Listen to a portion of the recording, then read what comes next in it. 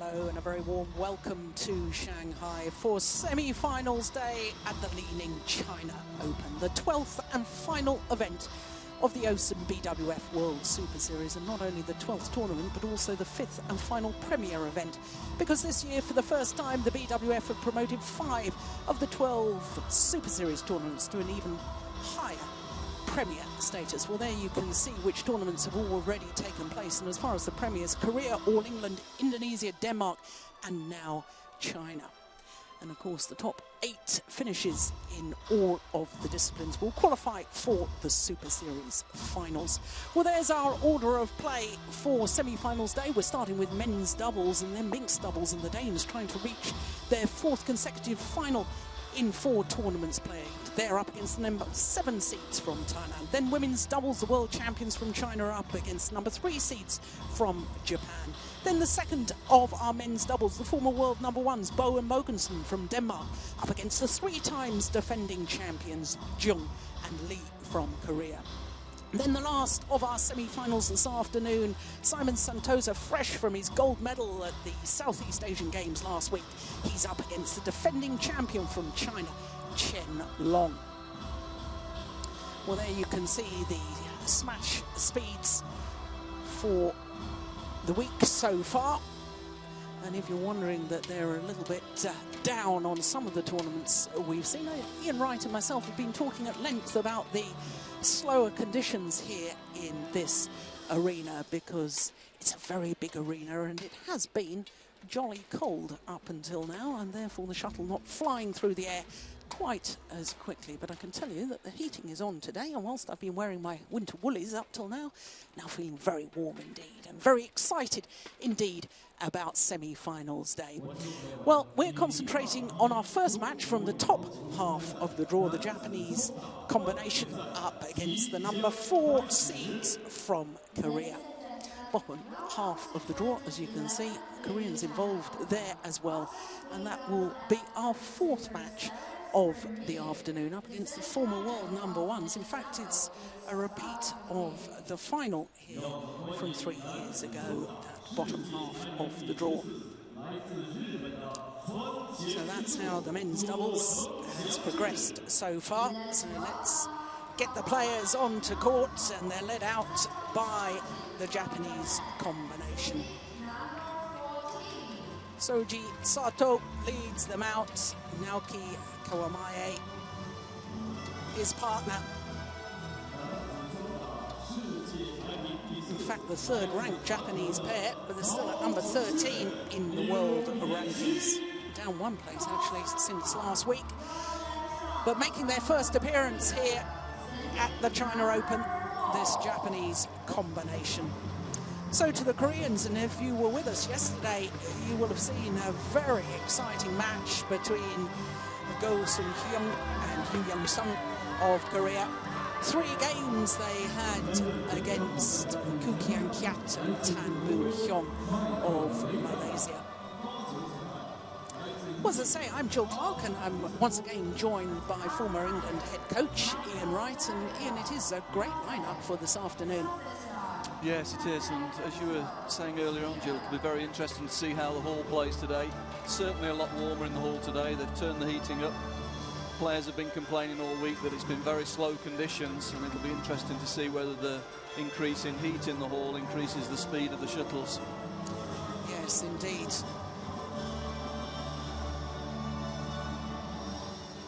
Well, it does actually raise an issue, in because, I mean, from our perspective sitting up here, I mean, I made a bit of a joke of it that I've been in my winter woolies, but literally, I mean, we've got our T-shirts on sitting here commentating now, and it has drastically probably changed the playing conditions halfway through a tournament. Well, we'll soon find out, but you would suspect that it's going to be a little bit quicker today. Yeah. Well, there's our umpire, Michael Dahl from Norway. Service judge will be Hakan Frosto. But there's Go Sung-hyun, 24-year-old from career. He and his partner number 4 in the world rankings, but only 8 in the Super Series rankings, up a couple of places since last week in the Super Series ranking. And they've only played 9 tournaments so far, so this is their 10th tournament of the year, and that is the requirement nowadays for the top players to play 10 of the 12. Is that right, Ian? Yes, that's right. Great innovation by the BWF to ensure that all the top players are playing regularly around the world. Well, pretty impressive win-loss record for the year, 40 and 14, and that actually translates into 3 finals, winning 2 titles, both of them Grand Prix events, so the Swiss Grand Prix and the Chinese Taipei. And incidentally, in both of those finals, beat their teammates, the world number 2s, Zhang Jae-sung and Li Yongdae. Of course, their biggest result probably of the year was reaching the World Championship final. Silver medalists at the World Championships, lost out to Kaiyun Fu Haifeng, who sadly had to withdraw from the quarterfinal yesterday. I haven't actually ascertained exactly what the problem was, but they were supposed to play against the Japanese combination, but that never materialized. So, to the Japanese players, well, Naoki Kawamae, there he is, 29 years of age, so too is his partner. Not seeded, of course, because their world ranking, as I say, down to 13 from last week, down 1 place. Super Series ranking of 13 also. But this is their 12th Super Series event of the year, so they've supported every single Super Series event. And that really is very good to see. Well, their win-loss record for the year translates into 2 finals, having won the Russian Grand Prix, also reached the final in Australia. But they were semi-finalists, the first Super Series event of the year. Lost out to the Danes Mats Conrad Peterson and Jonas Rasmussen. That was their first ever Super Series semi-final in Malaysia. But this, the 3rd meeting between these 2 pairs. Previous to both of them going to the Koreans, but I have to say both of those previous meetings earlier this year, and both of them in 3 very tough games, with the Japanese combination winning the first game both times. So as I was saying earlier, those are our court officials from Norway and Sweden.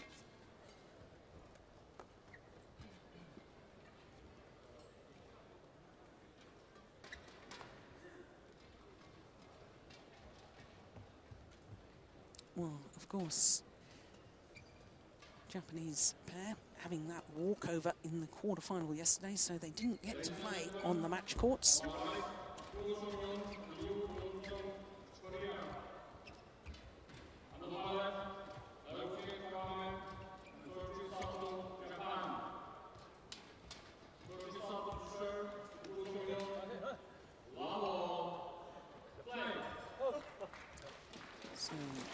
Soji Sato of Japan getting this men's doubles semi-final underway.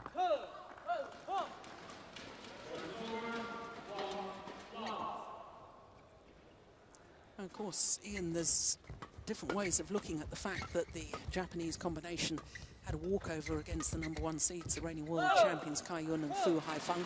You know, you could say, well, they had a rest, they had an easy day, whereas Go and Yu had that long 3-game battle, 1 hour and 3 minutes against the Malaysian pair. But players will be used to training every day, so they haven't had the opportunity to play on the match courts. They might have missed out on a bit of sharp practice. Yeah, it was interesting though. We were down at the stadium early today, and it was the Japanese pair that were the first players here. They had a really good workout on the court that's going to be used for this match, and they looked very sharp, I have to say. At this stage of the season, sometimes it's an advantage to get that day off, just get a bit of a break. As you say, they've played in all 12 of the Super Series events. That's not just a lot of badminton, but it's a lot of travel as well. So they may just have the edge in freshness here. Yeah, it's not bad. The first and last Super Series events of the year, your best 2, at least a semi-final in both. They could, of course, progress through to the final if they win this one.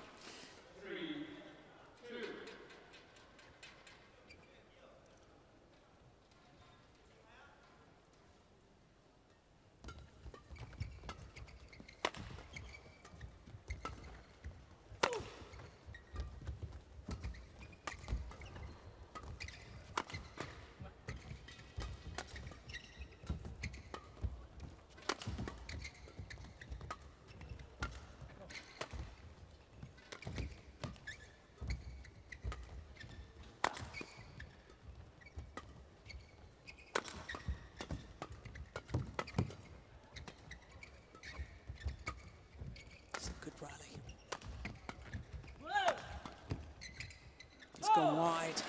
Now, Ian, of course, we were talking at length yesterday when Go and you were playing against the Malaysians, Koo Kian Kiat and Tan Boon Hyong, about their physicality. They're both very big, strong athletes, and you compare that to the Japanese pair.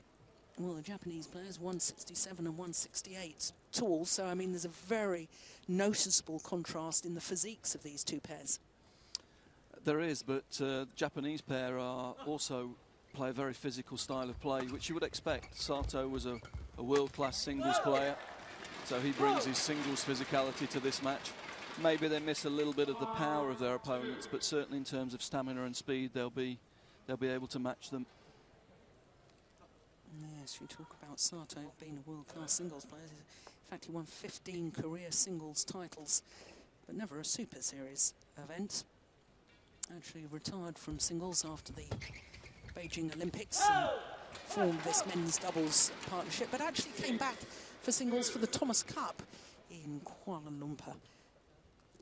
He did very well as well. I seem to remember him beating Mohamed Hafiz Hashim, and that was really the deciding match, the third men's singles, with Japan beating the host Malaysia in the group section.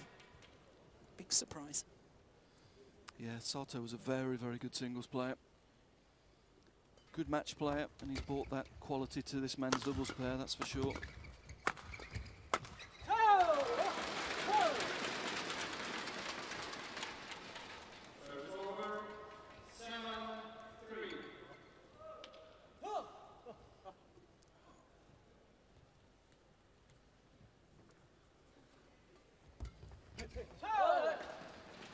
The other interesting thing with Sato is he's also struck up a useful mixed combination as well, and he's on the way up in the mixed rankings as well. Yeah, he certainly is.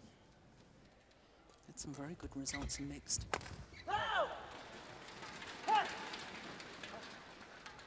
That's the event you would expect a men's singles player to be more at home with, probably, of the two doubles events. The speed around the front of the court you don't really get in the men's singles event, but in the mixed event, where it's traditionally the woman that takes the front court and it's the man relying on more agility in the rear court, normally more suitable for the ex-singles players. Yeah, his mixed doubles partner at the moment, Shizuka Matsuo, doing very well in that discipline.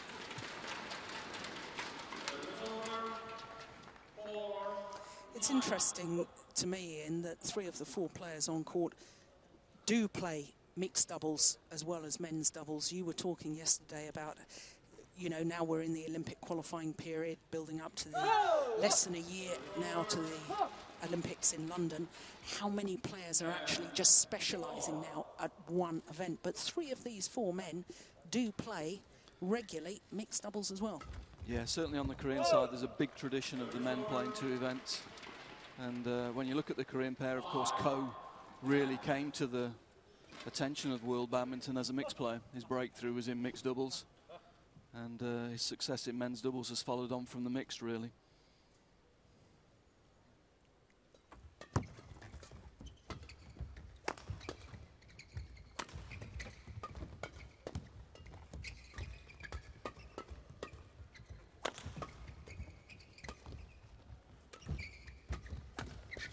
Oh, good defence.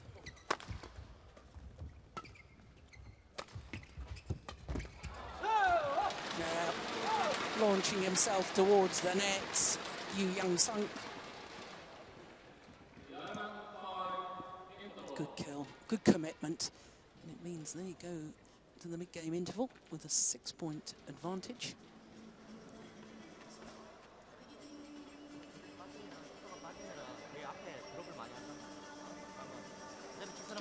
Well, for Go Sung-hyung and Yu Young-sung,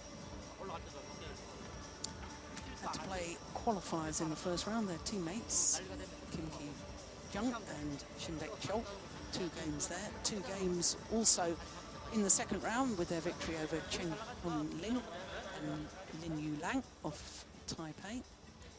And then, of course, against the Malaysian number 5 seeds yesterday evening.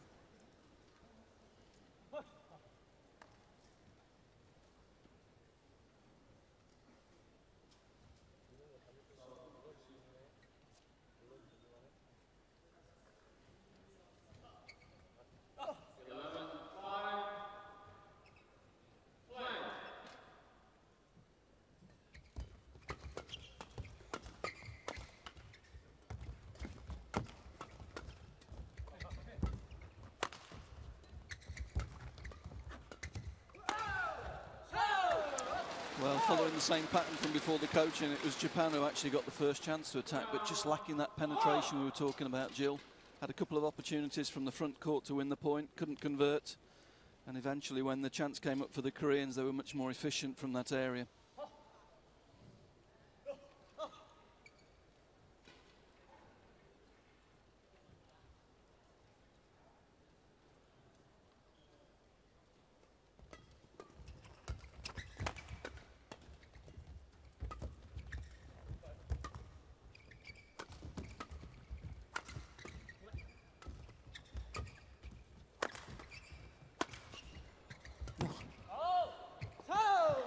Good opportunity to get through, but Korean defense at the moment dominating this game. The Japanese just haven't found ways to get the shuttle on the floor so far. Even from mid-court there, couldn't put it away.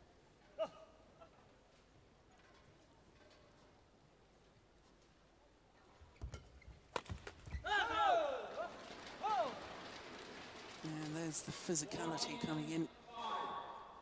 Go Sung-hyung leaping from his base position to the round the head smash. Yeah, and as we were saying, that's a classic mix move, really, where he made his name, getting up early, intercepting the shuttle in the rear court. Oh, well, they're running away with this at the moment, a 10-point advantage.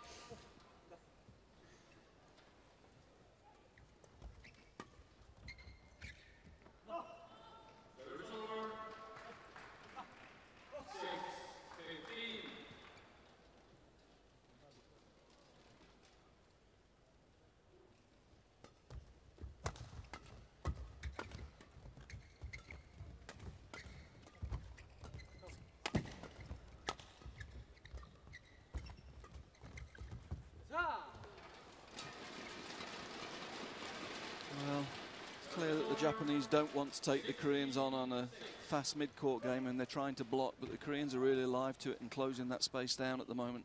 There's no real space for the block. They've got to force the Koreans off the net first before they try and use that space, create the space to put the shuttle into.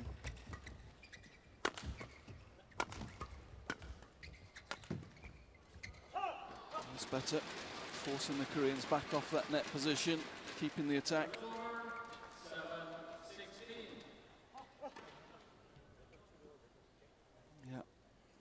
Committed there on that one, managed to get through, but it's still taking 4 or 5 shots.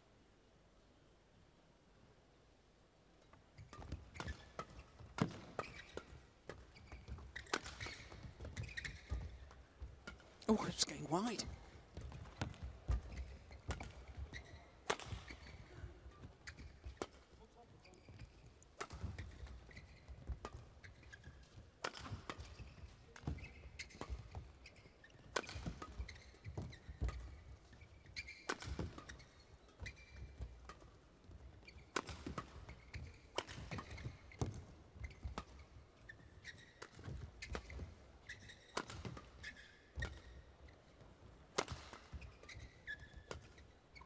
Japanese had lots of chances on attack there, couldn't get through.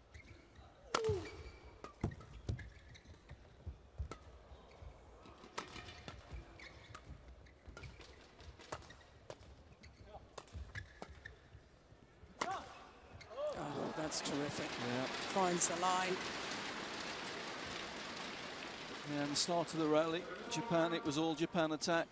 Just couldn't get through, lacking penetration with the attack, lacking a little bit of variety as well, probably. And when the Koreans get the attack, they hold the attack and eventually find the precision to win the point. Yeah, I think the Korean coach there pointing out there's no danger from the rear court if you're not sure. Lift out to the corners and look for counter-attack.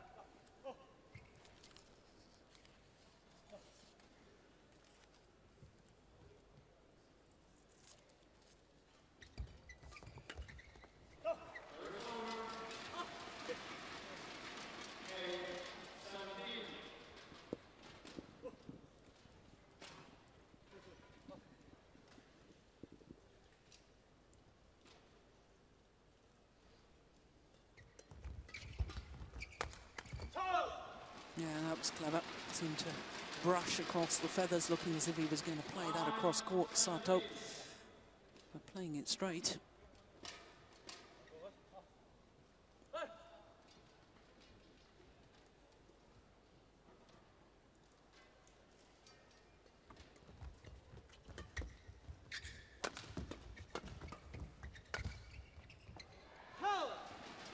good judgment.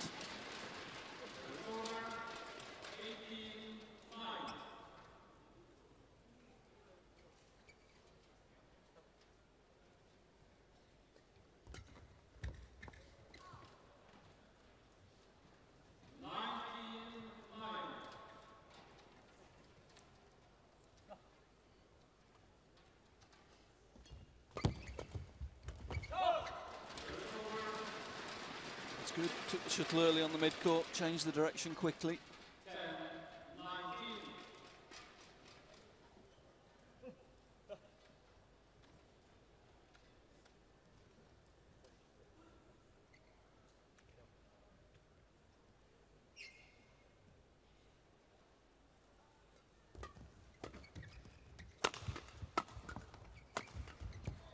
Yeah, and there's the big difference. Koreans take the attack, find a way through. Good precise attack from the rear court, setting his partner up in the front court. Yeah, they've earned themselves game points here. 10 of them.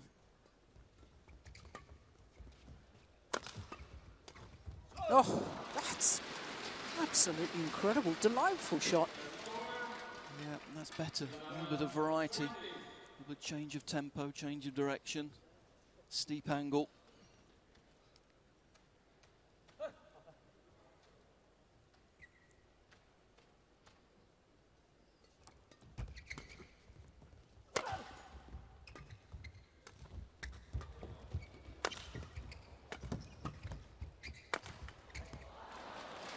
Well, almost in trouble there, getting in each other's way. Yeah, you'd rather see two of them going for it than none of them, though.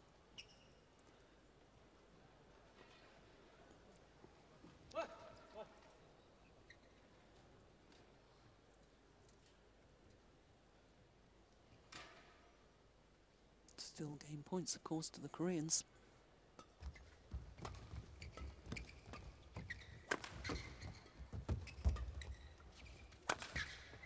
It's wide. This time, the Koreans convert on their third game point opportunity. 21-12. Well wide. 15 minutes for that opening game. And the Koreans looking very strong, as indeed they did yesterday.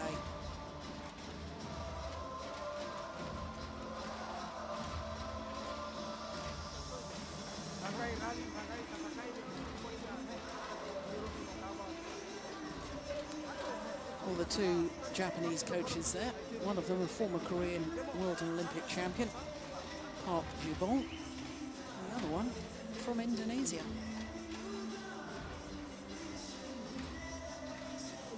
Yeah, it'll take all of Park's experience here to try and turn this one around. What I do think, first thing I would say is that the Japanese have got to be a little bit more aggressive on return of serve. They've been very passive. It's okay playing the block return and taking the attack, but if you haven't got the firepower to get through, it doesn't really get you very far. So they've got to be a little bit more aggressive on return, try and mix it up a little bit more, try and take the initiative, create more opportunities from higher up the court.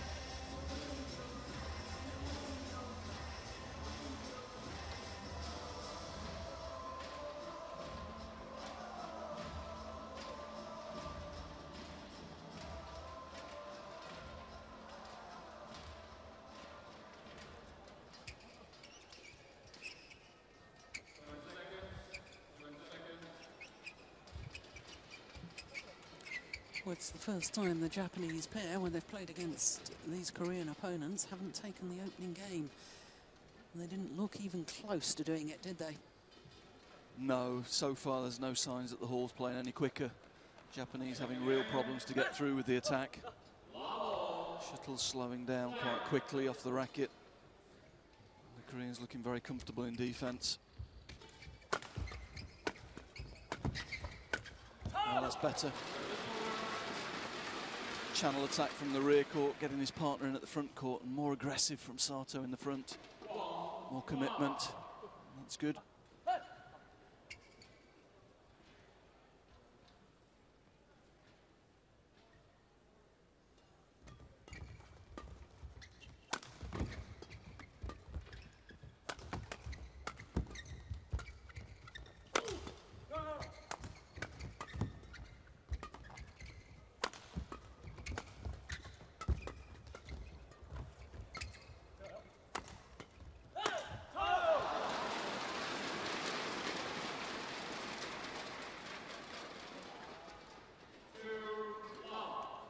Good rally. Japanese working really hard there. A little bit more variety. Change of angles, change of direction. Get the intensity a bit higher.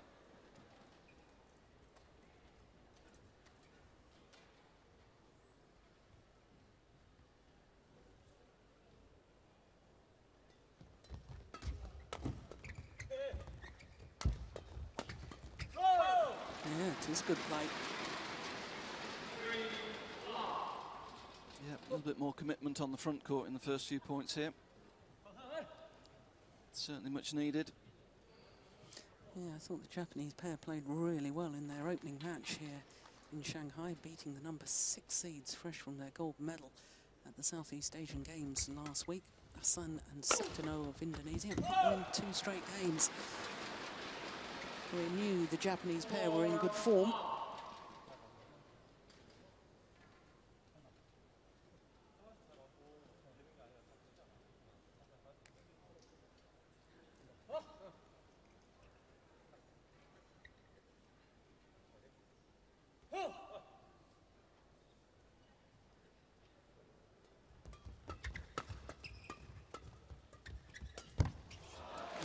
Very well taken from Sato. Yes, it's Sato that's looking to get in all the time. Certainly a lot more positive in this game, quick onto that. As I see, their strength is speed around the court rather than power. And that was a good example of it, got in very quickly.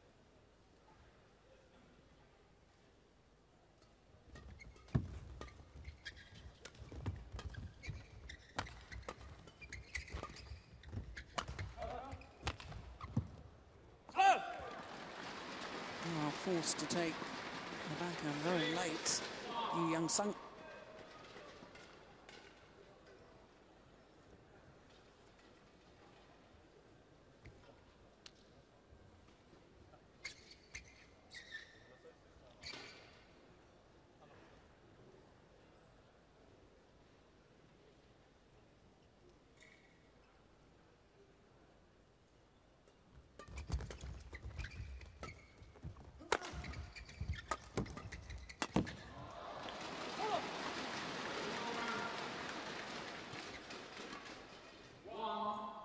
Good teamwork.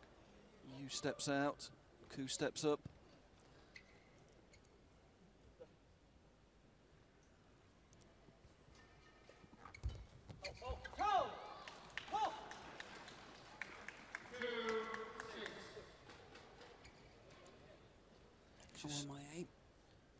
Looking to be aggressive there on the return of serve.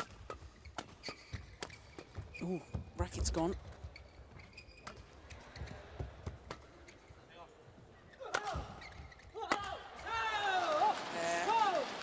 Kawamae knew that his partner's racket was broken.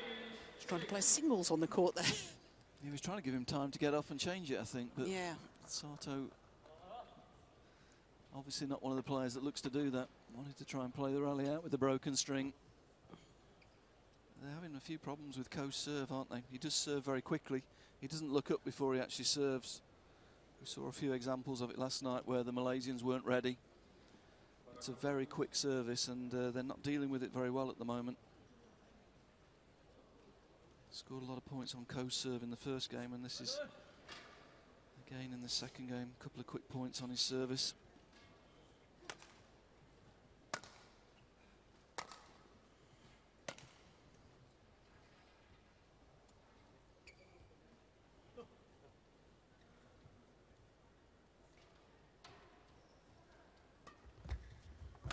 Good serve. Totally deceived Sato on the flick serve. Well, they're trying to get earlier onto his short serve because it's coming so quickly, and there he just held it and used the flick serve for variety. Something he didn't do last night in the quarterfinal.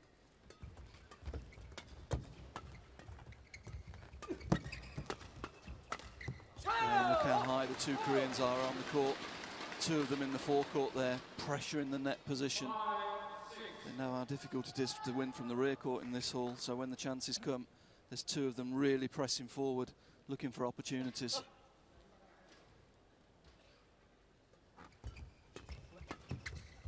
Oh, this is remarkable. 6 straight points at the beginning of the game to the Japanese pair. Oh, 6 straight points in response from the Koreans.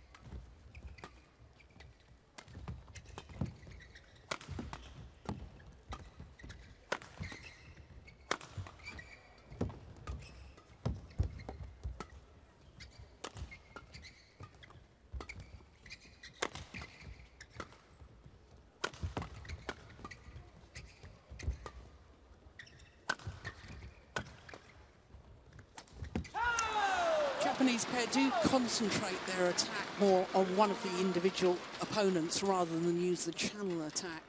It's easier to get the net player involved with the channel attack because it narrows the angle of reply, and by that I mean channel attack hit down in between both of your opponents. Yeah, certainly there they were lacking a little bit of variety, as you say, hitting too much onto the defence rather than looking for space or going to the centre to try and get their partner in. They haven't got the power in this hall to get through with that sort of body attack.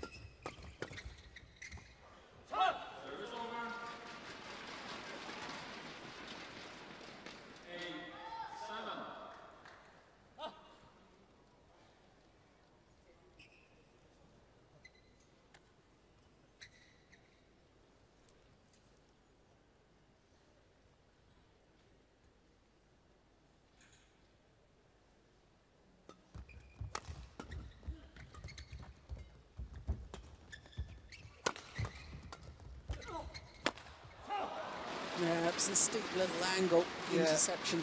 Yeah, and there they didn't hit onto the defence, did they? They made the Koreans go and fetch the shuttle. That gives them time to get in good position and created the opportunity there. We see it going for angle, not pace on the first one. That gives him time to get into position to finish the next one. 245, that's 152 miles per hour.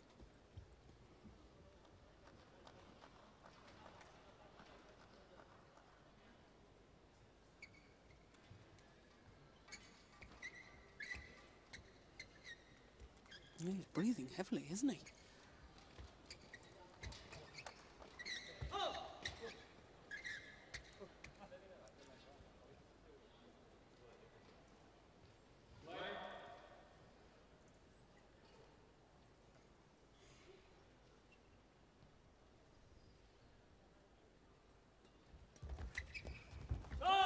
Super shot. Yeah, good shot, good serve. Was alive to the block return. Managed to just clip it down to the mid-court, find the space. It's good play, good doubles.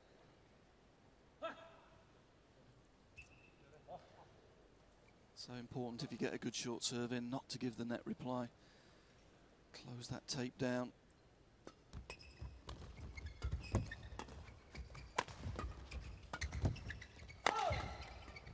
And there's the difference, just a little bit more firepower from the Koreans. Forcing the Japanese into a deep defensive position and then using the space in the forecourt to finish.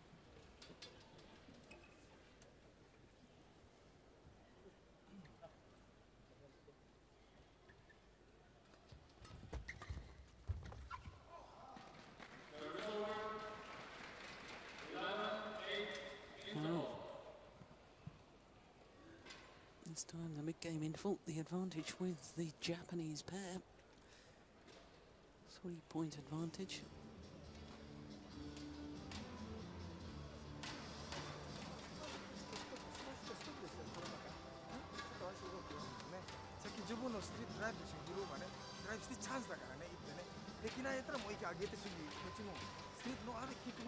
One of the very famous Manaki brothers from Indonesia.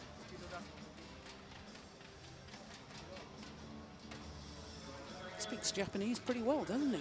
He's been there a while now.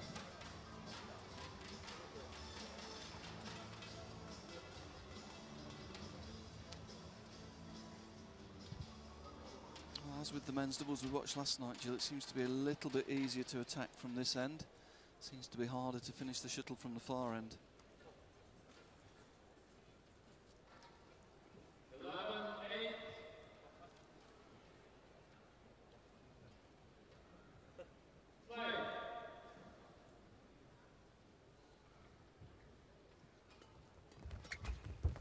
Again, Korean going for the block return, simple block return. This time it was Sato that was really alive to it. Not giving him a space on the tape to play the simple return. It's good play.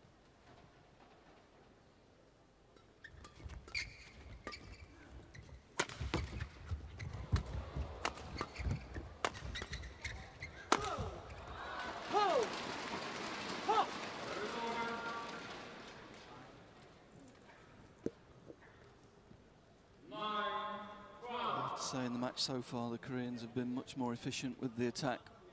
When they've taken it, they've been able to just create more pressure than the Japanese players do when they have the attack. In the second game, the Japanese have been better on serve and return. Competed well on the short points.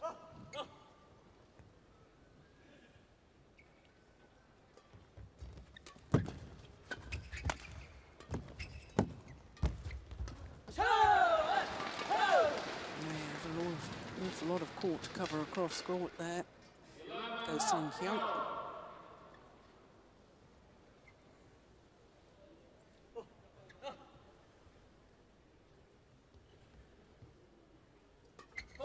Oh, service fault called. Yeah, my first impression was to look to the service judge with that serve. He seemed to bring the hand up a long way before he actually struck the shuttle.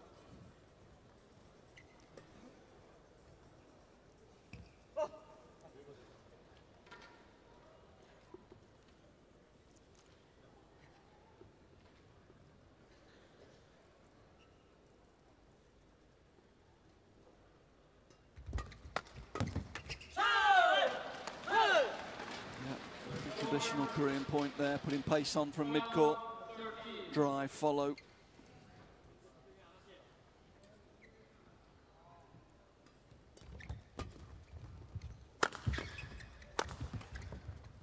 Oh, that was getting out. Yeah, that was definitely out. And paid the penalty. Again, good penetration from the Korean pairs. It's a slow haul, but they've got such power. He saw the jump there, he got up. Got the shuttle coming down steeply, and that created the opportunity for his partner on the net position. I have to say the Koreans have responded well, having been down at the mid-game interval. 4 points adrift at one stage at 8-12. They've just won 5 of the last 6 points. Oh, Terrible confusion. Well, that emphasises your point, Ian, about you'd rather see both players going for it than none. Yes, absolutely. Well, I have to say, I think any men's doubles pair would be surprised with a clear up the middle these days. Not something you see very often in men's doubles now.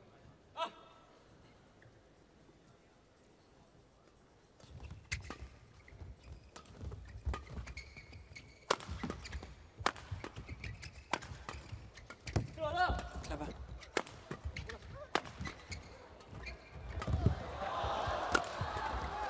Well, having dived and got back up and then tripped over. Go, Sun Hyun. Well, all dramatic stuff. And again, we see how difficult it is for the Japanese to finish. They were all over that point. 5 or 6 opportunities to win the point, but it all comes back. They're having to work very, very hard in attack to win these points. Yeah, good dive.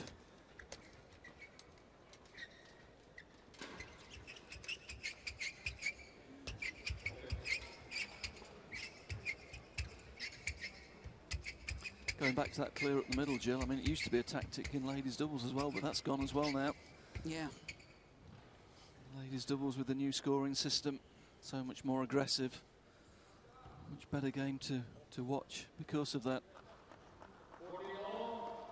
New scoring system, of course, isn't so new now. It's, well, 5 years, isn't it? Oh. Well, it is for me, unfortunately. I had more years with the old one than the new one. Yeah, old system, of course. Could only score a point when you were serving. Point per rally.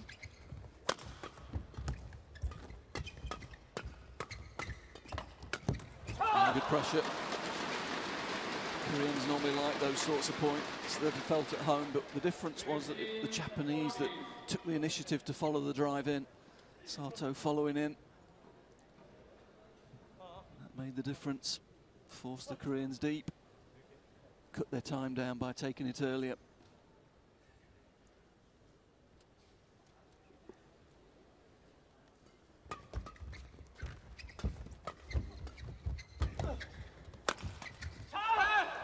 Sato again. He's really pushing hard now. He was all over that point. Created the attack in the front court and then stepped out and won the point from the rear court. Good play.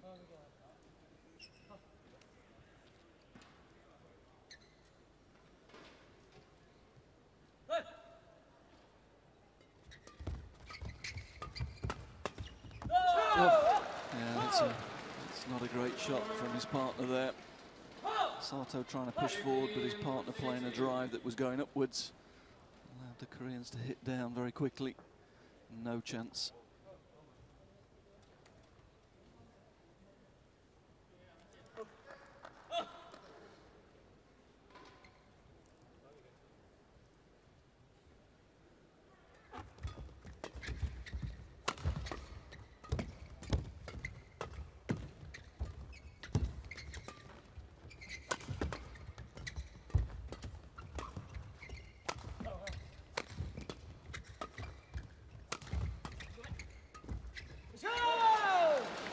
Good width in defence from the Koreans, moving the rear court player across the baseline. Not giving him any time to get into position to use the smash. And it very much seemed a tactic of the hand gestures there of Kang Chun-jin or anything to go by. Well, he seemed to be saying, yep, move them cross court on the defence.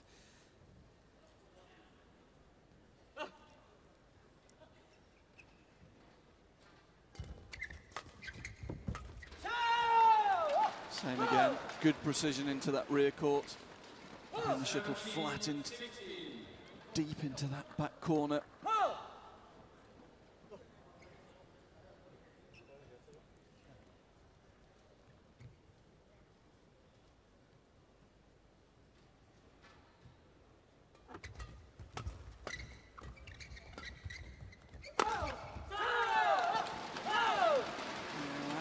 Incredible to get through with sheer power, given the conditions.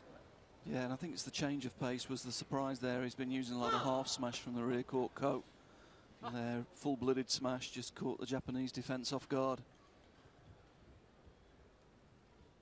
4 straight points.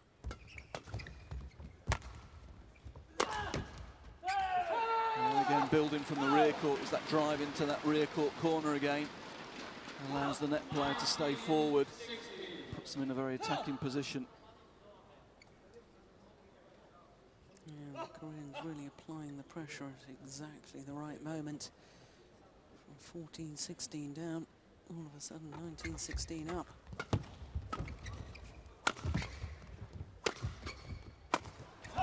Well worked. And again, Sato very alive on the front court, showing good footwork and good agility to step out and take this shuttle. It's good play.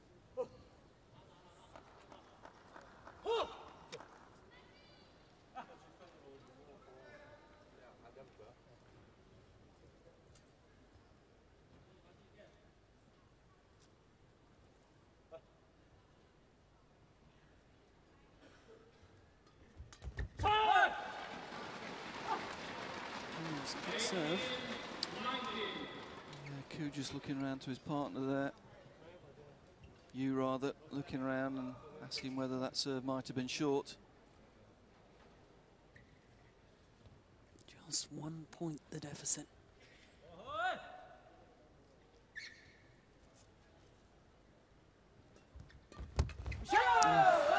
Well, it was a good serve. I was just thinking to myself how important to get away a good serve, and made a complete mess of the third shot. Go on my 8. And that error at the net means that the Koreans have 2 match points.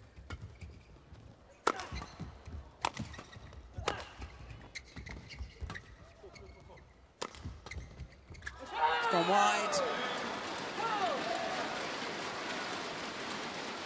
And a good performance by the number 4 seeds, Go Sung-hyun and Yu Young-sung. 2 straight games, 38 minutes, 21-12, 21-18.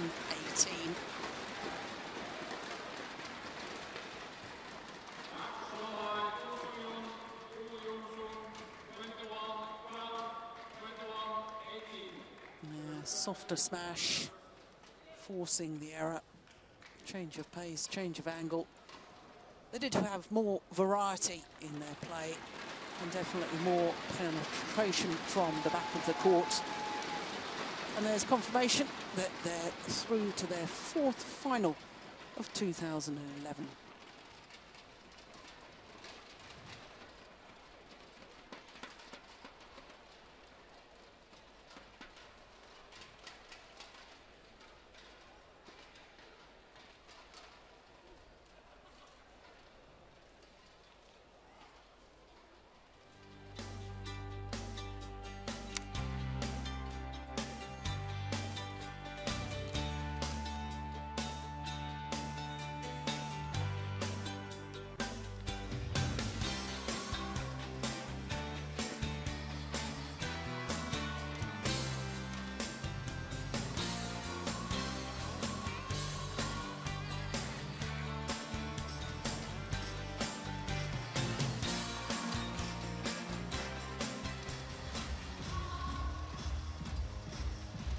Well, there's confirmation that the first of our semi-finals this afternoon, the first of our men's doubles, because we've got both men's doubles for you today. And it means that the Koreans book a place in the final tomorrow.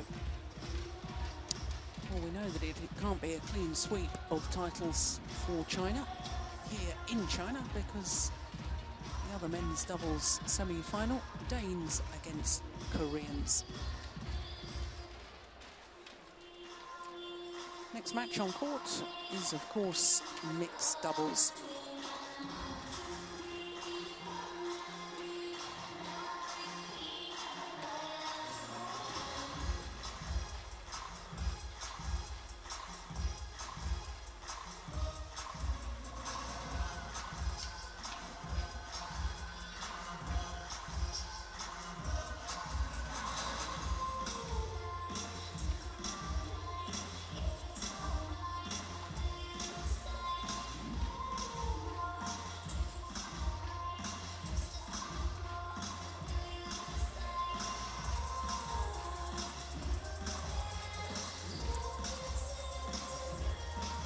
So to the mixed doubles semi-final, and we're concentrating on the bottom half of the draw with the number 3 seeds Joachim Fischer-Nielsen and Christina Pedersen, who've been in tremendous form of late. They've reached the final of the last 3 tournaments they've played, winning 2 of them. They won the Danish and French Super Series events back-to-back, 2 weeks, 2 titles. And of course reached the final last week in Hong Kong as well, where they lost out to the world champions Zhang Nan and Zhao Yunlei. Well, today's semi-final, they're up against the number 7 seed Songpon Anugrah Deowan and Kunchela Vorovici Jaikul. You can see from the top half of the draw, it is almost a repeat of the final from last year, because Tao Xiaoming, who's defending champion this year, has got a new partner. Last year he won the title with Tian Qing. This year he's playing with Xia Huan. They're of course against the world champions, Zhang Nan and Zhao Yunlei. Ladies and gentlemen, welcome to 2011 Li Ning China Open, OSIM BWF World Superseries premiere. The Semi-finals day, of course, 2 sessions with 1 show court.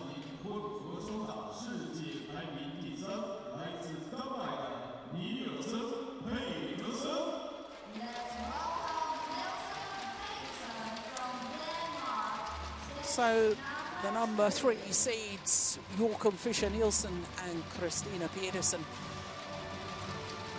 Well, what a run they've had in recent tournaments.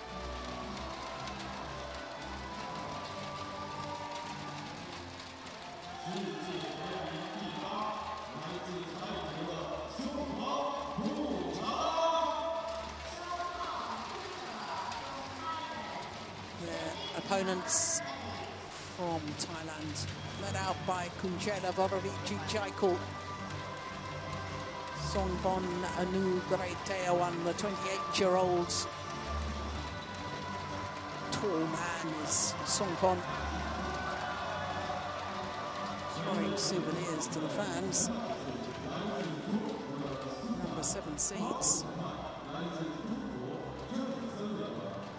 And they last week weren't at the Hong Kong Open because, of course, they too were busy at the Southeast Asian Games in Jakarta, where they picked up their 2nd consecutive bronze medal in that event.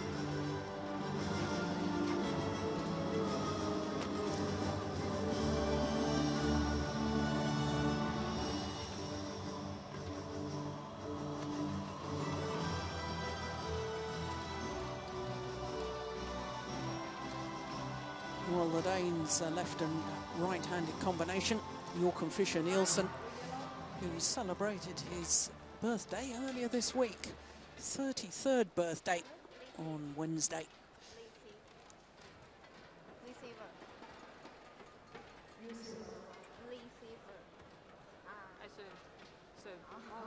Pedersen just showing that she will serve. So there is the man who's just celebrated his birthday. As for the Thailand pair, well, Songpon 28, his partner 27. Semi-finalists at this China Open 2 years ago, where they lost out to the winners Li Yongdae and Li Hojung. Quarter-final this last year, and again losing to the winners, Tao Xiaoming and Tian Qing. So Joachim Fischer-Nielsen and Christina Pedersen making their first appearance here at the China Open as a pair. Joachim Fischer-Nielsen did actually play back in 2007, playing with Britta Anderson, when they reached the last 16. But to the Thailand pair, seeding of 7, world ranking of 8, Super Series ranking down 2 places to 16. They haven't done so well in the Super Series events but they have won 2 titles this year, the Australian Grand Prix and the Dutch Grand Prix as well. So that 28 and 15 win-loss record. Not only those 2 finals, which they won both of them, but also 4 semi-finals. But rather worrying for the Thailand pair. Also 6 times they've lost in the round of last 32, and that really shows that they are a little inconsistent. Well, there is Christina Pedersen, 25 years of age, born in Aalborg, world ranking of 3. Good win-loss record for the year. Number 3 seeds, of course, formed their partnership in 2008. They've really gone from strength to strength. Bronze medal at the World Championships a year later. World Championships in Hyderabad. 3 thrilling games. Semi-final it was too, against Nova Widianto and Liliana Natsir of Indonesia. But for Joachim Fischer-Nielsen, well, lovely to see him back after his knee surgery. Knee surgery in March last year. Missed 8 months of last year's competition, only made his comeback at the World Championships in Paris. Now this, the 4th meeting between these 2 pairs. It is the Thailand pair who hold the advantage on the previous 3, having won 2 of them. In fact, won the last 2 occasions. But the last time they played was in the final of the Japan Open 2 years ago. That's over 2 years ago. And it was an extremely close game, 22-20 in the deciding game on that occasion. But I have to say, since then, and the first time that they played was back in 2008, I think since then, Ian, I think the Danes have improved considerably. Is that a fair comment? Yes, they have. They've become a very good combination, you would say, at the moment.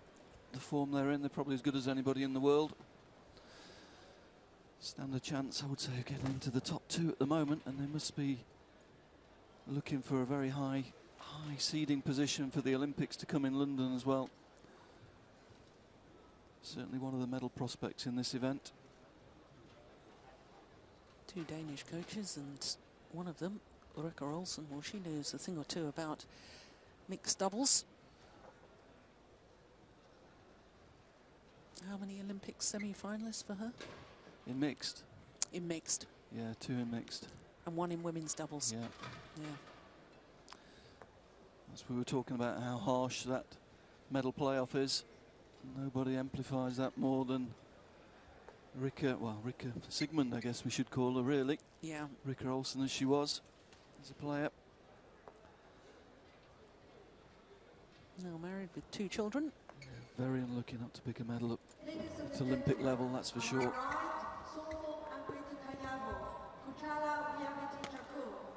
I believe, is it in Sydney? Am I right in saying match point in the semi-final and a match point in the medal match?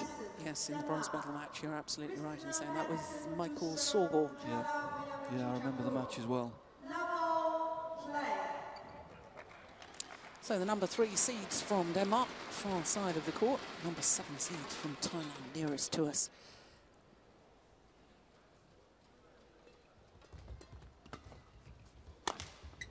Oh, goodness. We've been talking about how difficult it is to put the shuttle on the floor from the back of the court. There's the angle. Hit the floor in front of the defender there. Didn't go through the defence. Great angle. And again.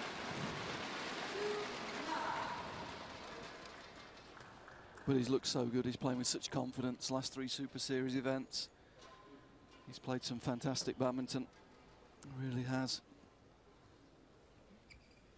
Yeah, 3 consecutive finals. If they win this, there'll be 4 consecutive finals in Super Series events.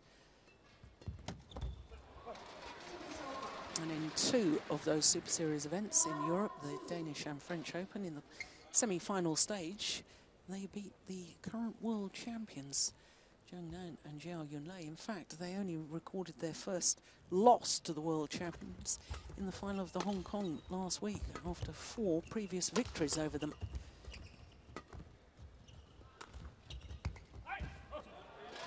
And there's the variety. 2 good smashes, puts the drop in.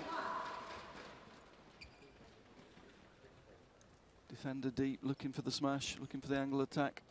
Beaten by the drop shot.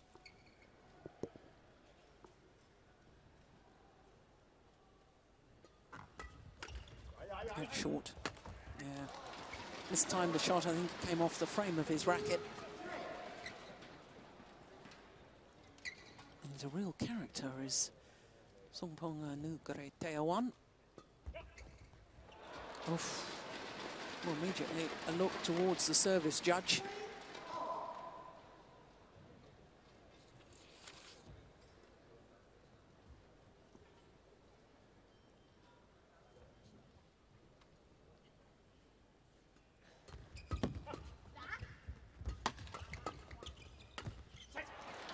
Both our court officials from China, Su Nan and Zhang Sanliang. Yeah, Christina needs to get ready early here. This is a quick service, not a lot of preparation time. Oh, that's an amazing shot from Kunchela. Yeah, I think the damage was done with the flick serve, though. Christina a little bit passive there. Let the shuttle come to her. It's a good serve again. Oh, this is 5 straight points.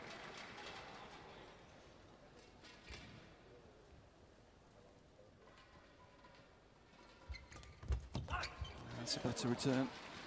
Got the legs moving forward, intercepted the shuttle much earlier. That made the difference, got the shuttle going down off the net cord.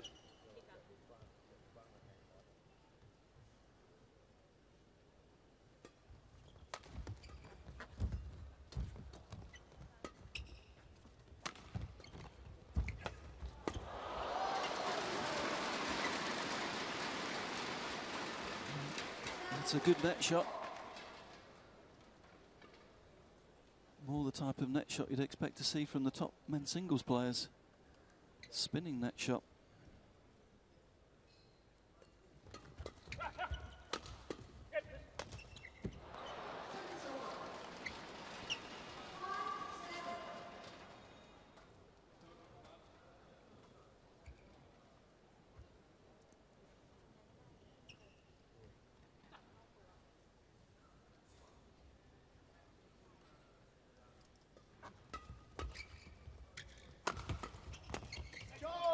Yeah. He's good at the net, is Kunchela. Yeah, very positive. That's a good angle, hitting off defence. Kunchela happy to step out for the interception. It's good positive play. Again, it's a little bit lucky, frame and then net cord, but the racket was up. She made her own look by being in position. She got quickly into an aggressive position after the service. There we see racket up. It was a reaction shot, but paid off.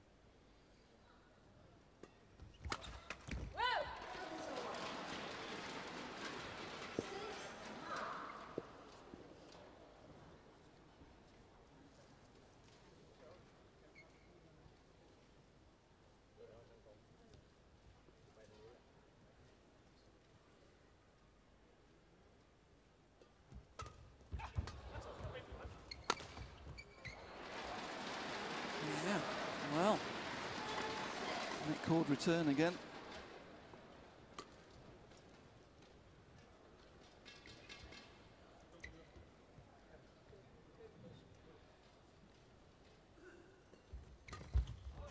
oh, good return from Peterson.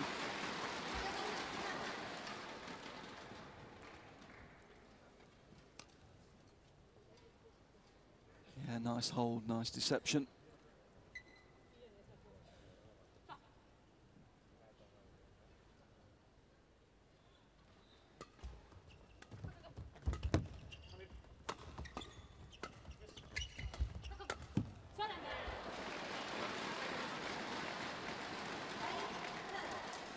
The Thailand pair do seem to struggle when they're out of their normal formation of Kunchela at the front of the court and Songpon at the back.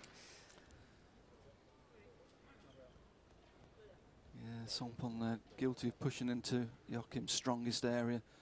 Mid-court down that left-hand side of the court. He loves shuttles coming through there. That's his strength. Well, the number 7 seeds have the advantage at the mid-game interval. 3-point advantage against number 3 seeds.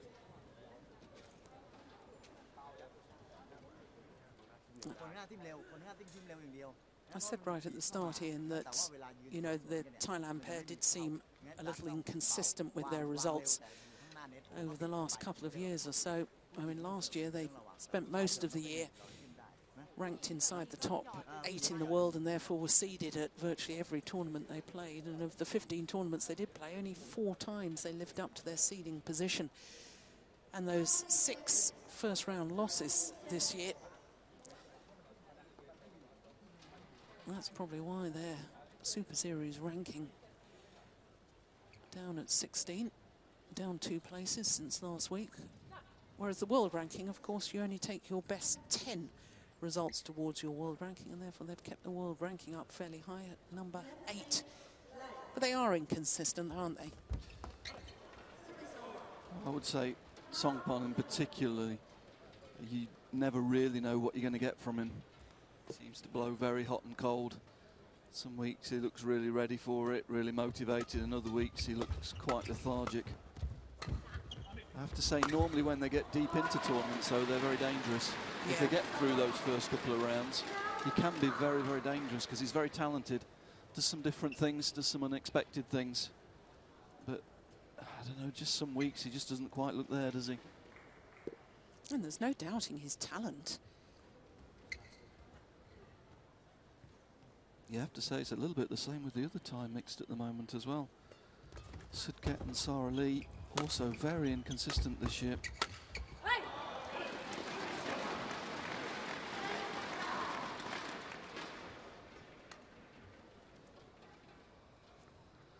That's good. Yeah, we'll see a lot of that. Joachim stepping into the front court, not afraid to leave his partner in the rear court and take some risks. Likes to get in and dominate the front court.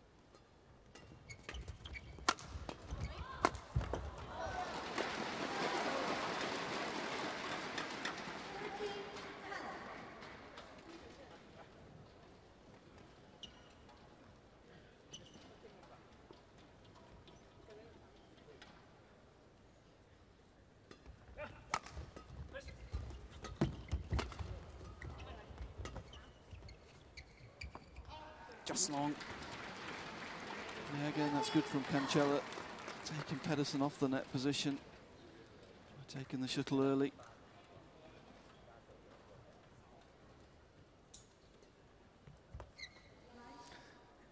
Yeah, that doesn't surprise me, actually. Joachim just trying to get her to slow down a little bit. She wants to serve very quickly. That's a good serve, though. Very good serve. Just a little bit across him as well. She just changed the direction a little bit. Forced him to hit the shuttle up in the air. Songpon very quick to find Pedersen in defence.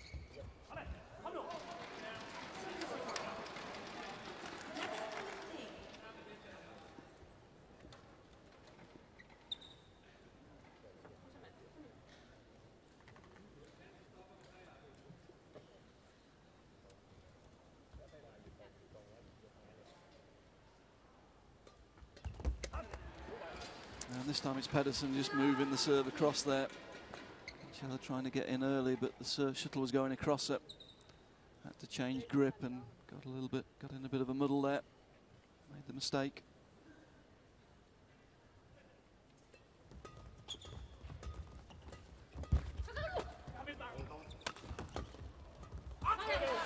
Drive defence from Pedersen. That's got to be Songpon's, really. He can't let that come through him at the net. He was almost hiding. Look at this. He's got to take that. If that had been the other way around, if that had been Joachim in that position, he'd have murdered that, I think. He loves the shuttle coming through the net position when he's there.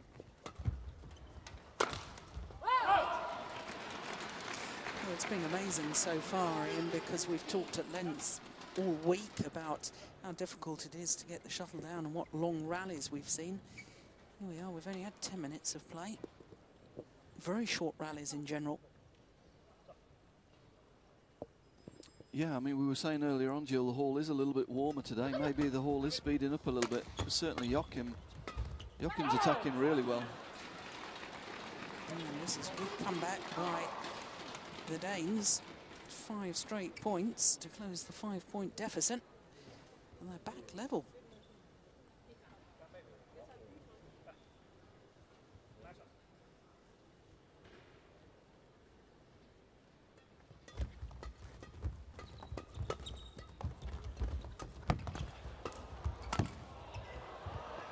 Oh, it's just wide. Just long too. Yeah, ties in the ascendancy there, keeping the pressure on, attacking the body of Joachim. Couldn't quite get out of the way to control that.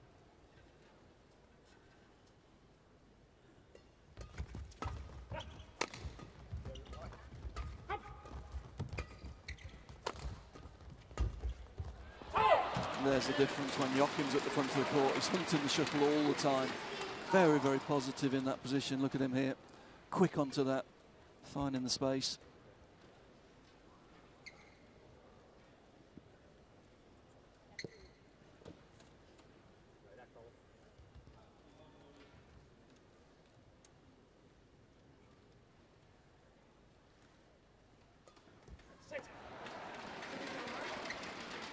He just seemed to lift his head as he played that serve. Almost as if he knew he hadn't given it enough follow through, get it over.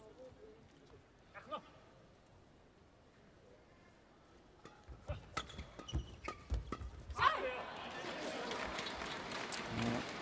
Christina alive to that flick serve this time. Didn't try and hit it too hard, got the shuttle going down. Gave herself time to get into position for the next shuttle. That's good thinking, good play.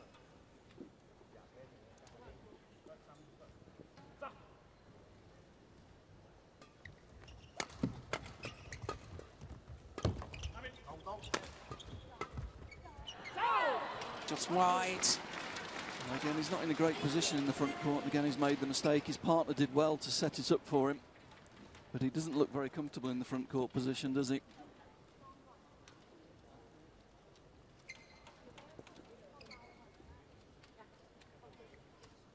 Into the lead, the Danes, at this crucial time in the game.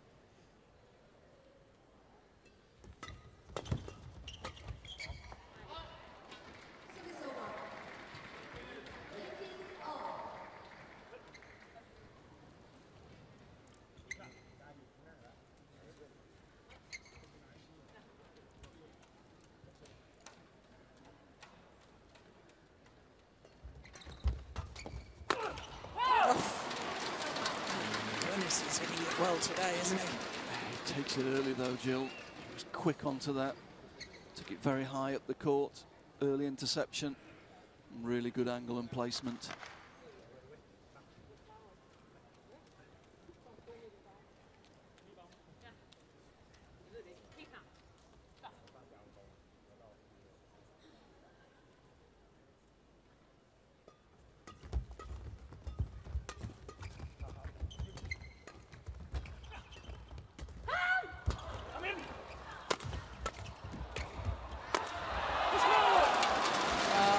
The intensity of the left-hander. Great fighting spirit. Refuses to give up on a rally. And it was the earlier shot that was so impressive. At full stretch, got it back.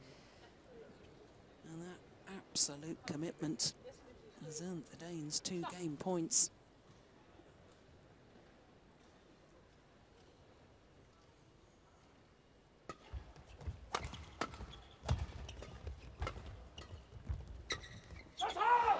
Has gone well wide, and having been playing catch-up for most of that opening game, Joachim Fischer-Nielsen and Christina Pedersen come good at exactly the right time, just up their game, up the intensity, And it's paid dividends because they've taken the opening game 21-18. 15 minutes of play.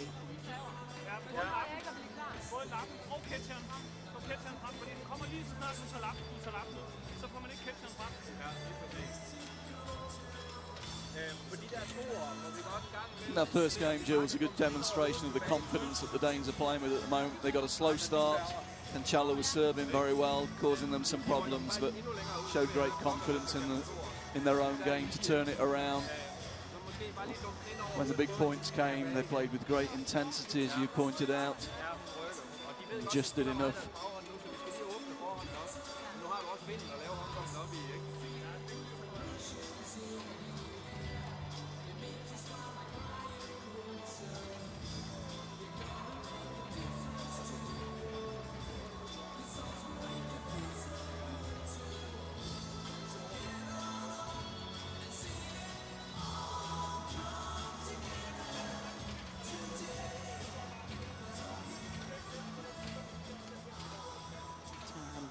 Return to court.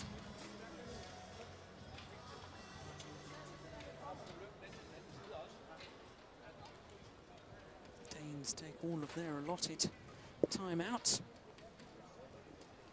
Discuss tactics.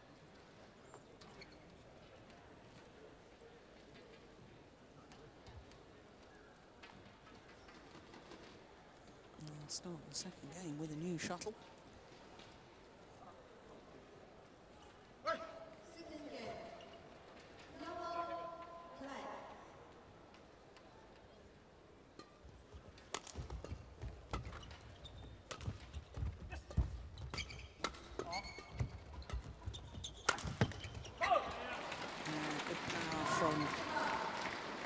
Fisher Nielsen once again. Very notable in this match how high up the court he's playing. He's always moving forward, always looking to close the space down on the mid-court.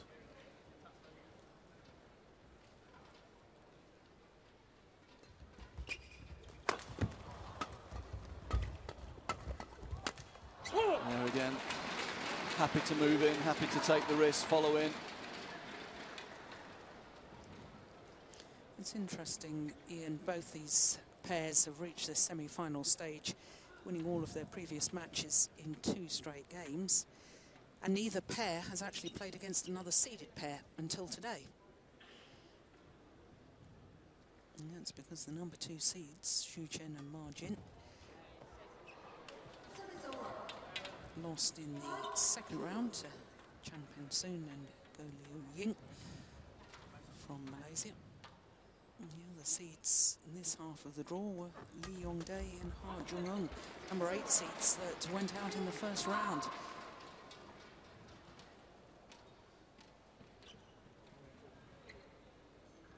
Mixed doubles does seem to be an event, a discipline that is wide open at the moment. I mean, of course, at the World Championships in Wembley in London earlier this year, we had an unseeded pair in the final, British pair of Adcock and Bankier.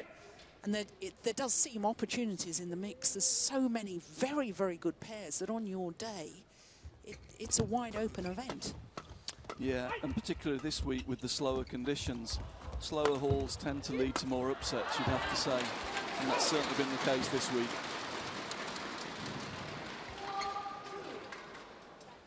It's a little bit of a leveler. Slow conditions tend to level games off.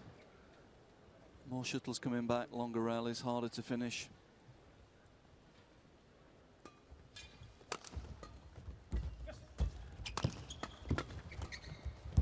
And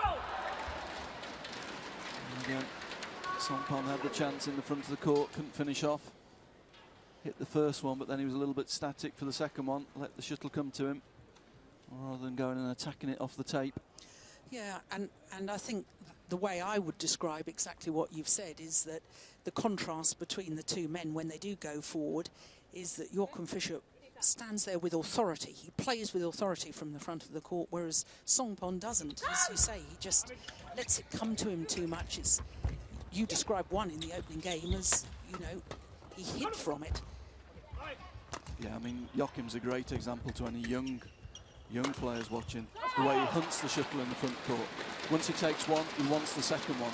He doesn't hit and wait, he hits and moves all the time, and he's always hunting the shuttle down.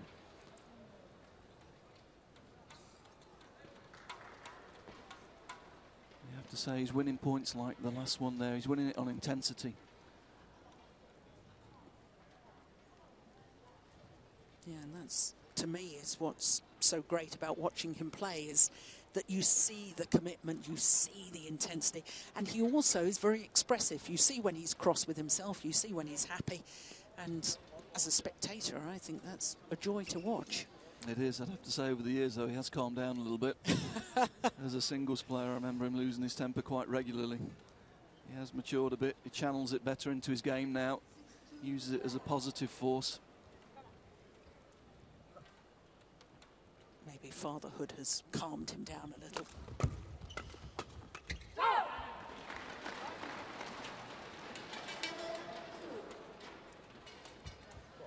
Well, they're well on top at the moment.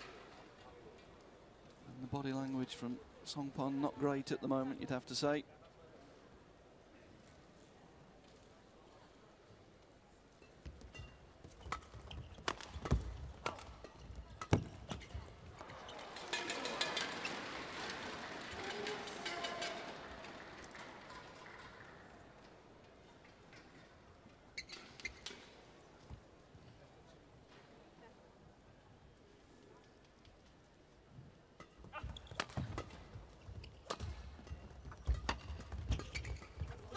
Again, he's in on the net.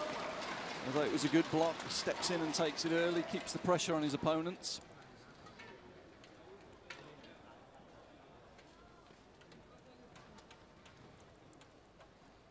Here we see it was a decent block, but he stepped in, drove it back at the body of his opponent, won the point.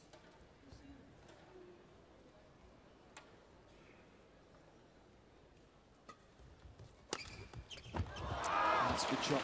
Did well to get behind that.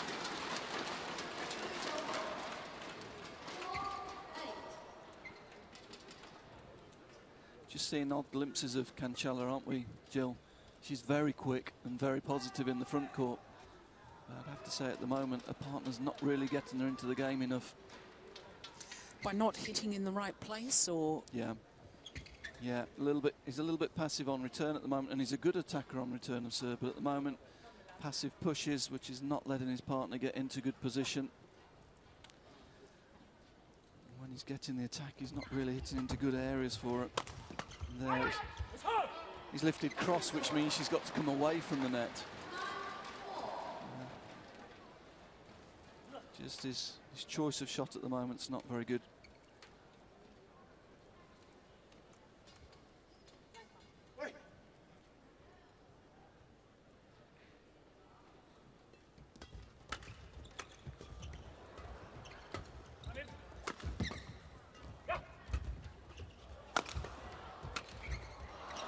Well, it was a miss hit for which he raises his hand in apology. Sees a little wry smile. Yeah. He's a very jovial character. I mean, off court, he's always laughing and joking with his team members.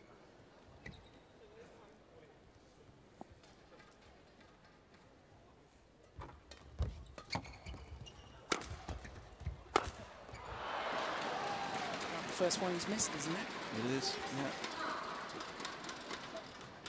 Again, he was onto it early. He was moving forward almost too quickly there.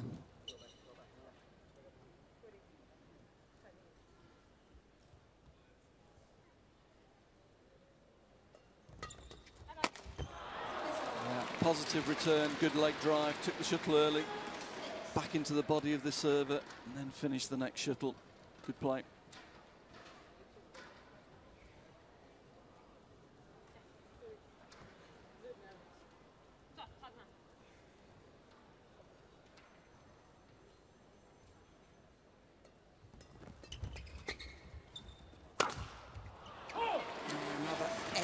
Smash from Joachim Fischer-Nielsen.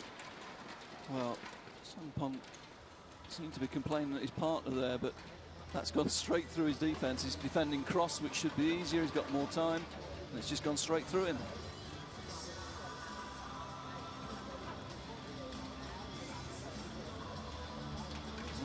if I was the Thai coach, I'd actually be talking more to Songpon here than Kanchala.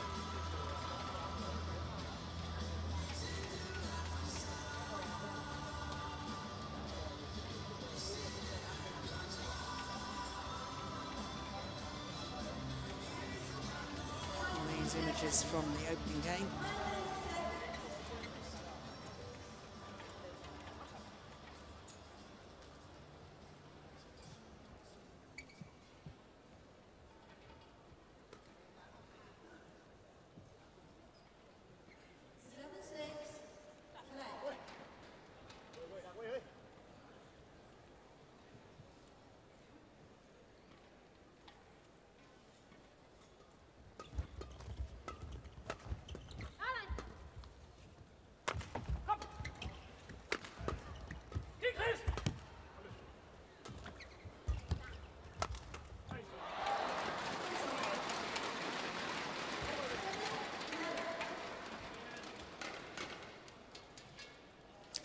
One of the things I do like about the Danes is that noticed after that rally that even though they lost the rally, there's a little smile at each other and a little word of encouragement.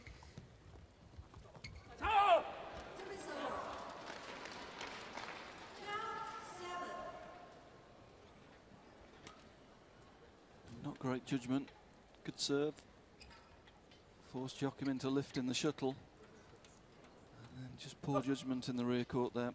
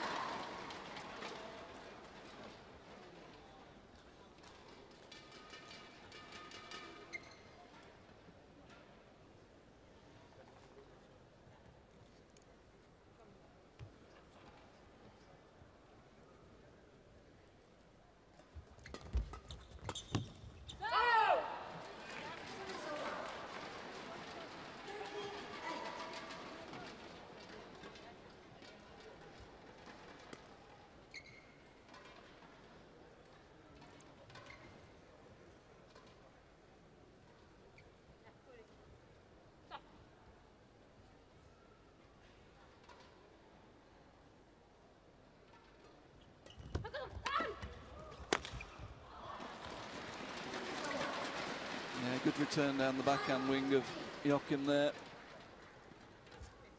Forcing him to take it late, put the short lift in.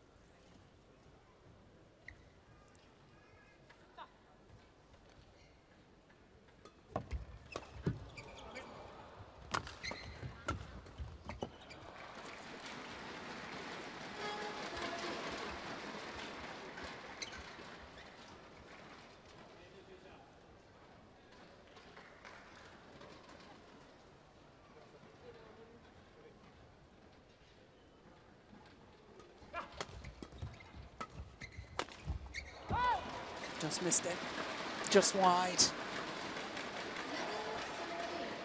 think that's been called in, Joe. Oh. Yeah, Joachim agreed with it.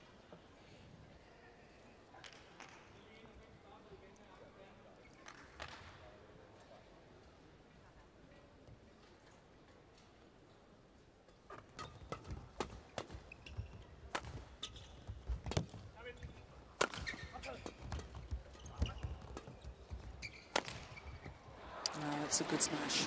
Yeah, we've just seen in the last 3 or 4 points, haven't we, when the Thailand pair have got the attack, when Songpon's got a little bit of time in the rear court, they're a very, very good pair, but he's just been too passive. He hasn't created enough opportunities. He's not been quick enough on the first 4 shots.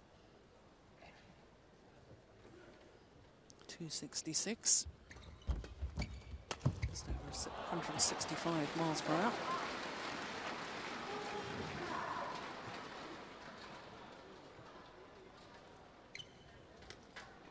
Dangerous cross-court lift to a left-hander there. Crossing onto his forehand wing. Gratefully accepts the opportunity to go down the line. Didn't try and hit it too hard, just guided it down the line. Knew there was space there.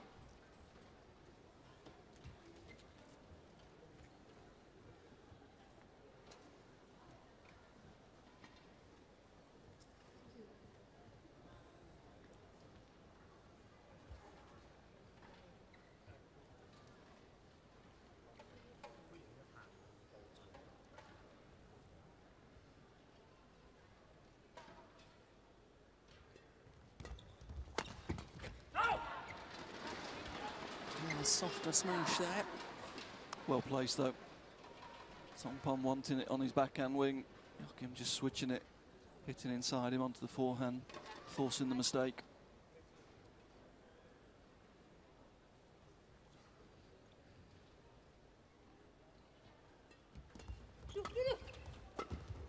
Bit short. It was the hold and flick over Songpon Anugretaewan's head.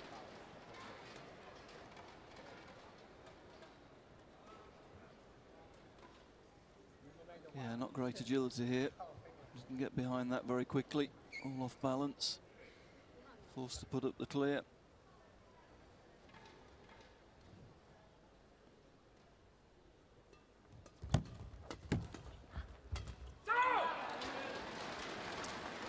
Well, this is a little bit disappointing from the Thailand pair because they caught back to within a point at 12-13, and all of a sudden there's a 5-point gap between the two pairs once again. Yeah, they've just let it go again, haven't they? And the last point was a classic example, and that's another one. Songpon just letting the shuttle come to him the previous point, and there just a little, what you'd say is a safe return really, that push to the mid-court. Shouldn't be missing that out the side of the court. It's 2 unforced errors.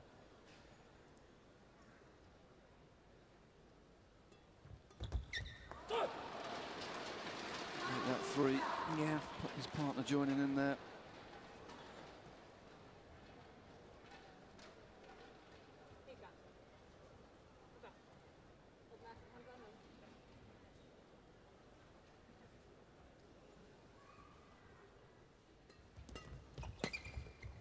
Going wide.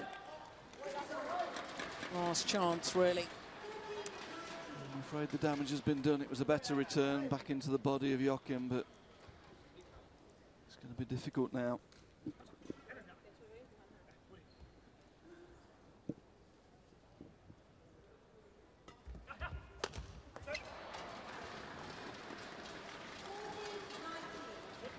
Difficult, but not impossible.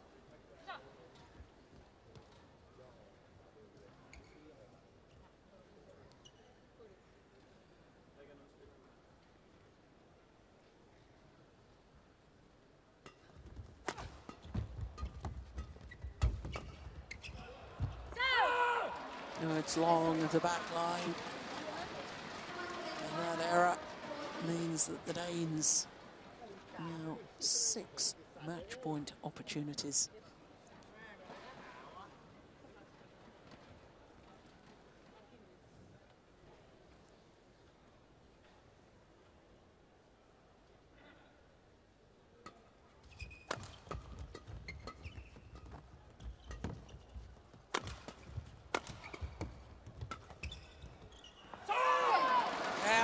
Extraordinary run continues for the world number 3 ranked pair, Joachim Fischer-Nielsen and Christina Pedersen.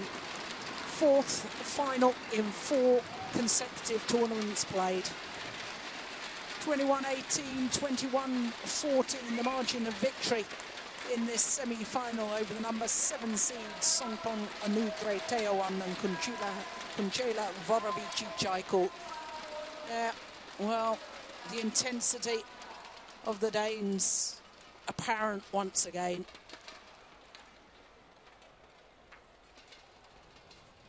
And the absolute delight from Fischer-Nielsen. First appearance here at the China Open, and they're through to the final. Confirmation there of the score. 34 minutes they needed to beat the number 7 seeds. 21-18, 21-14.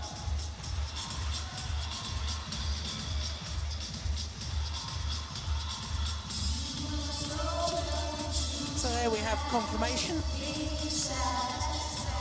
that our first 2 semi-finals have been completed. 3 more to come, of course.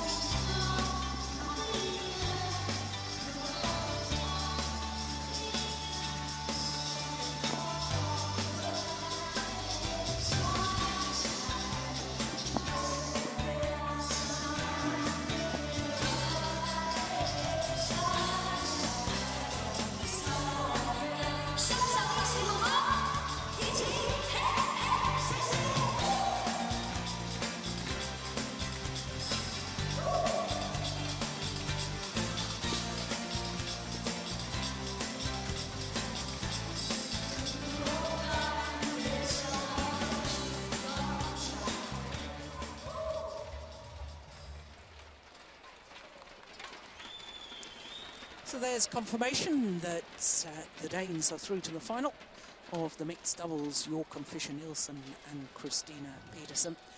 And they will play the winners of Zhang Nan and Zhao Yunlei, the #1 seeds, and of course world champions now, but they were beaten in the final last year by half of their opponents in their semi-final, because Tao Xiaoming last year was playing with Tian Qing and they won the title.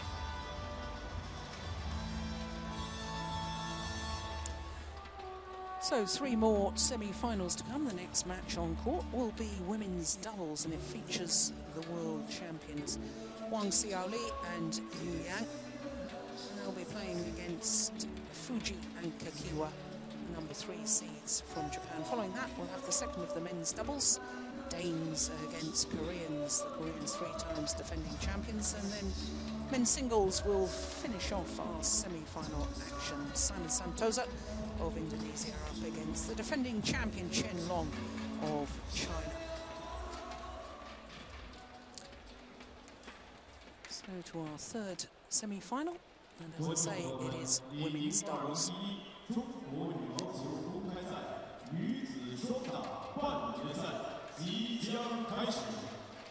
Ladies and gentlemen, welcome to 2011 Li Ning China Open, OSIM BWF World Superseries Premier. The semi-final of women's double is about to begin. 让我们一起用掌声欢迎世界排名第1，来自中国的王小李、于洋。 Wang Xiaoli and Yu Yang, the world champions, the world #1s. And since they formed their partnership, the only time they haven't reached a final of a tournament in which they played was here last year when they got injured. Wang Xiaoli was injured in the first round. Didn't even complete the first game. She had to retire injured. What a remarkable run since they formed their partnership.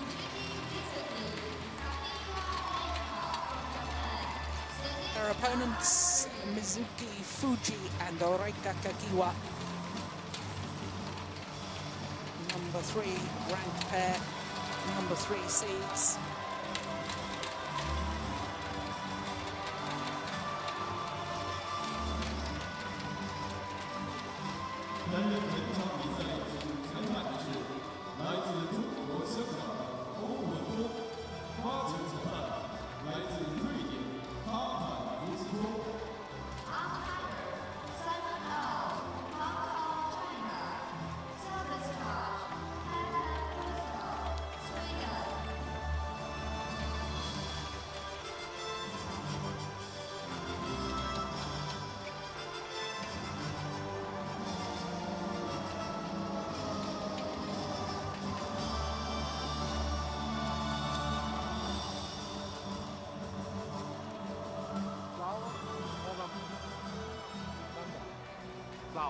So now from Hong Kong, our umpire doing the toss of the coin. And Fosto from Sweden will be his service judge.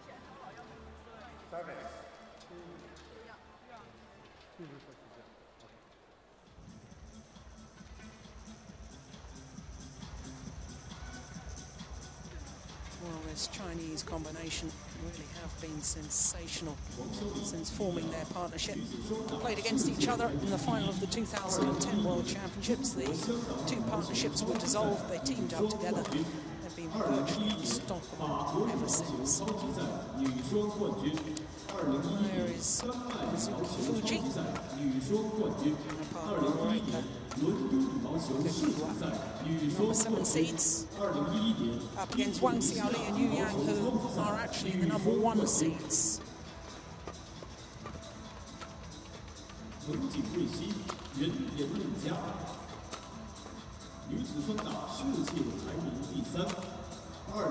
Japanese pair,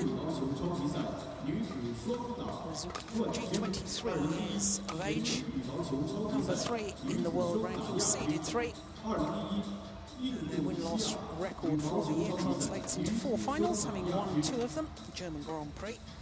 And the Bitburger Grand Prix event as well. 22 years of age, Kakiwa. And this, their first ever appearance at the China Open. All of their previous matches, Japanese pair in 2 straight games, as is the case with Wang Xiaoli and Yu Yang. They've played 11 tournaments so far in 2011, and they've reached 11 finals. Can they keep that run going? You can see their win-loss record for the year, and indeed their career win-loss record, absolutely extraordinary. And this is the 4th meeting this year, in fact, not only in total, 4th meeting this year. And all of their previous 3 meetings have been won by the world champions in 2 straight games. The last time was the semi-final of the French Open, 21-8, 22-20. But of course, it was the All England final that was so extraordinary. First of all, Mizuki Fuji and Reika Kakiwa, unseeded, reached the final of the All England Championships.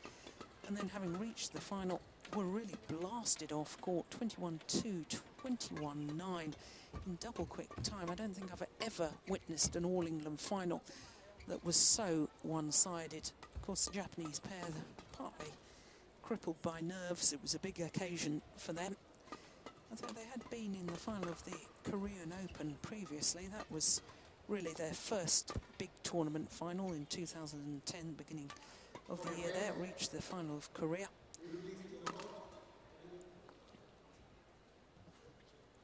Three matches for the Japanese pair. Former world number ones, Chin Hui and Wang Pei-Ti of Malaysia in the first round, and then the European champions, Sorokina and Vizlova from Russia in the second round, and then the World Championship bronze medalists, Jwala Gupta and Ashwini Bonappa of India in the quarterfinals yesterday. And if you were with us, you will have enjoyed watching that one. As for this Chinese combination, the world number ones, well, they had a bye in the first round. Hong Kong pair Poon and Si in the second round, and then their teammates Cheng Shu and Pan Pan in yesterday's quarterfinal, 21-11, 21-9. Very easy victory in the quarterfinal yesterday.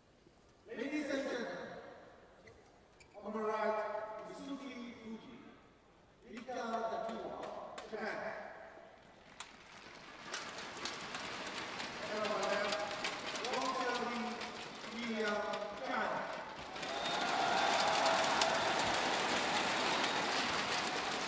Yu Yang to Mizuki Fuji.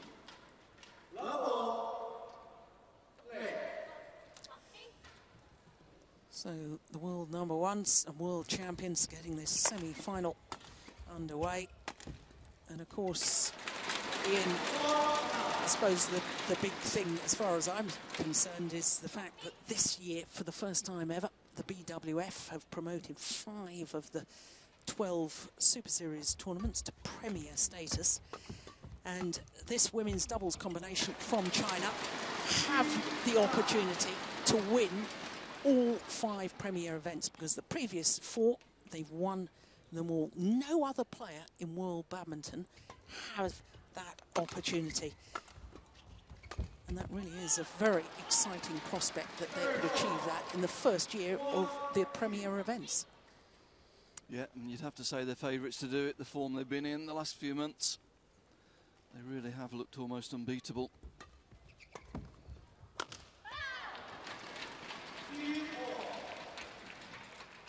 For previous Premier events, of course, the Korean, All England, Indonesia and Denmark Open.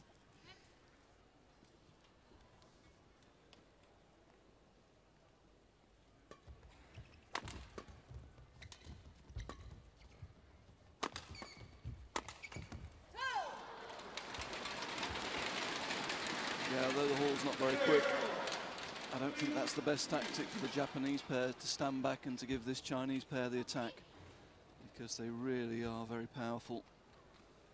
Really powerful, but they're clever with the placement as well. It's a difficult combination to defend against.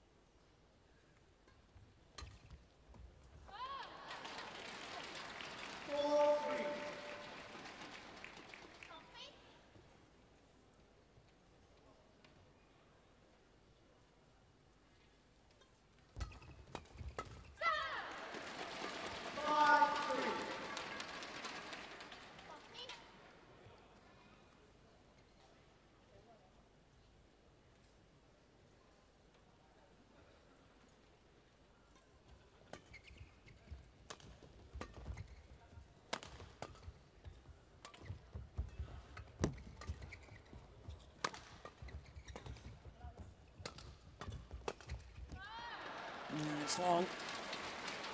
There's a couple already from Wang Xiaoli.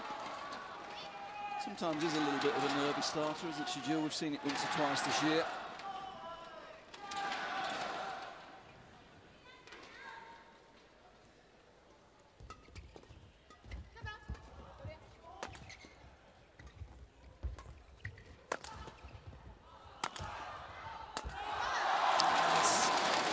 Play. And the crowd here in Shanghai absolutely getting behind the home players.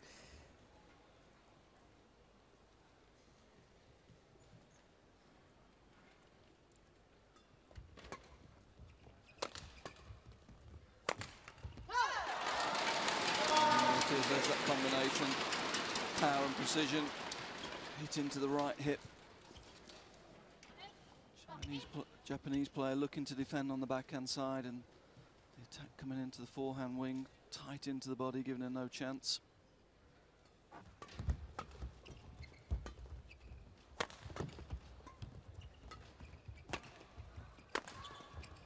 Well worked again.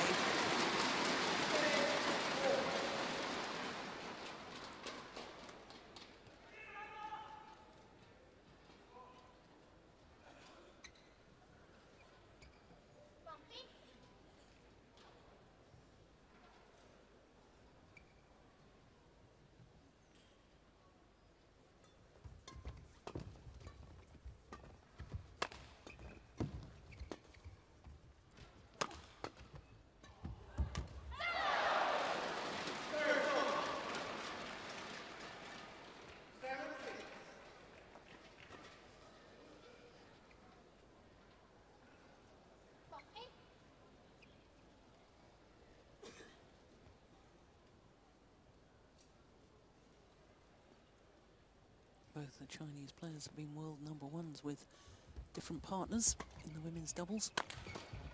Wang Xiaoli with Margin reached that status in December 2009. And of course, Yu Yang with Du Jing, not only world champions, previous world champions, but also reigning Olympic champions. But Du Jing announced her retirement, struggling with a persistent knee injury.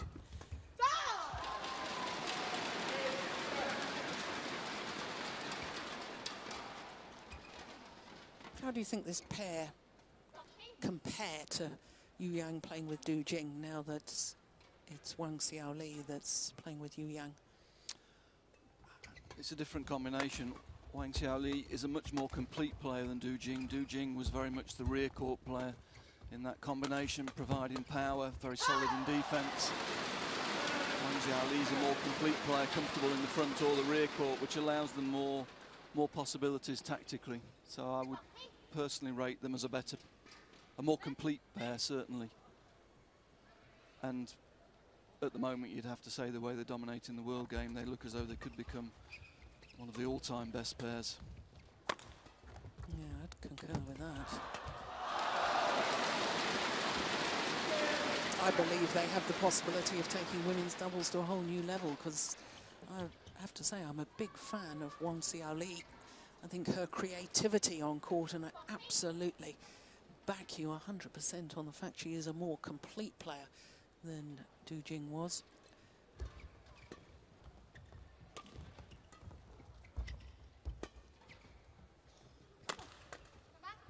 Look at that.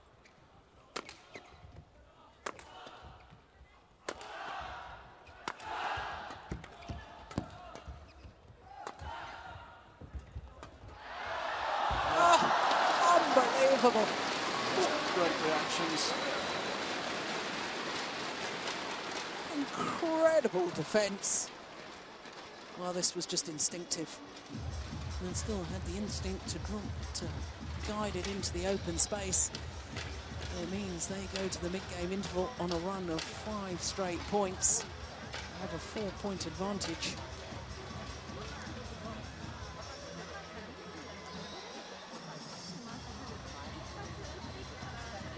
Yes, coming back to the previous point, Jill, you're saying this pair can move ladies doubles on. I mean, traditionally the sort of great powerhouses of ladies doubles that have at times been able to compete with the Chinese have been the Koreans and the Japanese. And certainly at the moment the Koreans and the Japanese haven't, for me, responded to the change in the tactics of the top Chinese pairs over the last 18 months. The top Chinese pairs are playing a lot more with a lot more aggression and a lot more positive intent on the first 4 shots. They're looking to take the attack and actually keep the attack, whereas the Korean and the Japanese pairs are still playing a very solid, low-risk game, playing with big margins, not taking any risks. And I feel they've really got to respond to what the Chinese pairs are doing. So I take your point. Yeah. Interestingly, over the last few tournaments, I mean, obviously I've watched this Chinese pair an awful lot and enjoyed watching their style of play, but the pair that I think could always trying to go a similar sort of way is a Danish combination of Ruta Yul and the player we've just seen in the mixed doubles, Christina Pedersen. Don't yet have the consistency with it, but I think they are trying to play a similar sort of style as the Chinese pair. Well, I think Camilla Yule over the years has been an excellent ladies doubles player. I think she's just missed that really high quality partner over the years to compete with the Chinese. I think as an individual player she can do it, but she's lacked that partnership. But the improvement of Christina Pedersen over the last 12 months is really opening up some possibilities to that ladies doubles. Yeah.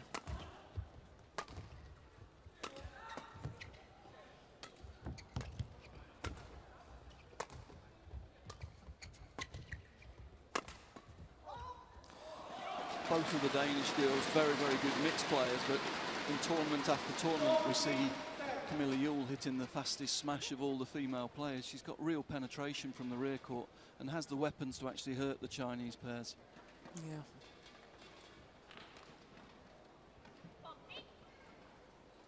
But it's not only the technical ability, you know, I'm looking at this here, and the fact is that Yu Yang and Wang Xiao Li were 3-6 adrift. There they are, 14-7 up.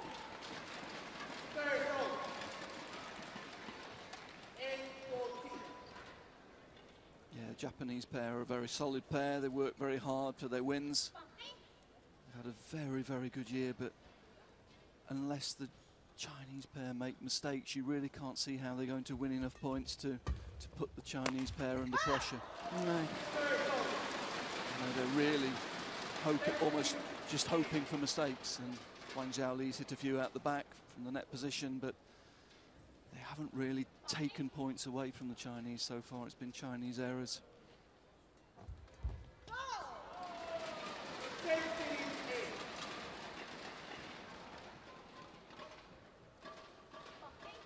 13 of 15 points.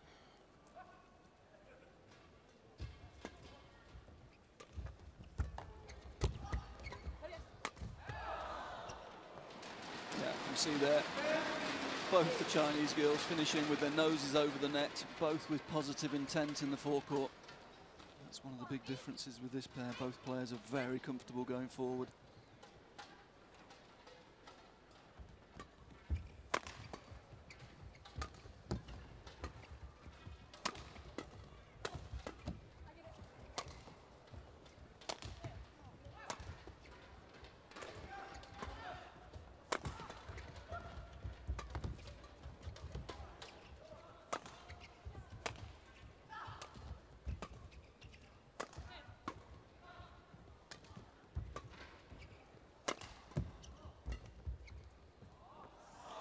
just long.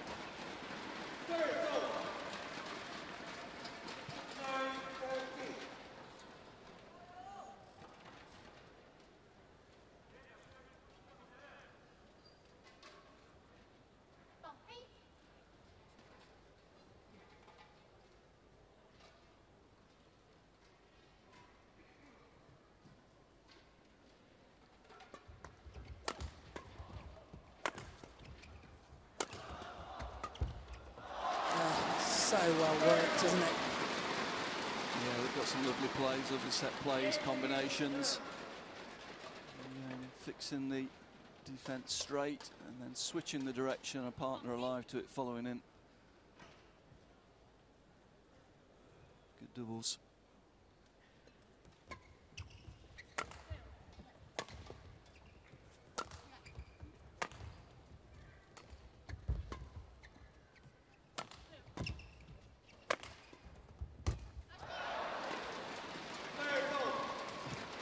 Oh, she's not pleased with herself. Well, no, she's made, been eulogising about what a good all-court player she is.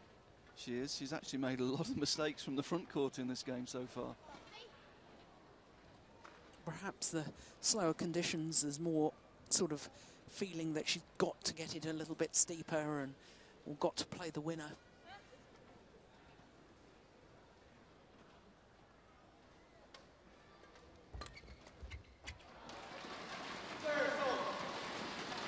There's the aggressive intent on return of serve, which certainly up to 18 months ago we didn't really see a lot of in top ladies doubles. It was very safe returns just to go into rallies. And these two play with real positive intent on the first three shots. You see Japanese girl really feeling under pressure because it's a good serve, but she sees Yu Yang really hunting the third shot behind it, and that caused the mistake. Gain points.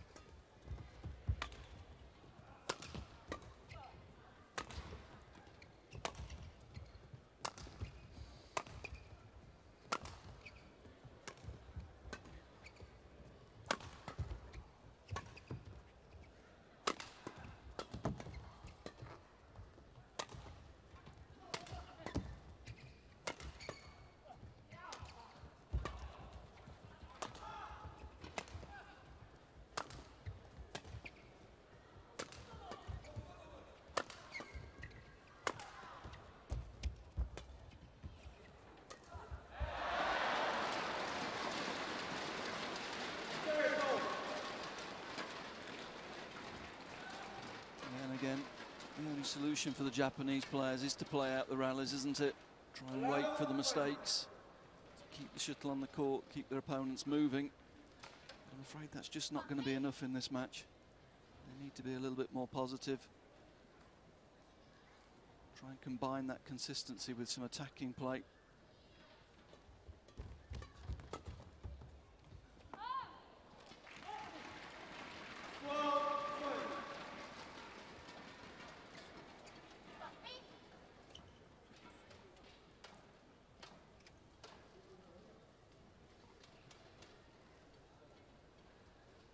The court's going to be mopped of the perspiration. So too are the faces.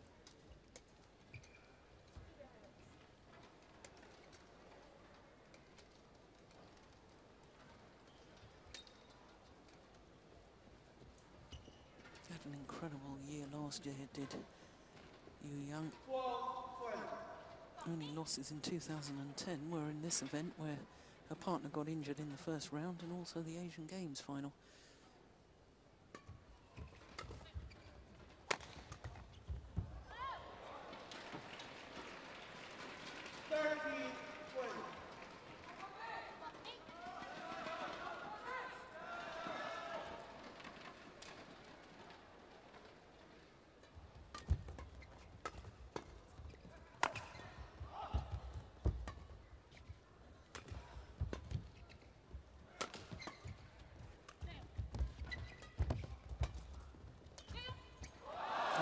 Super drop shot from Wang Xiaoli, and the world champions close out the opening game 21-13. Just 16 minutes of play.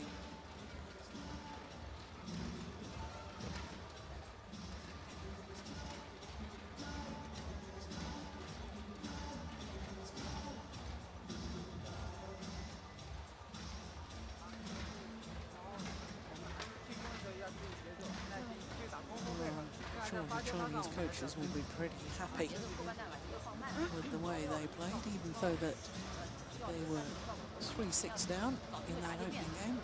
1 or 2 errors, as you say, in just to start with.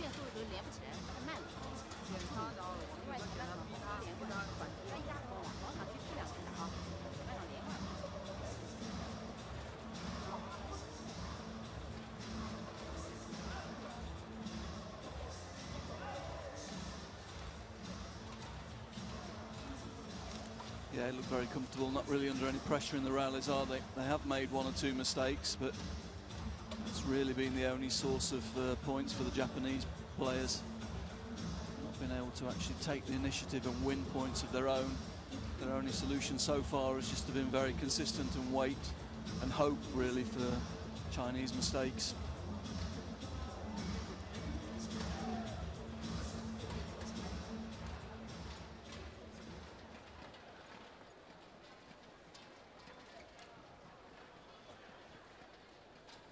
Well, it all looked so promising at the start of this semi-final for Fuji and Kakiwa. 6-3 up before the Chinese combination responded with 11 out of the next 12 points.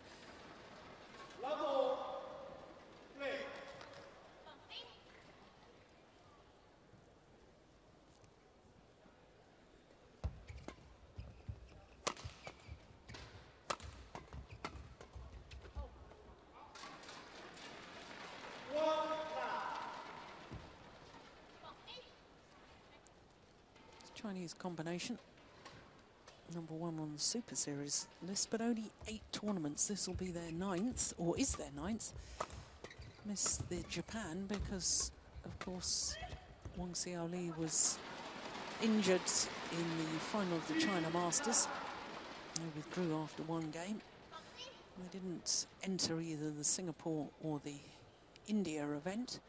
Ian, what does that mean? If a player is injured in 1 tournament and can't play in the Japan Open the following week, is there some sort of sanction against them not playing in their 10 Super Series events? Yes, there is, yeah. Even with an injury? Well, I think the rule is that in this first year they're going to be fined anyway, just to try and create the incentive for players to make sure they get the 10 in. They had the option to play Singapore and India. They didn't take that option. So if there's an injury later on and they don't play the 10, well, it's still considered to be their planning. Yes.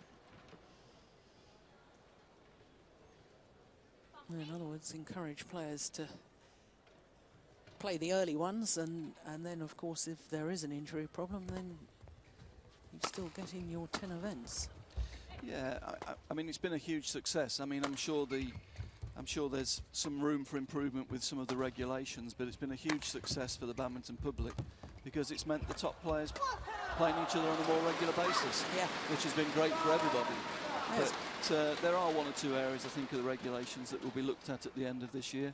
But on the whole, I think it's been a very positive development for the game. So do I. I think it's been absolutely thrilling. I mean, I've been fortunate enough to follow all of the Super Series tournaments, and it's been incredible. I mean, you know, time and gain, I've been saying here at the China Open and other tournaments as well, well, it's the first time that these players are here at this event, and that includes Fuji and Kakiwa. They've never played the China Open before, but here they are, and it's great to see them.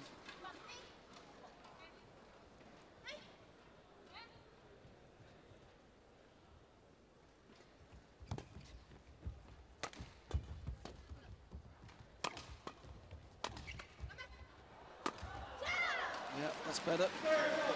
More aggressive intent. Looking to take the point away, take the initiative away. Force the Chinese deep into the defensive position. Following forward, that's good. Yeah, good play.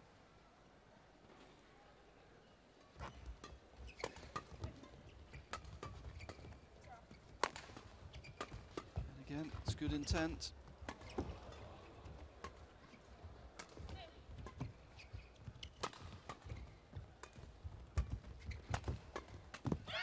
Good play. Certainly looking to move forward a little bit more in the early stage of this game, Jill. Trying to put some pace in, trying to increase the intensity of the rallies. not give the Chinese pair so much time.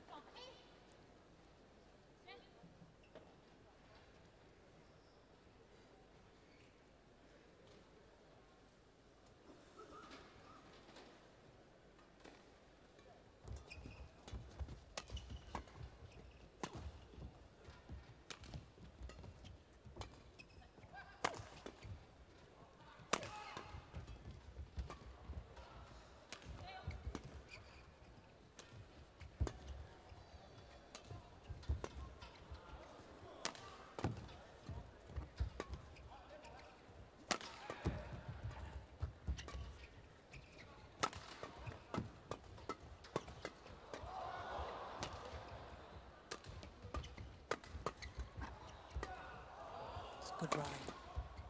Oh, that was going out.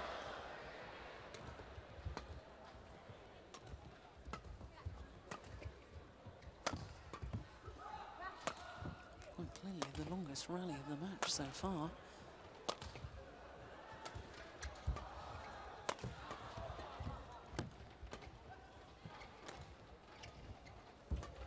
This will hurt.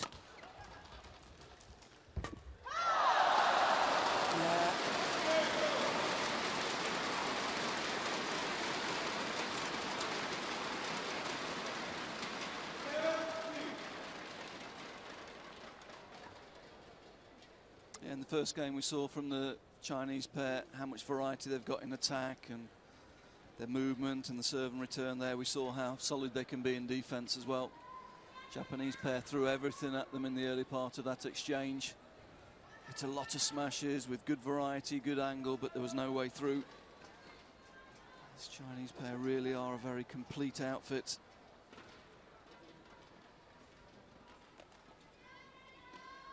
I'm not surprised all 4 players taking the opportunity to take on board some liquid.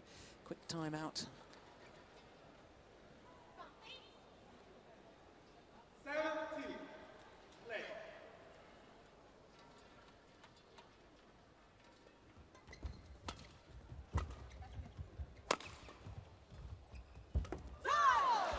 Good change of pace. Simple block. It's good pace from the rear court, but you see how she's moving forward and that fixes her opponents deep in the court. If she lets that shuttle come to her and plays the block, it's not as effective. It's good play.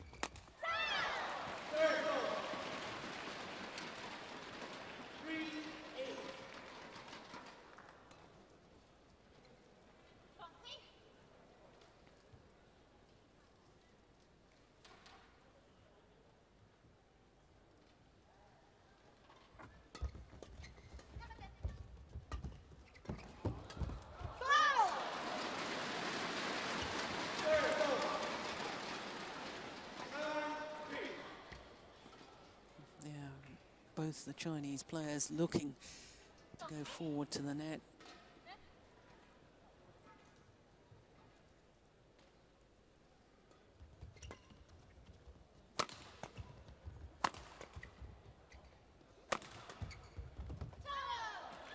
Feel good.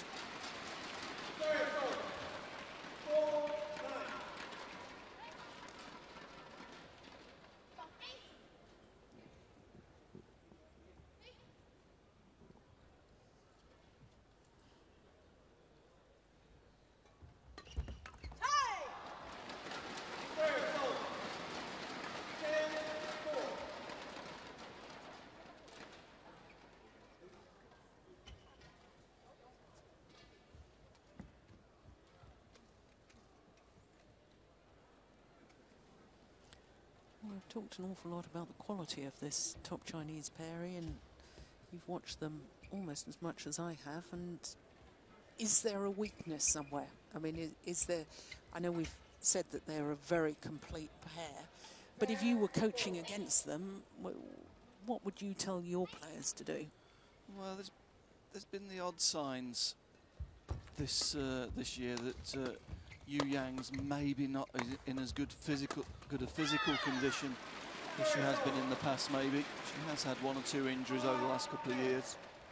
So certainly, I think you need to be keeping Yu Yang in the rear court, making her work, playing with a bit of width, not let her get into that front court position. And then just at times also you see Wang Xiaoli does go through patches where she loses confidence a little bit in some of her shots. But you've got to create an awful lot of pressure and be very consistent to exploit those things, I think. Yeah. Well, very much commanding position. The mid-game interval, 6-point advantage. We saw it in the first half of the first game, 1 or 2 examples. Wang Xiaoli, she missed one kill early on out to the rear court, and from then on she was quite hesitant on the forecourt kills and followed it with 2 or 3 other mistakes.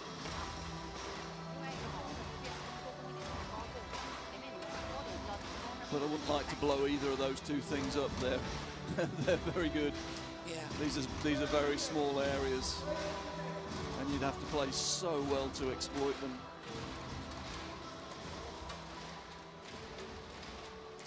Wonderful example there of how the players just release the grip as they're about to hit the shuttle. Soft hands, and then as you're about to power it down, tighten the grip.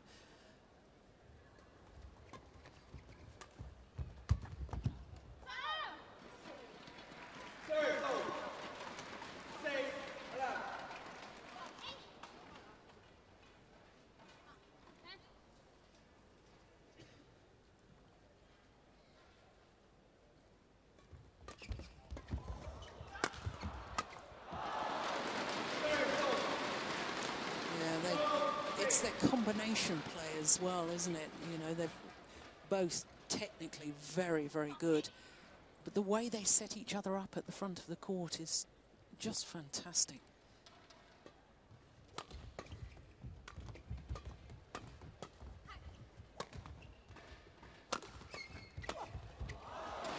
Yeah, one of my first ever coaches told me that doubles was all about making your partner look good. So if both players on court are looking good, then you're both doing your job right, because you should be working for your partner, getting them involved, especially at the front of the court.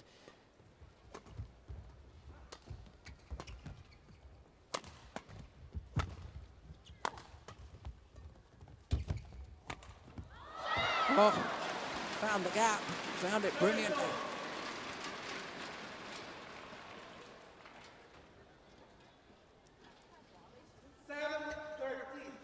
Totally unexpected.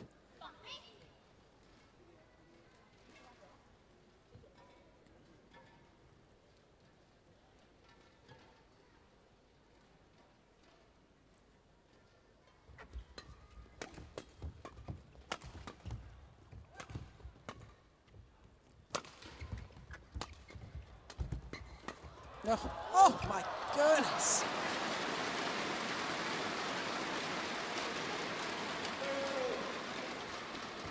Well, needed 4 attempts to put it away.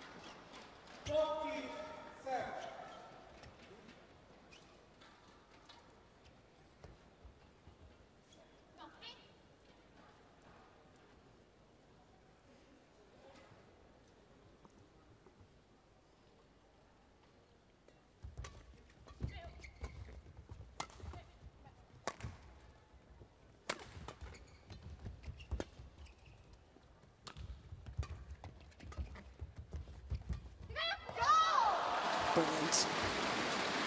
He is very creative, is Wang Xiaoli.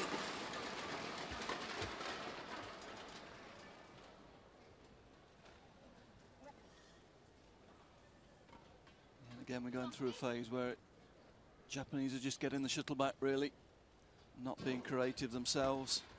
There we see it, high return of serve. Okay, they've won the point, but it's an error from the Chinese, not really taking the play, not trying to take the initiative. There were signs in the first half of the game, that's what they were trying to do, but they've just drifted back into this, just responding to what the Chinese pair are doing, and I'm afraid that's not good enough here.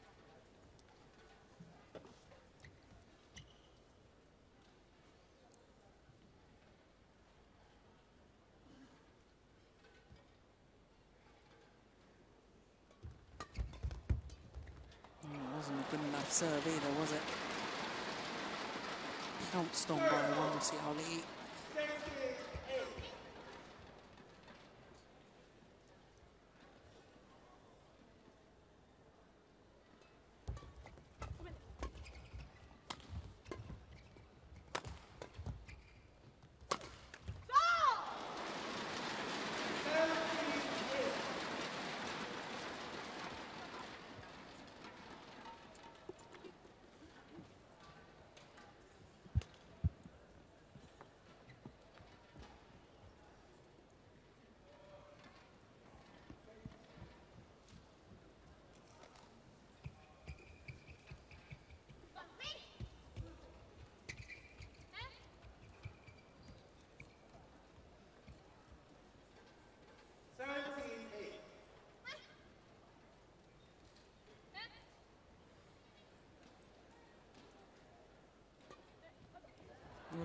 It's a wild flick serve. 9-17.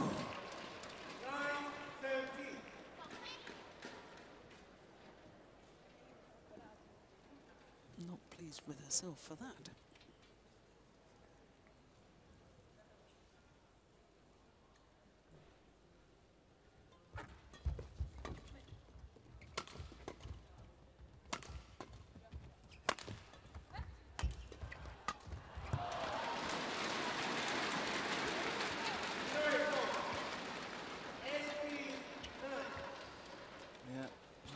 A lot of confidence, very relaxed, under no pressure here. As long as they don't make errors, there's no danger.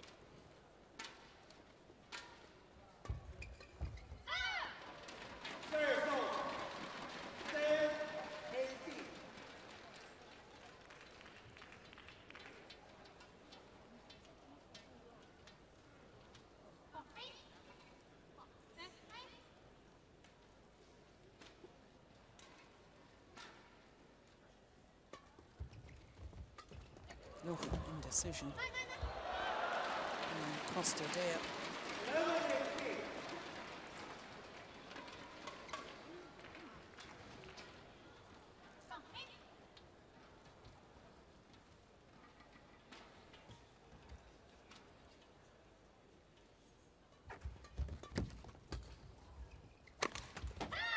Well, that's well-directed smash.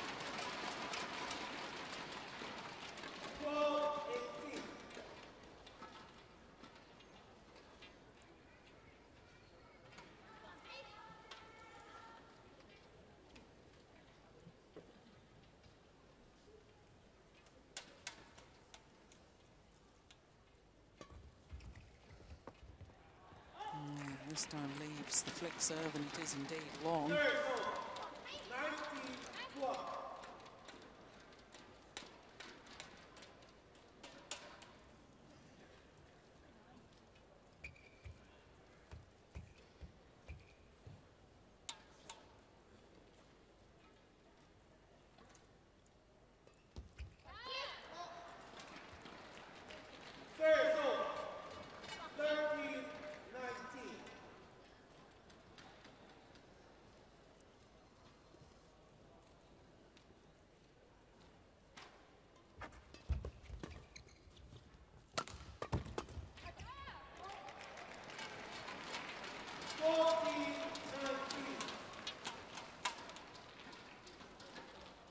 Just shadowing the fact she needed to bring the racket head over the shuttle. Just did it a little too flat.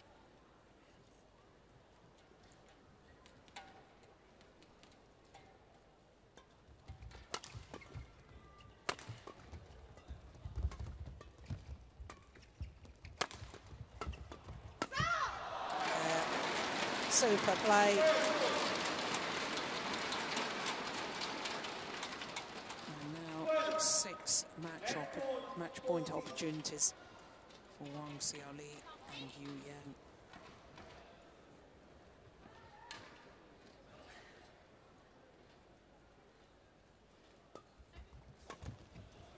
Short. Yeah. Comprehensive victory in the end for the world champions into their 12th final of the year. Extraordinary. Quite clearly the #1 pair in the world, and they've demonstrated that very clearly today. 21-13, 21-14 over the world #3 ranked pair. Well, 36 minutes, and they're through to yet another final.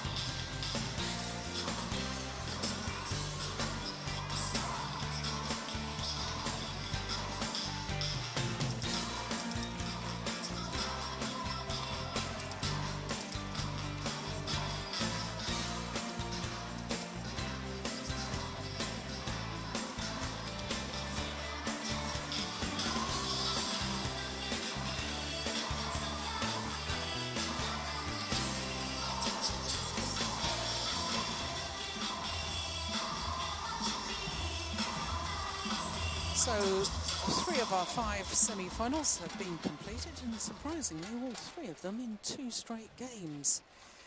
Men's doubles coming next, and then men's singles will finish off semi-finals day here.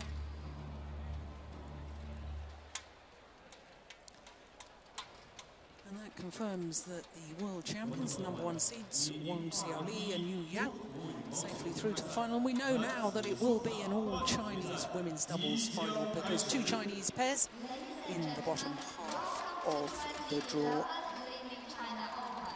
OSIM BWF World Superseries premiere. The semi-final of men's double is about to begin. Our 4th match, the 2nd of the men's doubles semi-finals. Let's welcome Matthias from Denmark, standing number 3. Carsten Mogensen and Matthias Bo of Denmark. Beaten finalists 3 years ago and beaten by the pair they face in today's semi-final.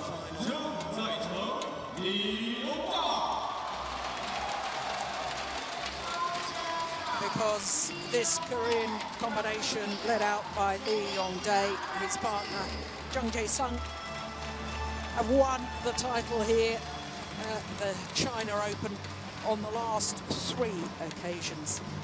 In fact, making their 5th consecutive appearance here as a pair, winning in 2008, 2009, and again last year.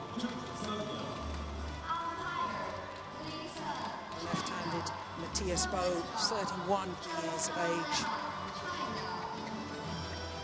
Number 3 seeds, but of course they were world number 1s. The Danes held that position since the 13th of November 2010 to the 26th of June earlier this year.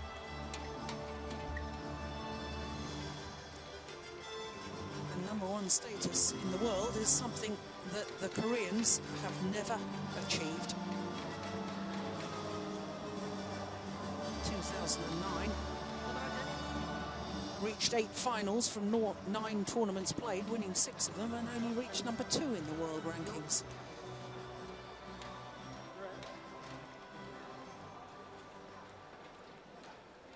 The toss of the coin. Our umpire, Li Ning from China. And San Liang will be the service judge, also from China. So Matthias Bo,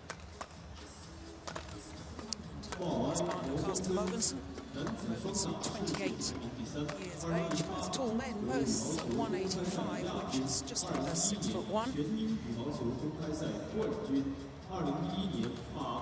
Seeding proving absolutely accurate for this bottom half of the draw. 2 and 3 seeds progressing through to semi-final stage.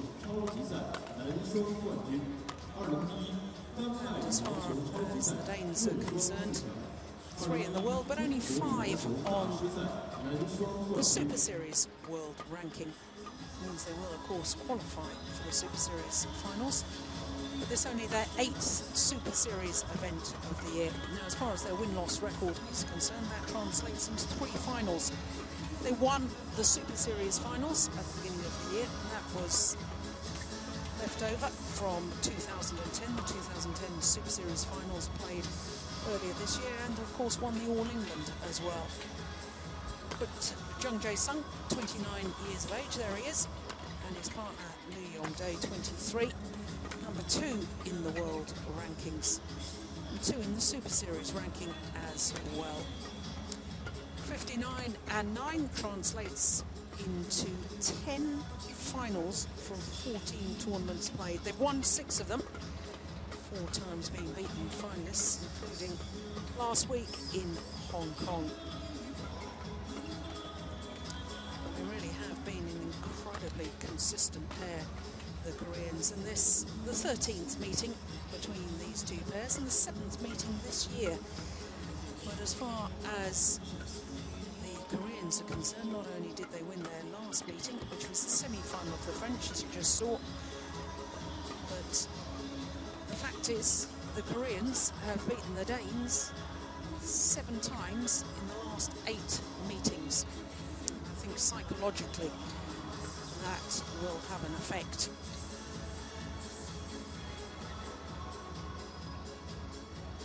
Now, as far as the Danes are concerned, well, they had a first-round victory over the former world champions, Howard Clark and Tony Gunawan from America, 2 straight games, and then Hashimoto and Hirata in the second round, and then in the quarterfinal yesterday against the reigning Olympic champions, the number 8 seeds.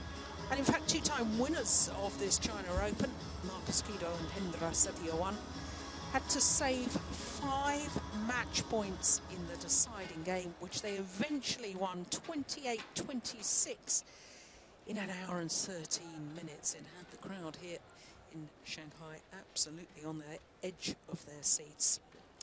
For the Koreans, well, they had a 3-game match. That was in the second round against Chinese opposition Lu Xiaolong and Chu Xian. 1 hour and 11 minutes that was, but their quarter-final yesterday against the number 7 seeds Chai Biao, who of course was a finalist last year in the men's doubles, playing with Chang Nan, now with his new partner Guo Zhengdong. 2 straight games they won that quarter-final, this Korean pair, 21-16, 21-13.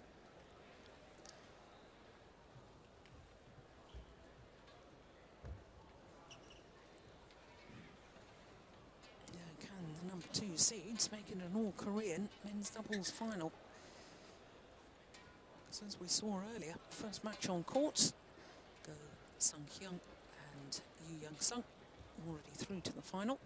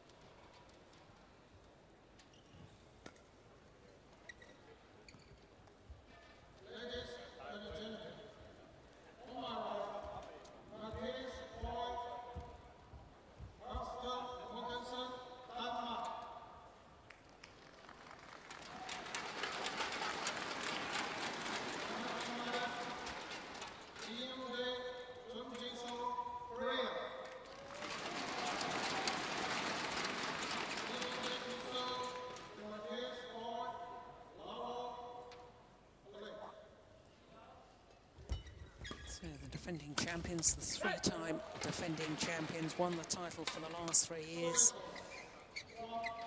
Chang Jae-sung and Lee Yong-dae.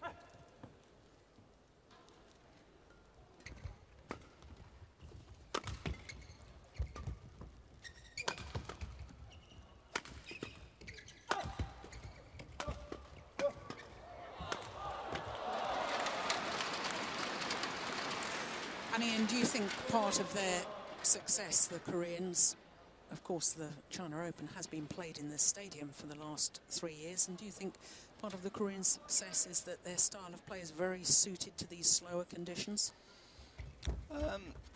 Possibly, yeah. But I mean, they're a very good pair in all conditions. They've been very consistent all around the world now for a few years. But yeah, certainly they're a very, very strong defensive pair. When they're forced to defend, these conditions would suit them. The interesting factor for me to watch in this game, the last couple of times I've watched this matchup, the Koreans have really gone at Matthias Bo, as we've just seen there. They tend to concentrate a lot of play on Matthias Bo. And the last couple of times I've seen it, it's been Matthias Bo who's cracked, I'm afraid. Yes, I've often talked about his frailties in defensive play. I think that he looks very awkward in defence. I don't think he looks relaxed and able to change from backhand to forehand or vice versa. He looks, often gets tangled up in his defensive play. The thing is, with Matthias is a confidence player. When one area of his game goes a little bit, the rest of his game gets affected by it. And you know, when he's playing well, he's a very dominant front court player. But if his confidence goes a little bit, he tends to take less shuttles.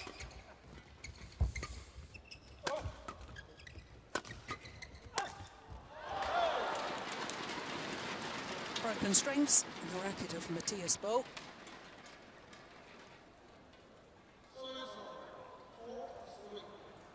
Throws it the length of the arena for the stringing people to get busy on that.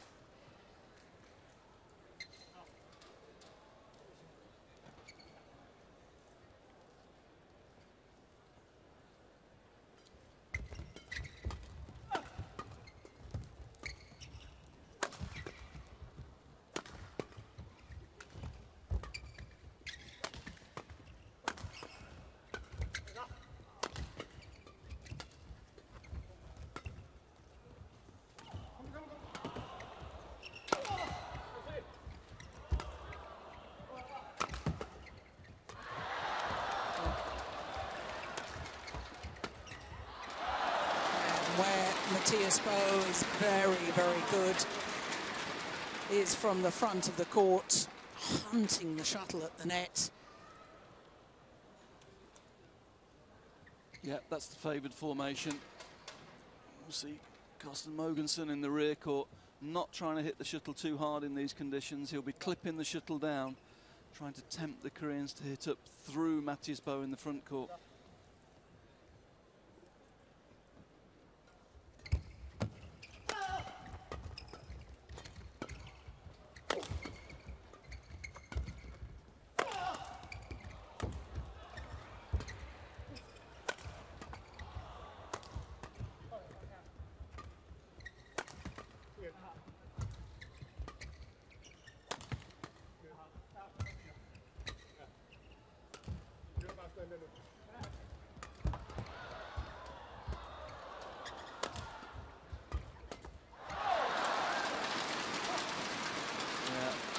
Example of what I was talking about earlier, really working Bo around the rear court there, not letting him move forward, and then when the attacking opportunity came, looking to attack his defense rather than Mogensen's.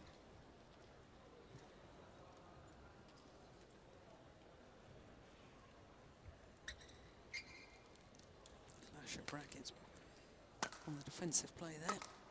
Broke Mogensen's frame, I think, rather than the strings, wasn't it?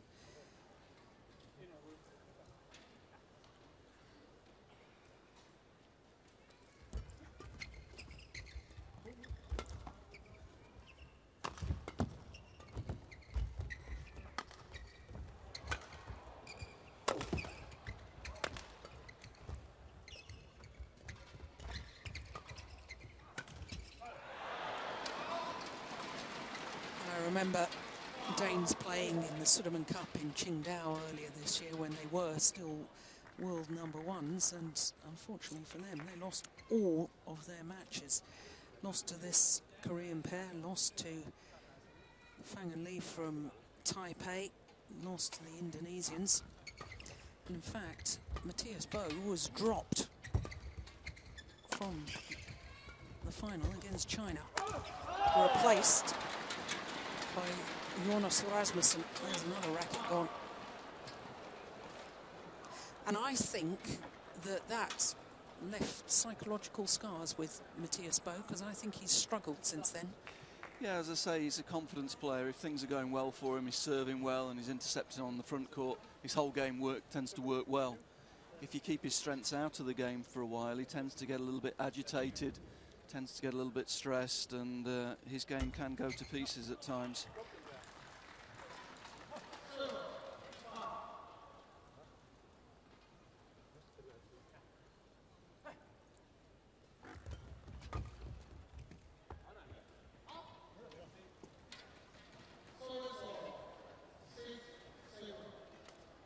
Both pairs are in a stage of this match where they're feeling each other out. No one's really gone for full-out attack.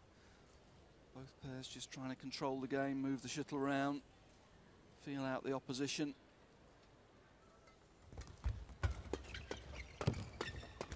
Yeah, but that's not the way to play this Korean pair. You want to be hitting with pace onto the mid-court. That's their preferred style of play. Very, very quick racket work from the mid-court.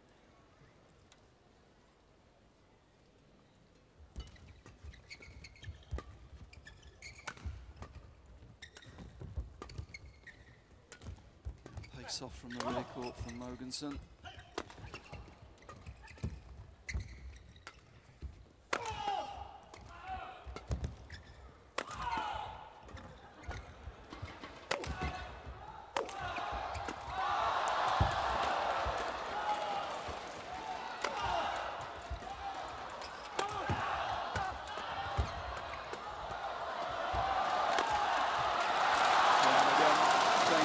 Tempted into going too flat, lost patience a little bit. And once it went into the flat game, you've got to favour the Koreans.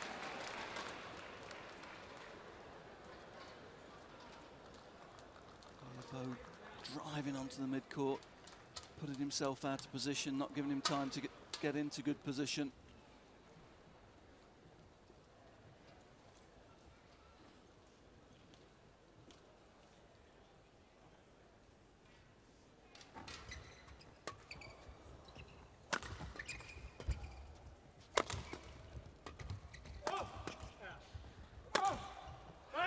Good smash, good placement. Yeah, nice change of pace as well. He's been clipping the shuttle down, taking the pace off.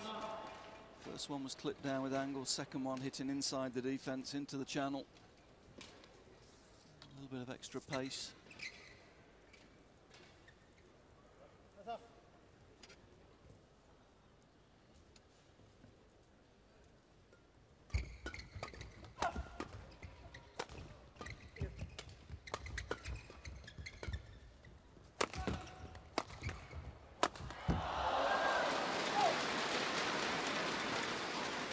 The Koreans are also better athletes, better movers around the court than the Danes.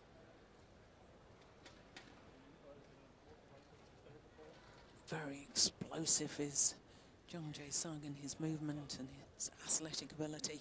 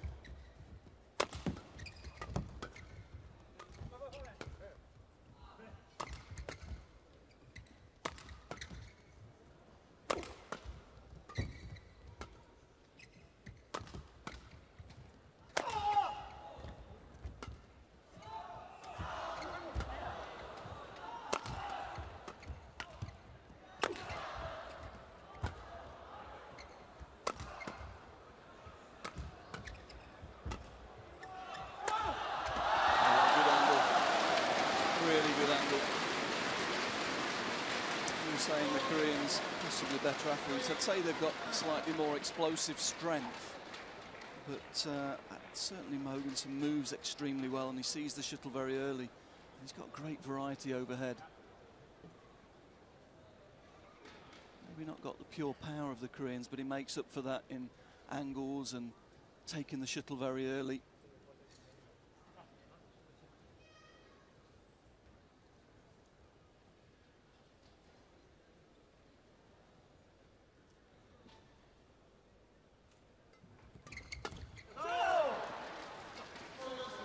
Disappointed there. That was his favourite.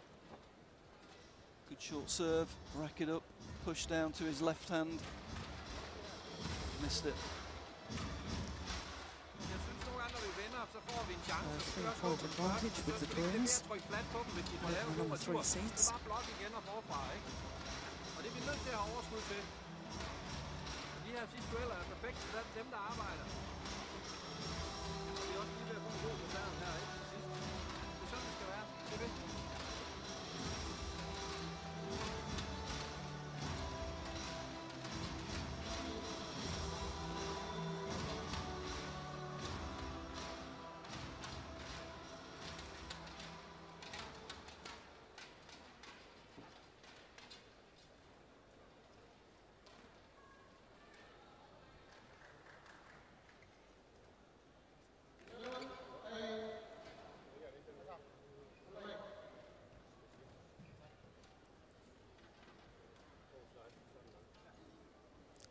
we just saw a replay of a serve there from Matthias Bow. Very surprised seeing that again, that we haven't had a fault called so far. Well, we've talked about it earlier on in the year. He's on the limit the whole time, which is okay if he's not getting called. Very often the players will test service judges to see how high they can go without getting called.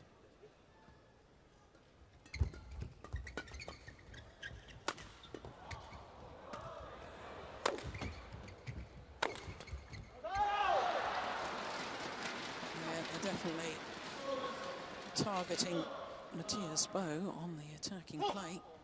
Yep, even from cross court here, it comes back to Bow.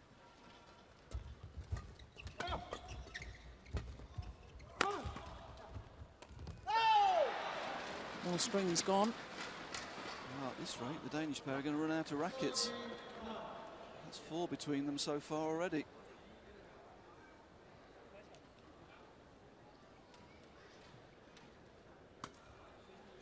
Why would he be breaking so many rackets? Is it because it's such a big arena, it's slightly more difficult to have perfect timing the whole time when you hit the shuttle? Yeah, and it's a slow arena, so you tend to just sometimes force a little bit, you lose your timing.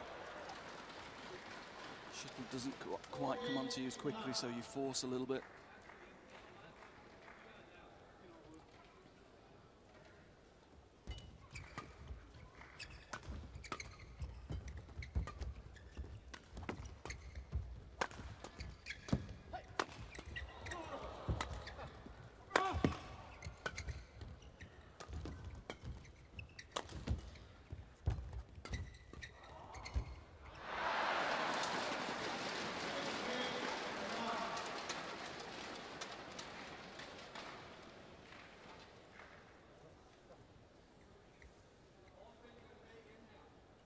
Opened up a 6-point cushion now, the Koreans.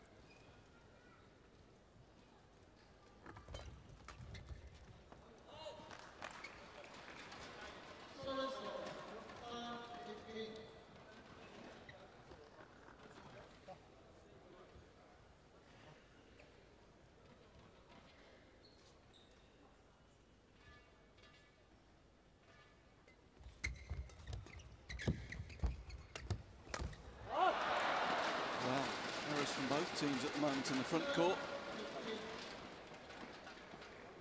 Both teams know the importance of getting the control of the front court.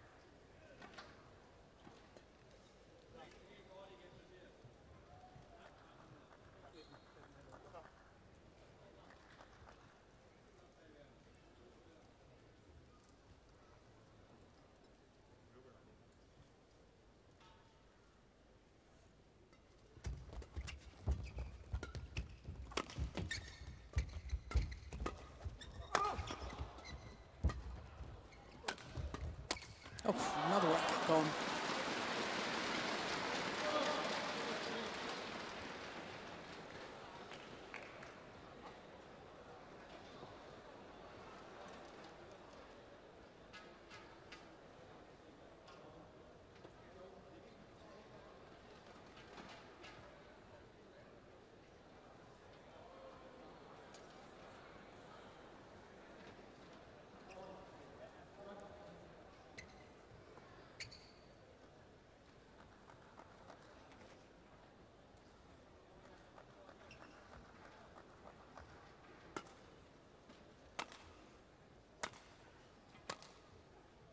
Just testing out the new racket.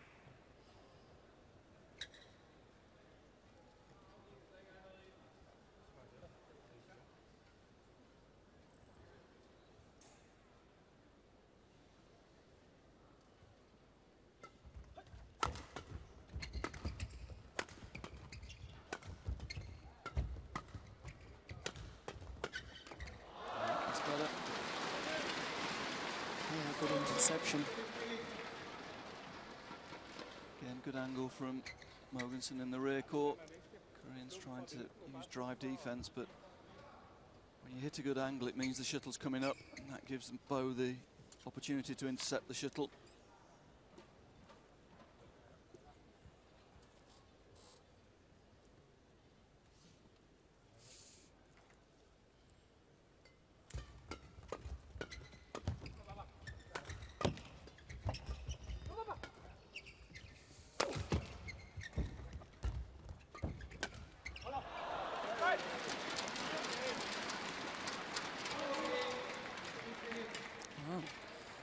Run of 5 straight points. Now there's just 1 point in it.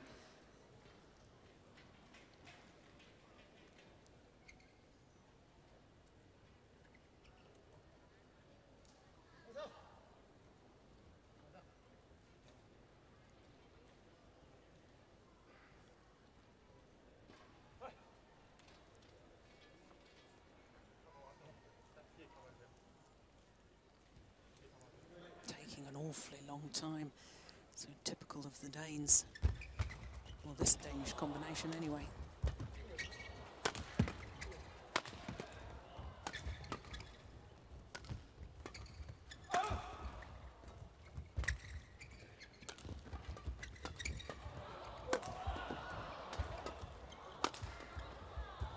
Extraordinary defence.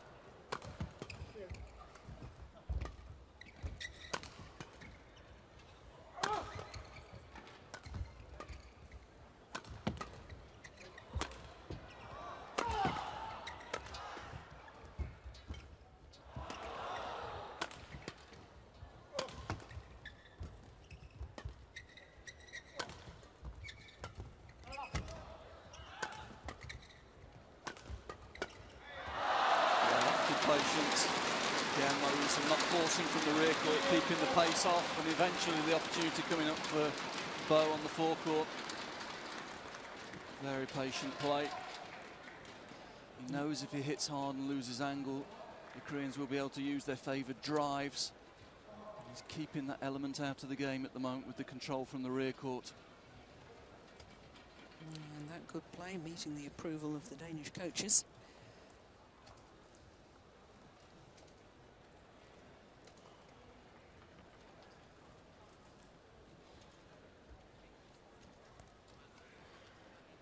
The umpire being very lenient with the players here. I know the court's been mopped, but still taking a lot longer than the court attendants are taking to mop up the perspiration. And now Matthias Bo is complaining that it hasn't been mopped properly, which gives them even more of a break.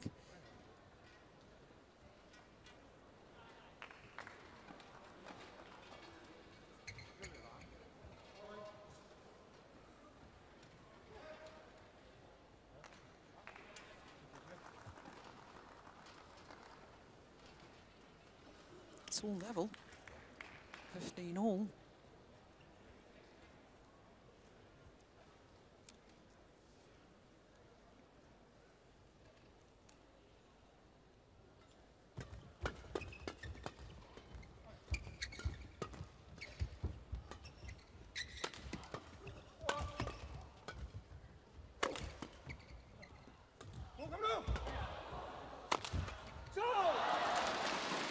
Good variation from Jung Jae-sung.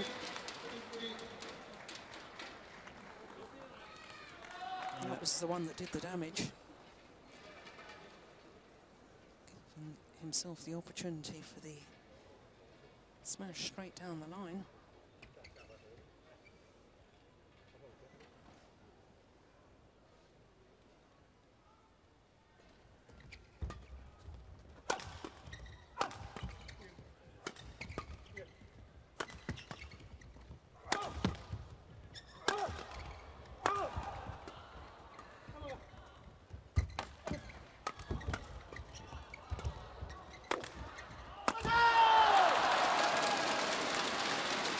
See there when the Danes go for the bigger smashes, that suits the Koreans better. They're able to put pace on the defence and move forwards. Flatter game we see. That's the preferred style for the Korean pair, a little bit more pace in the rally. Danes have to be careful of that.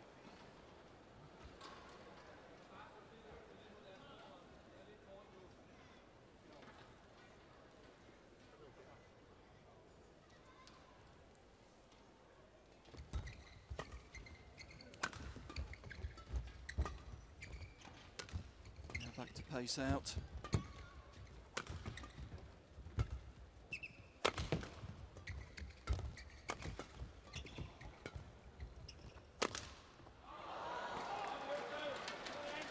Just out. No complaints, but very, very close. Was close too, wasn't it?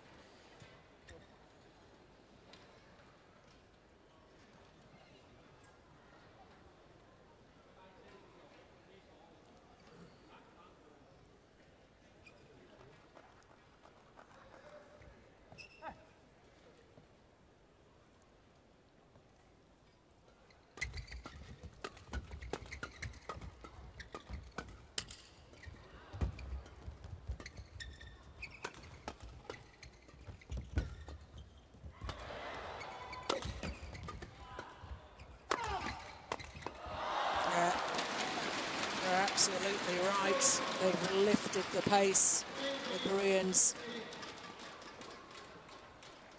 And the Danes unable to slow it down.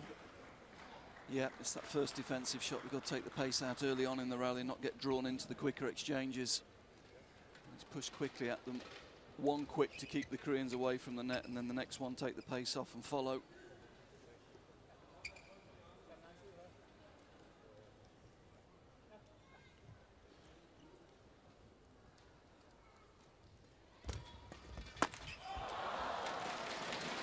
That's good.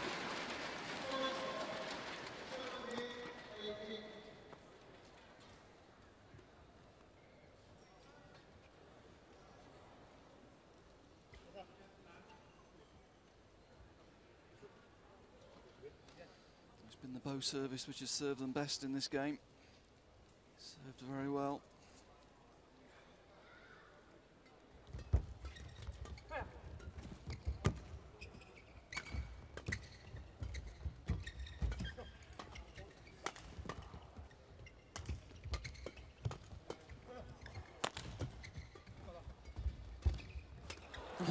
Incredible.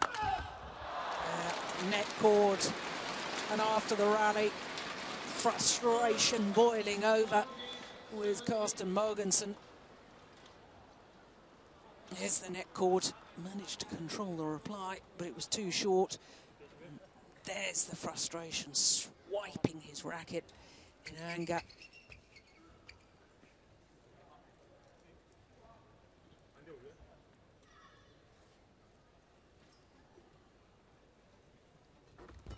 It's a good serve. Well-directed smash again from Carsten in the rear court. Hitting off the defence. Not hitting into the defensive zone. Hitting across it, forcing the error.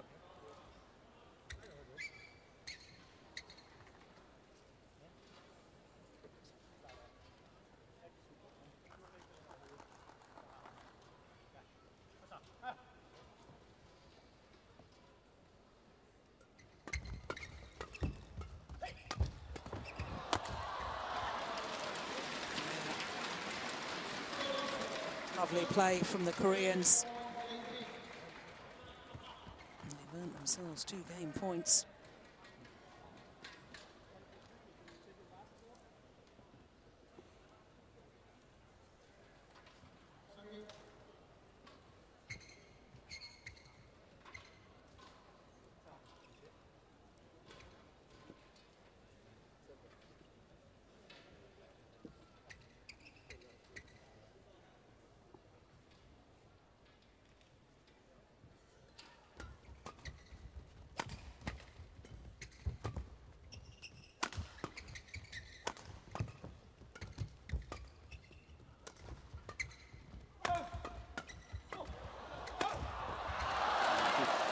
Play again, didn't try to hit the shuttle too early when the chance came.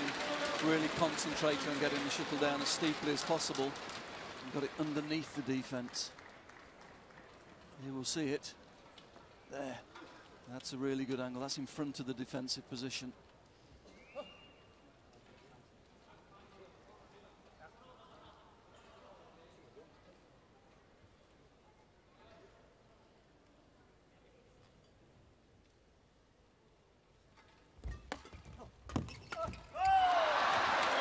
Opportunity. Yeah.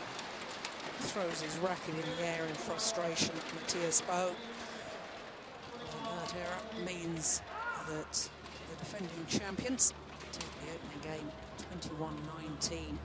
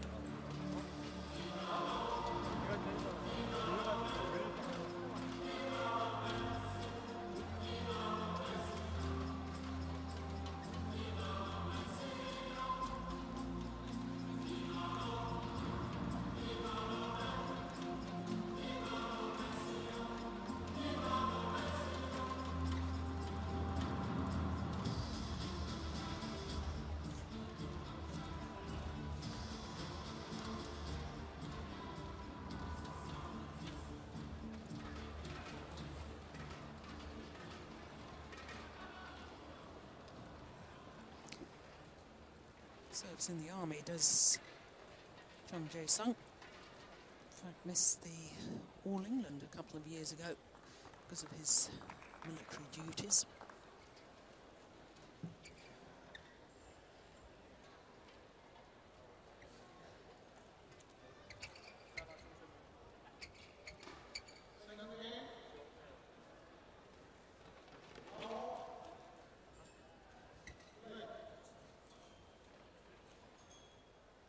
The defending champions, one game to the good. 21-19, that opening game. I don't know whether you gleaned anything from Lars Uar, what he may have been saying to his players, Danish coach. Yeah, I think it's all about pace. It's all about when to put pace in and when to take it out, getting the mix right. So a little bit about the change of ends as well and the difference about attacking opportunities from the two ends.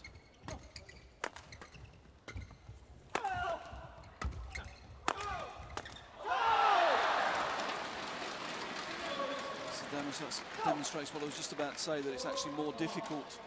It's been more difficult during the whole week to put the shuttle on the floor from the end that the Danes are playing at the moment. Also felt that he was probably on that interception trying to hit the shuttle too hard. What you were saying in the opening game about change of pace. Well, it's what his partner does so well. Cost him moments, and when he's got chances to win the point, he goes very much for angle and placement rather than power. And that's a big key when you're playing in slow halls.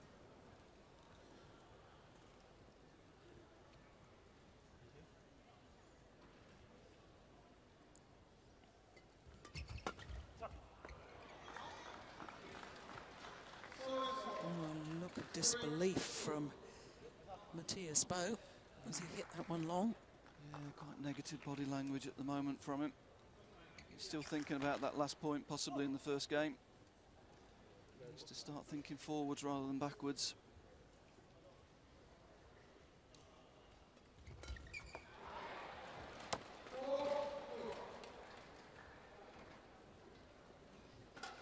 Frustration creeping into both the Danes at the moment. They need to calm themselves down.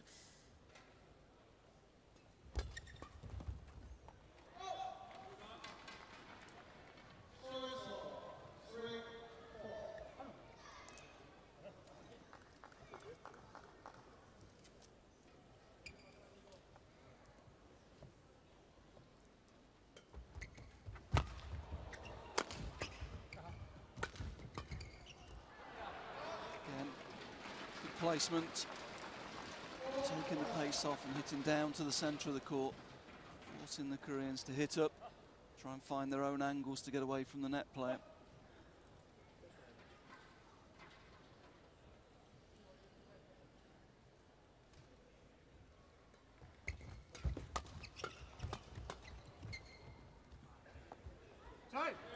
Oh, it's called good.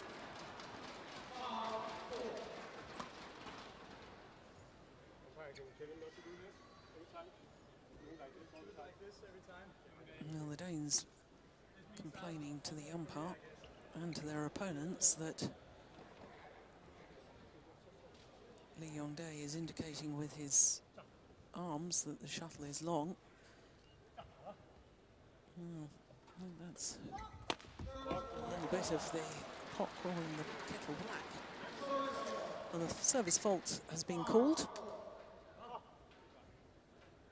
Not surprised, to be honest.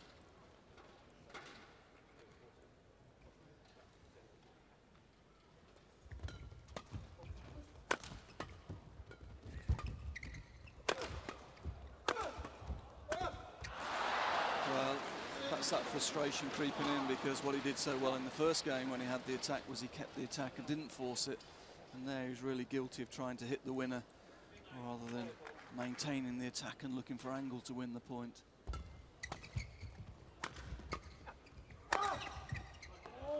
He's got through this time, but I'm not sure that's the best tactic.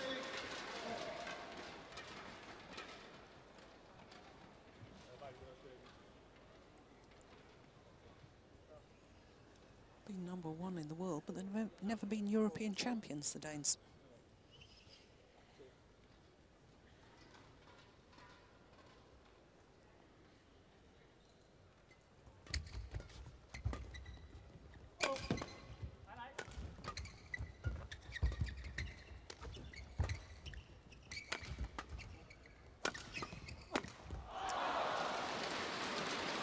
Yes, they'll be pleased that in this year's European, Lars Paska won't be there. He's been their nemesis in that event.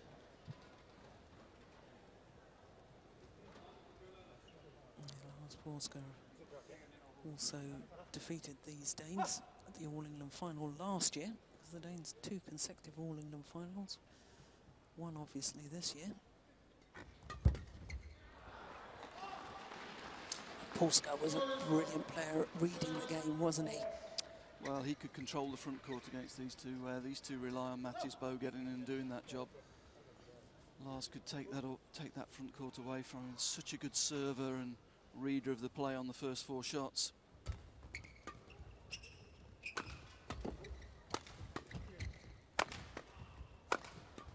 They'll be very big favourites for that title this year.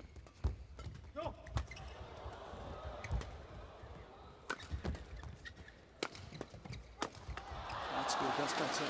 More patience, keeping the angles, using the centre of the court, forcing the Korean pair to hit up. And yet another racket gone. Good angle, good play. Well, that's 6.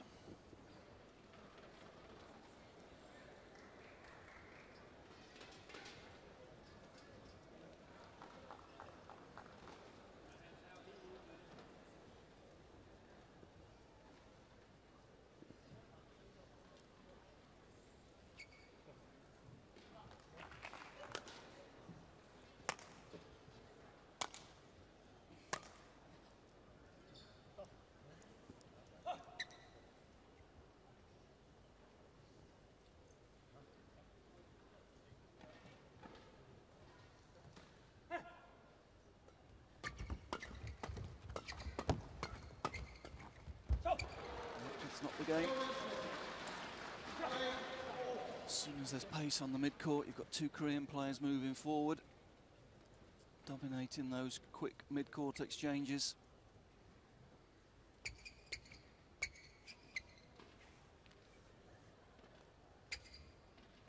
Yeah, once again, making the Koreans wait.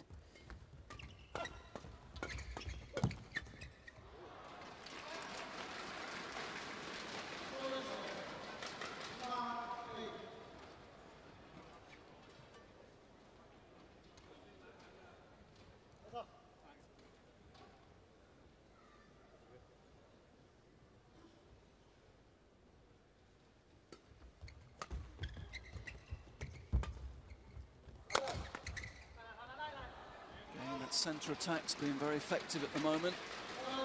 Good angle, steep into the middle of the court. Again, the Koreans hitting out of the side from there, trying to create an angle to hit the back corner.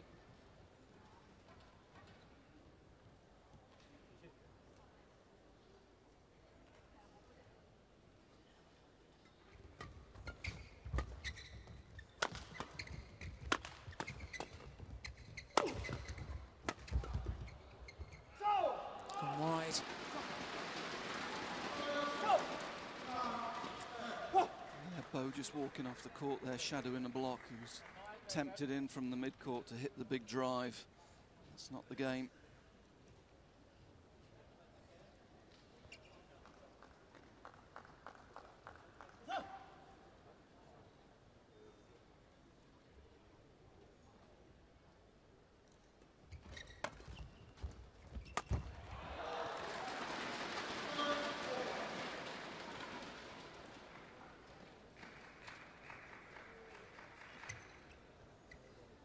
Good awareness in the front court from Lee Hyundai.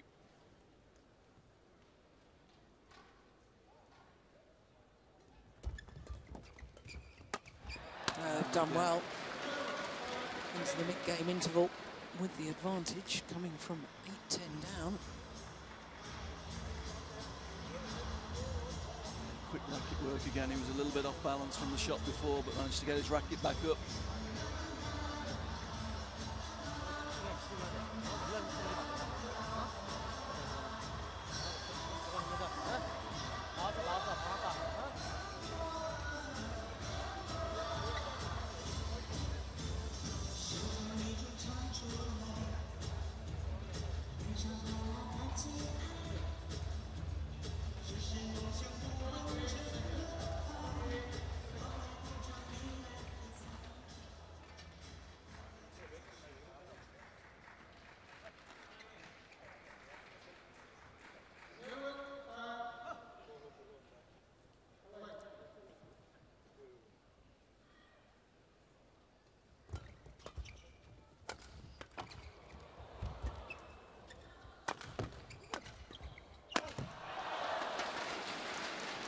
This time it's the other way around. It's Bo finding a good angle from the rear court and Mogensen dominating the front court. Good combination play.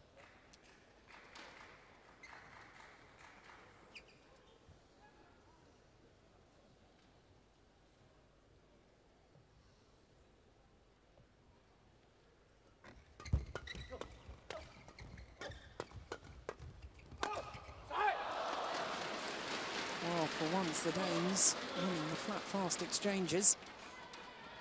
Yeah, they were just a little bit higher up the court than the Koreans here. Managed to get the shuttle going down rather than flat.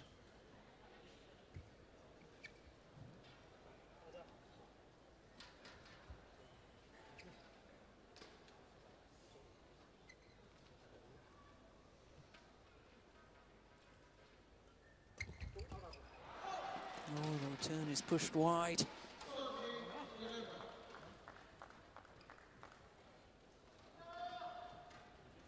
All 3 points since the mid-game interval have gone the Danish way.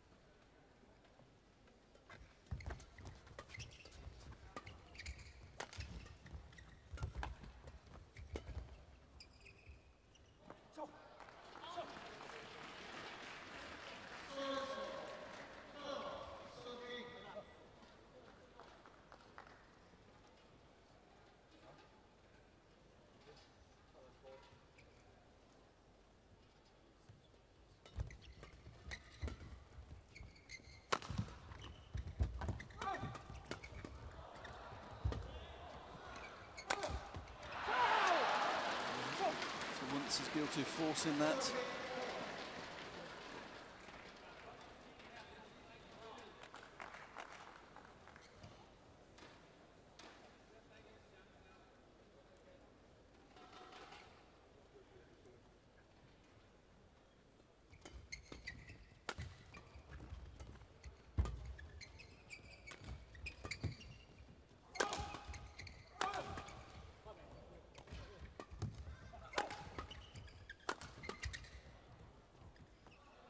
Oh, it's landed in. Yet another racket has gone. That's 7 now. Yeah, clearly in.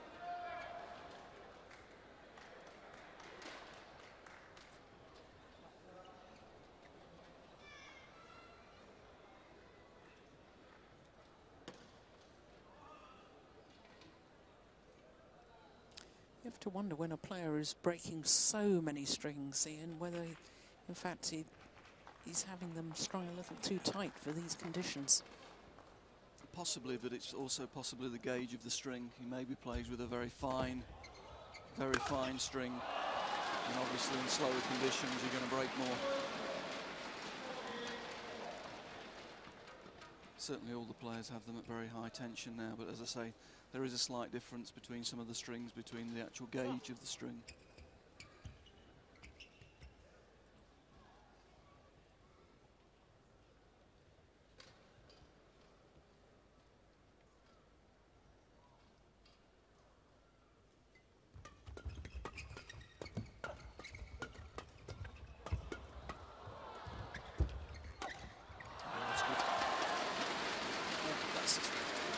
Favourite side there, stepping up on that forehand wing, the left-hander. Well worked. Moves up after this one, pace off, and then pace on. Good play.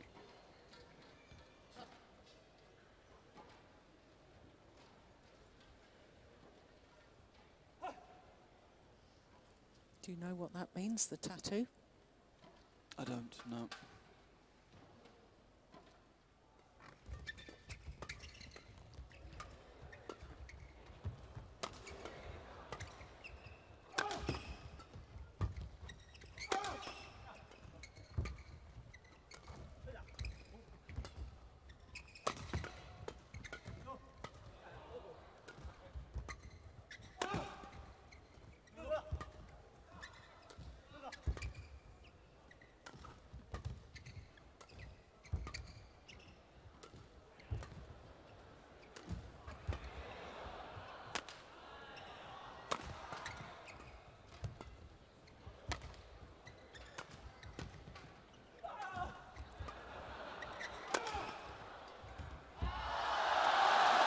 It's a good rally, good patient play by the Danes.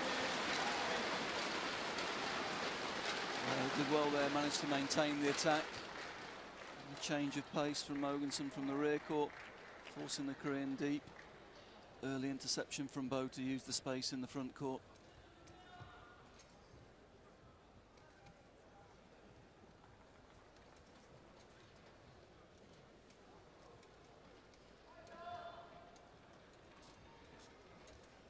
Looked to me as if Carsten Mogensen was drinking something suspiciously looked like a fizzy drink there. It's unusual, isn't it? Yeah, it's not the fashion, that's for sure. Carbonated drinks, the actual gas in them actually takes up space in your bloodstream, takes it away, less space for the oxygen to circulate. So current thinking is that carbonated drinks are not good for you in physical situations.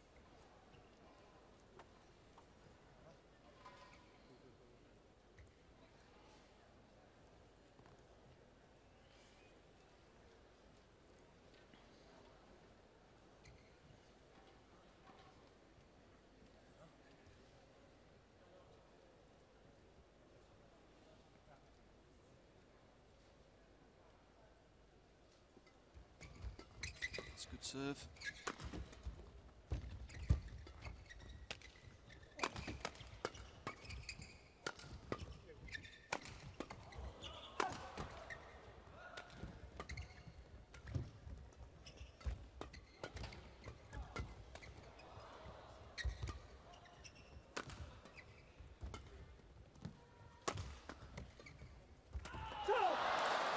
Very cagey game at the moment. Neither pair prepared to commit 100% in attack, scared of counter-attack in these conditions.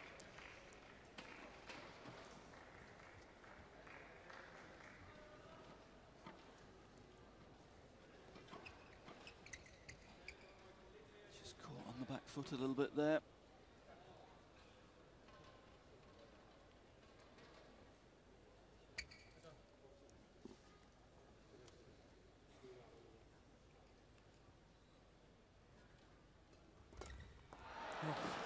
That was a good serve from Lee Yong-dae. Draws the Koreans back level.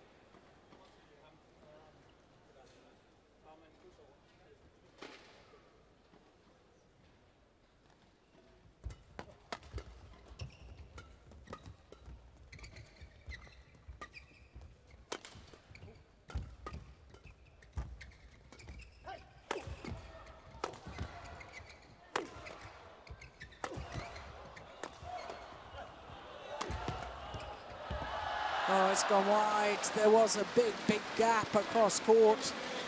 And Carsten Mogensen realised that, but he just overdid it.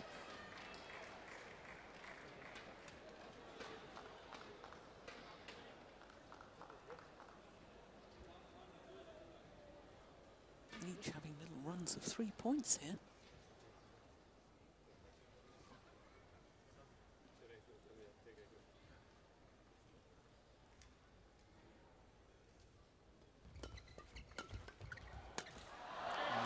Good return and good follow-up play as well. Really aggressive on the return of serve, took it early. Took the slight risk to be aggressive, but it really paid off.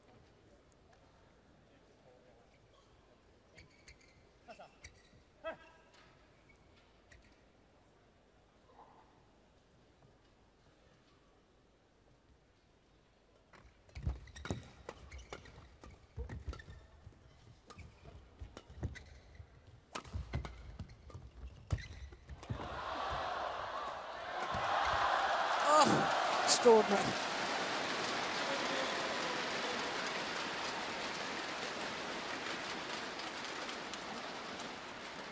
He was very slow to get up, is Jung Jae-sung. Seemed to be holding his rib. Yeah, I think he had a good landing here. Just totally out of control.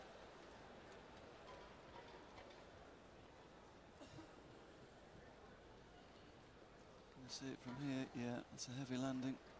Still managed to get the next one though.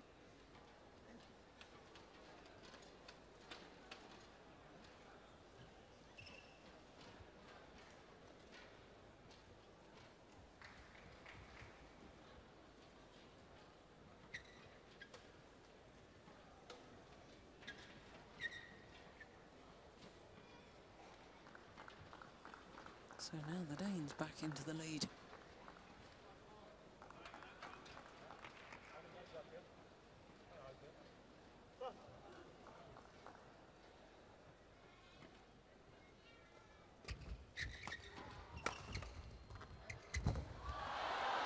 Unbelievable. That is fabulous. That's great touch. He was way off balance. He was trying to kill it, realised he couldn't and adjusted. Look, wanted to kill, couldn't quite, took the pace off. Super touch.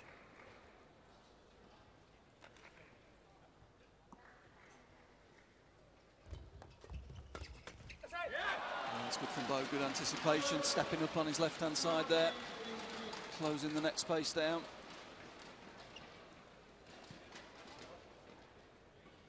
Well, this is a very, very different game to the quarter-final we witnessed yesterday evening, which was all heavy hitting, and this has become a tactical battle here in the second game, this semi-final. And there's the problem for Matthias Bo on his defence. Yeah, the problem was the shot before. Pushed through to the mid-court. Gave the Korean player the opportunity to step in. Didn't give himself enough chance to get back into position.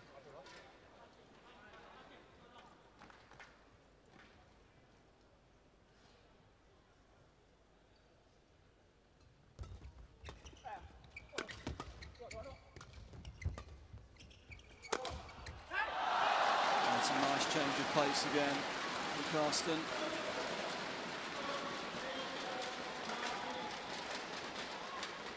Taps himself on the head because he knows that the Danes now have a game point opportunity.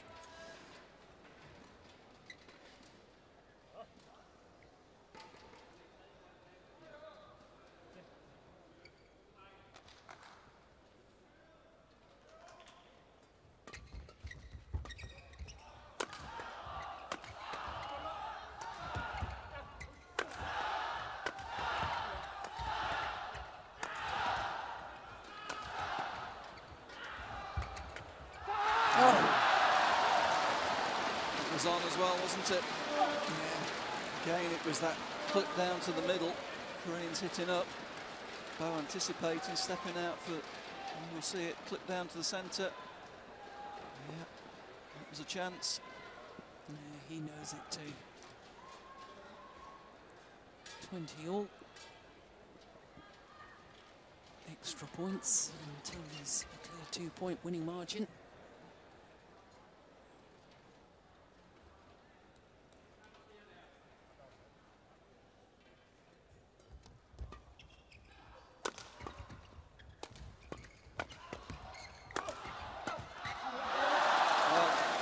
Should have done last time. Again, it was the centre attack causing problems for the Korean defence, and the shuttle coming up to the net player. Took 2 goes, but he got through. Second game point opportunity now for the Danes.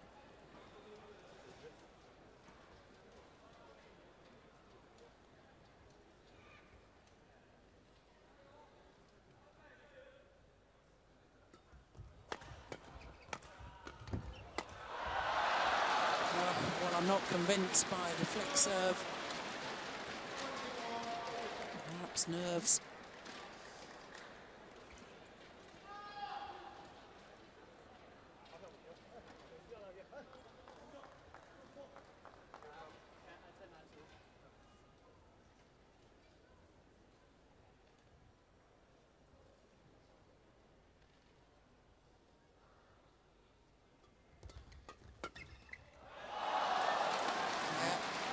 Good serve, but the return was good as well, and got his racket up quickly for the interception.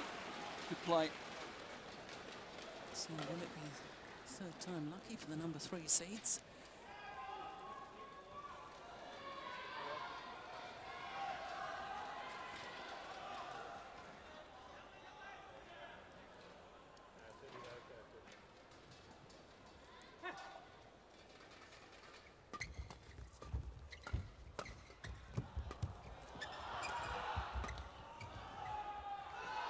Landed out, indeed it is. It is 1 game all.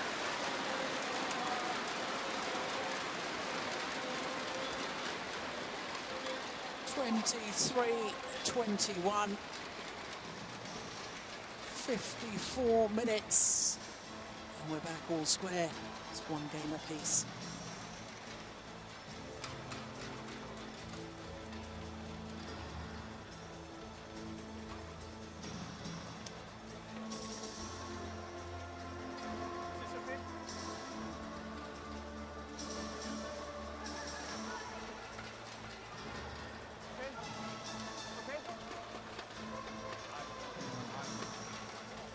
Matthias Bo asking the umpire if he can change the colour of his shirt. Yeah, and that's a no, unless they're both changing it. They've got to be in the same colour. There's also got to be a distinct, different colour to opponents, is that not right? Yes.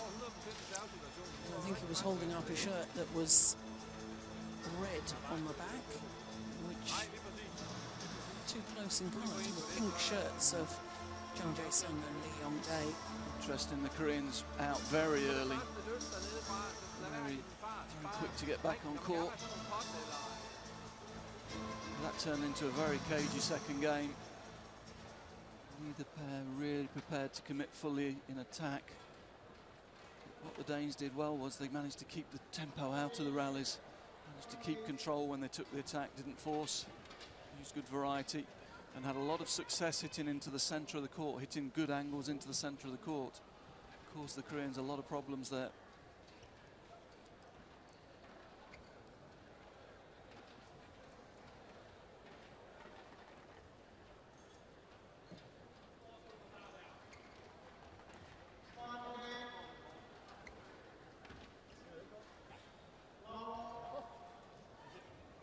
So third and final game.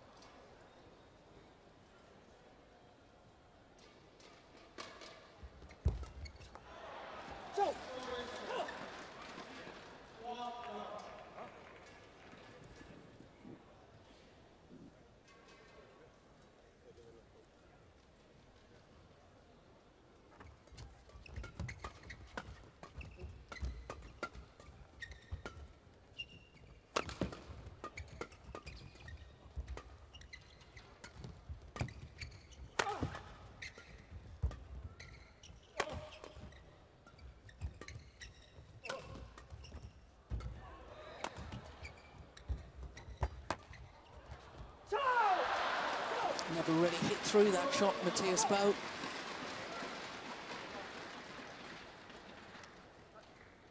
And the Danes will have to be careful. They can't think that the hard work is done, having got back on level terms, having taken that second game. Got to be just as intense at the start of this deciding game as they were at the end of that second.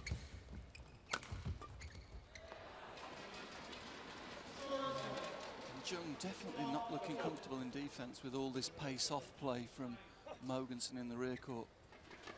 He's a player that thrives on pace and tempo. He's being frustrated at the moment. Oh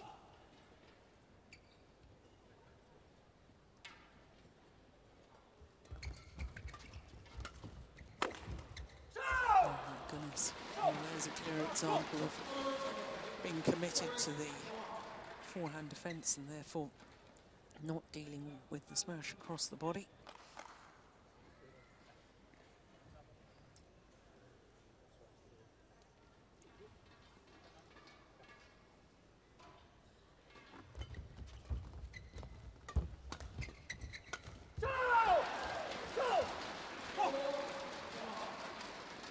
As you say, these early points could be crucial, Jill.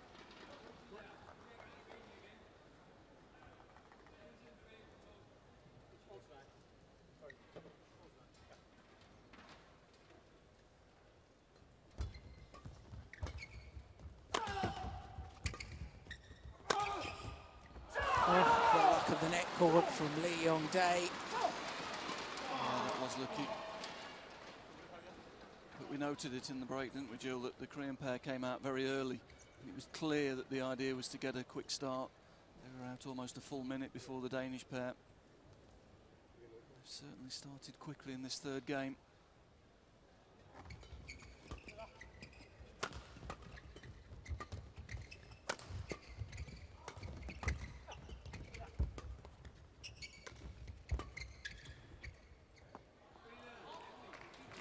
Again, it's a mistake from Jung with the pace off the shuttle. Losing control, hitting out to the rear court.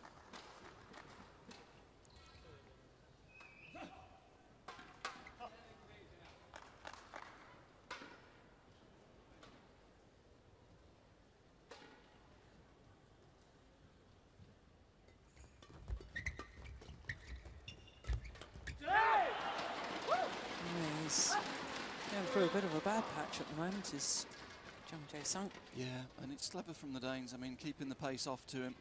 They know that he likes to play quickly. At the moment, they're giving him a lot of soft shuttles, and he's not happy.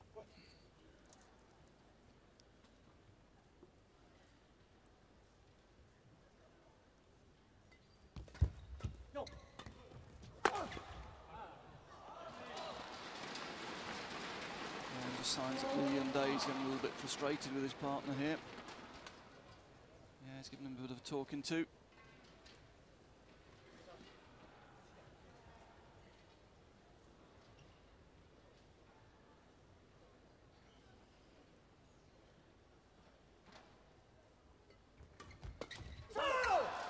This semi-final has just stretched over the hour mark. We're still very early stages of this deciding game.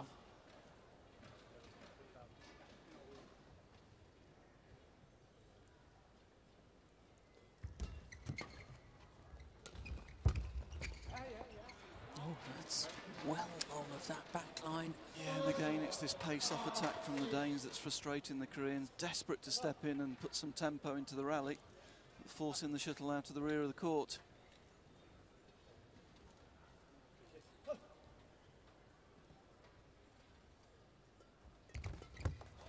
That's good play.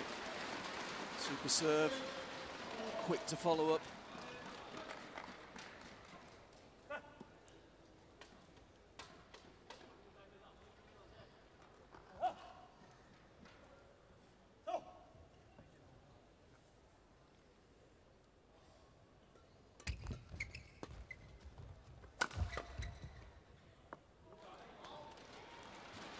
Again, Jung in defence, wanting to play with some pace, forcing out to the rear court yet again. It's good control from the Danish pair at the moment. Well,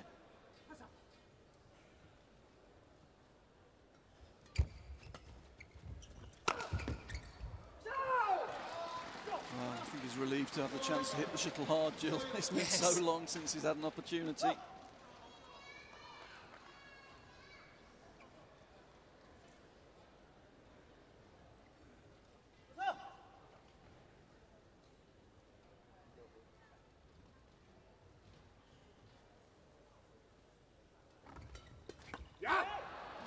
Yeah, clever return. Yeah. Good leg drive, took the shuttle early and then took the pace off, just pushed it back onto the server. Difficult to deal with.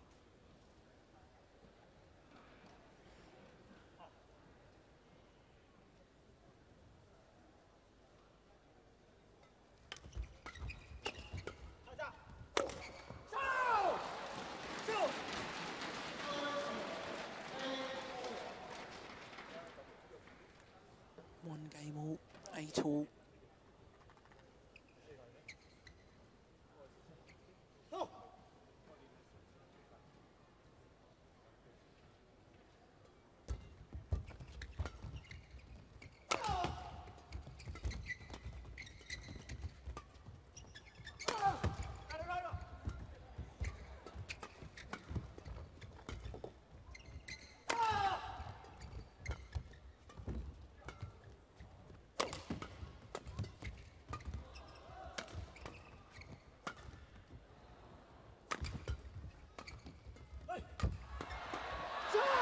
Good rally, lovely play from Li Ning.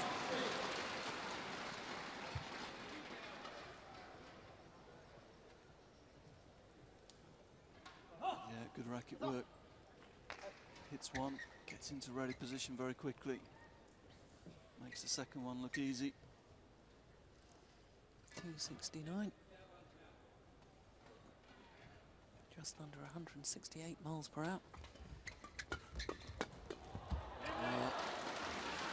Very good from OSIM again on the front court. He's returning well at the moment. And he's quick to intercept the next shuttle.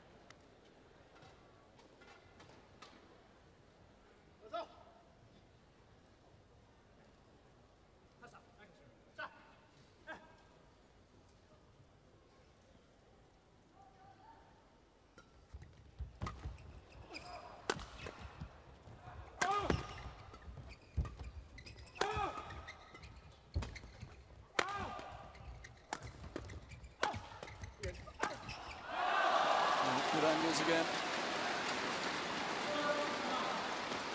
Nice variety, switch from centre to sideline.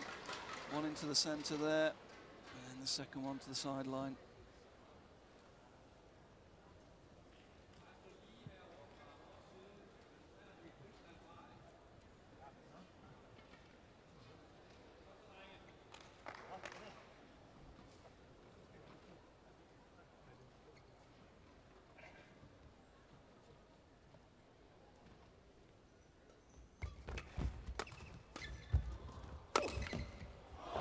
Oh, it was a miss hit, but it had the desired effect.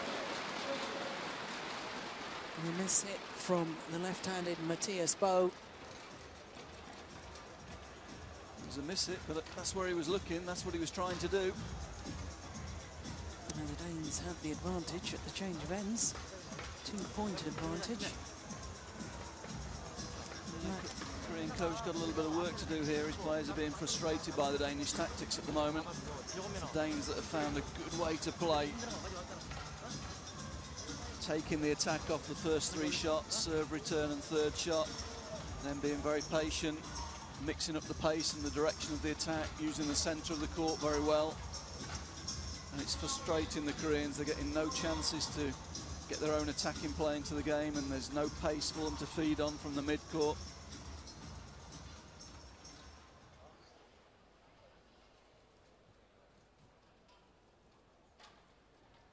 Well, Ian, I've been watching the Danes very closely because, of course, they pulled out, didn't turn up in Hong Kong, citing injury problems, but there's no real signs this week. They've been moving pretty well.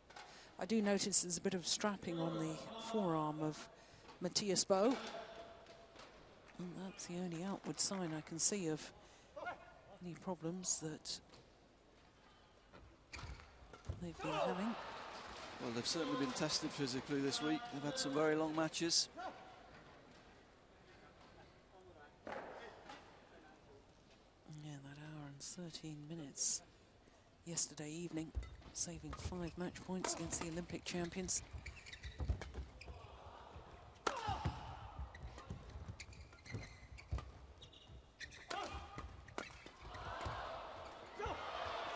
It's long. Oh, that's a bit unlucky. Again, it was a great angle from Carson into the middle, setting his partner up. Well, Matthias Bo complaining that they indicated that the shuttle was out. I didn't think they did. No, it looked out. Yeah, and I don't think that there was any arm movements from the Koreans either. Well, I have to say, each day we've seen a lot of replays, and I think there's only been one doubtful call I've seen through the whole tournament so far. Yeah. And that one was travelling very quickly and it was difficult to call. The linesmen have been very good. And again, that clip down to the centre. Koreans wanting to hit hard. Shuttle goes up. You see it here, clip down, pace on, but it's in an upward direction. Easy to intercept.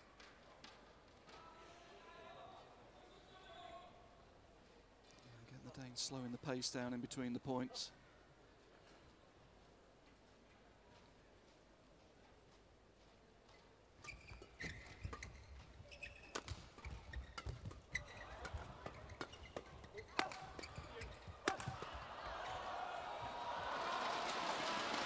just out. Not much in that. On the left.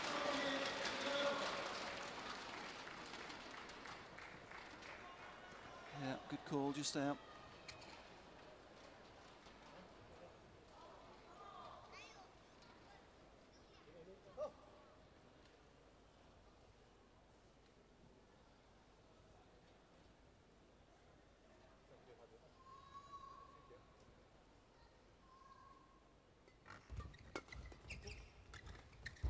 Oh, that's fantastic.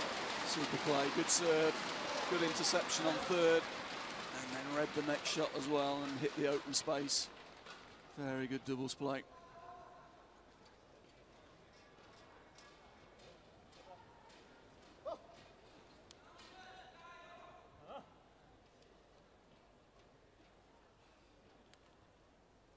Again, taking his time.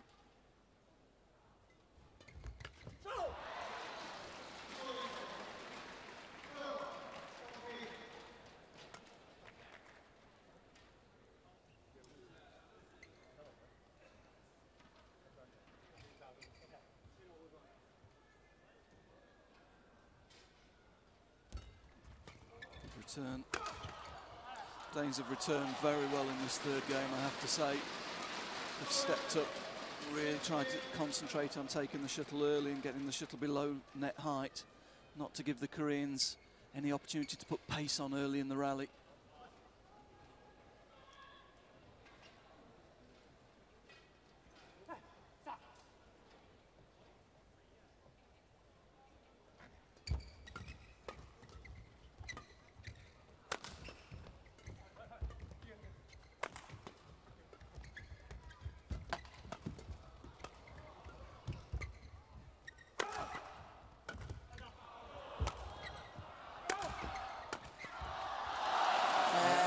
Combining very well now, the Danish pair.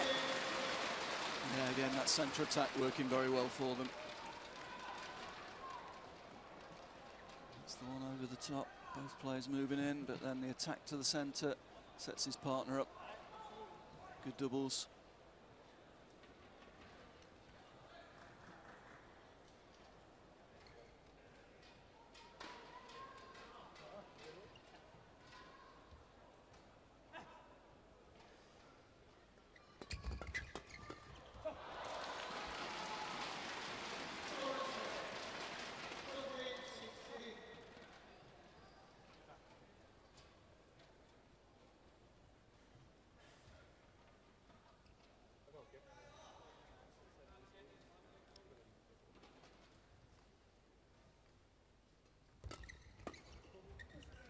Chord return, takes the attack.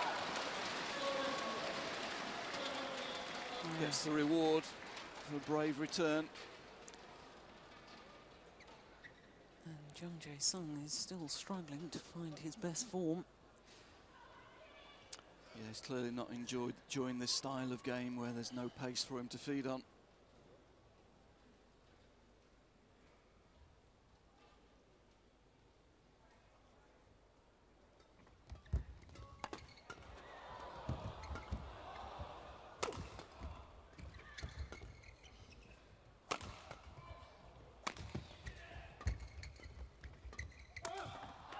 String's gone in the racket.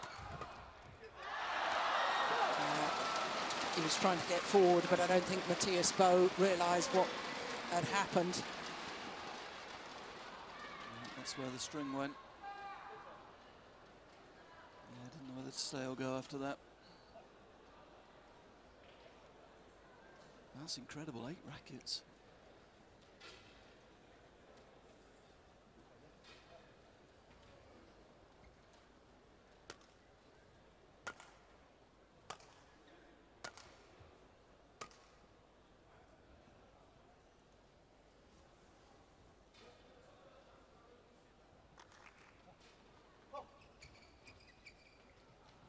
This match now the longest that either pair has played so far in this tournament.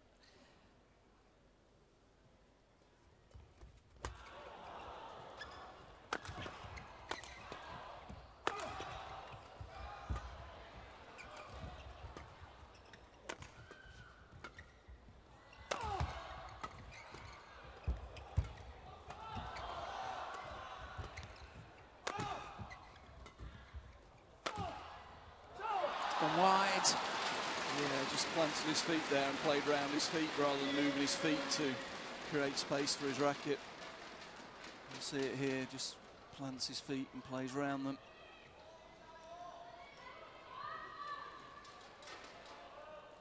That's the first point the Koreans have scored on serve for a long time, and they had to work hard for it.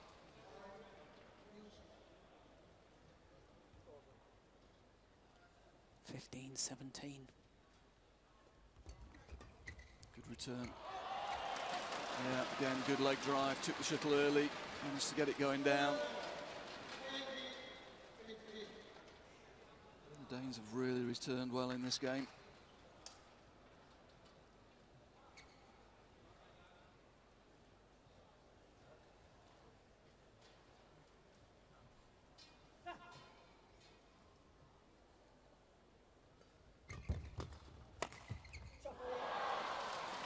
That's the difference.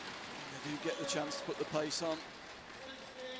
It's a different game, but they're just not getting enough opportunities.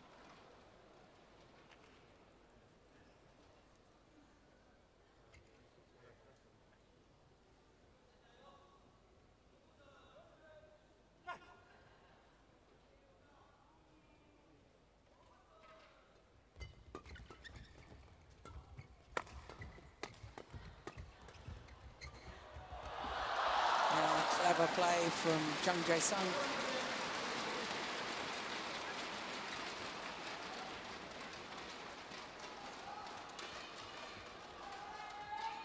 Shaped up as if he was going to play the smash.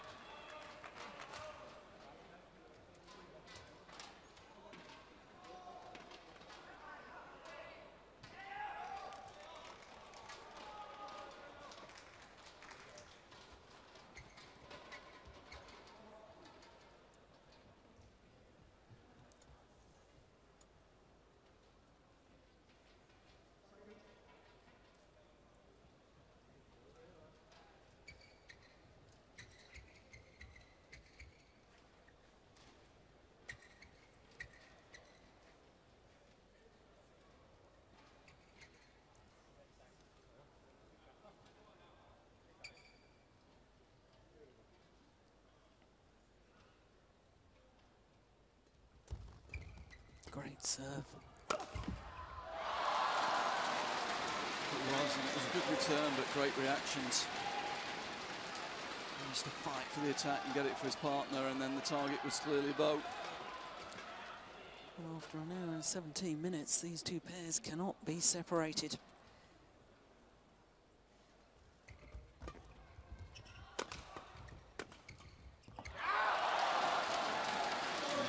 It's a mistake from Jung in defence. 2 points away from the place in the China Open final.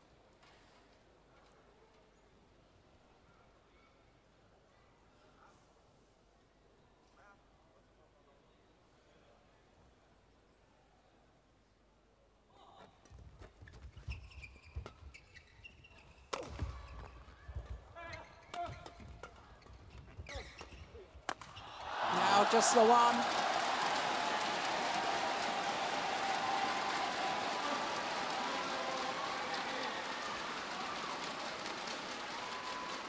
It's good.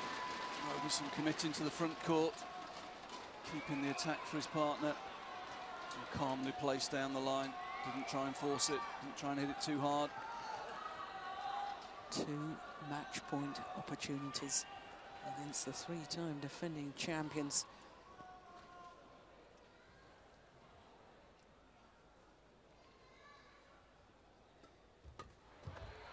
Oh, goodness. Surprised at that. 1, I'm surprised he flicked. 2, I'm surprised it wasn't called a fault. Yeah, me too. It's so well short. Keep the pressure on your opponents.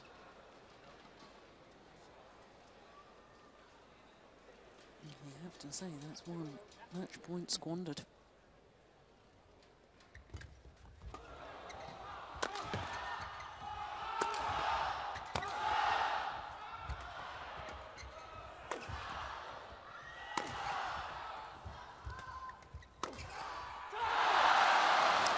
And that's one match point saved. Yeah. Just looked a little tense there, Bowden's in defence again. Yeah. Clear. He must know it's coming his way now when they've got the attack. He was gripping the racket very, very tightly there. That led to the error. 20 all. Great low serve. Even better return. Yeah, hit the top of the tape. Just trickled over. Again, it's a good return because he took the shuttle early. You earn your luck there. By taking it so early, you create the opportunity to roll it on the net cord. Look at that, how close to the net he takes it. Third match point.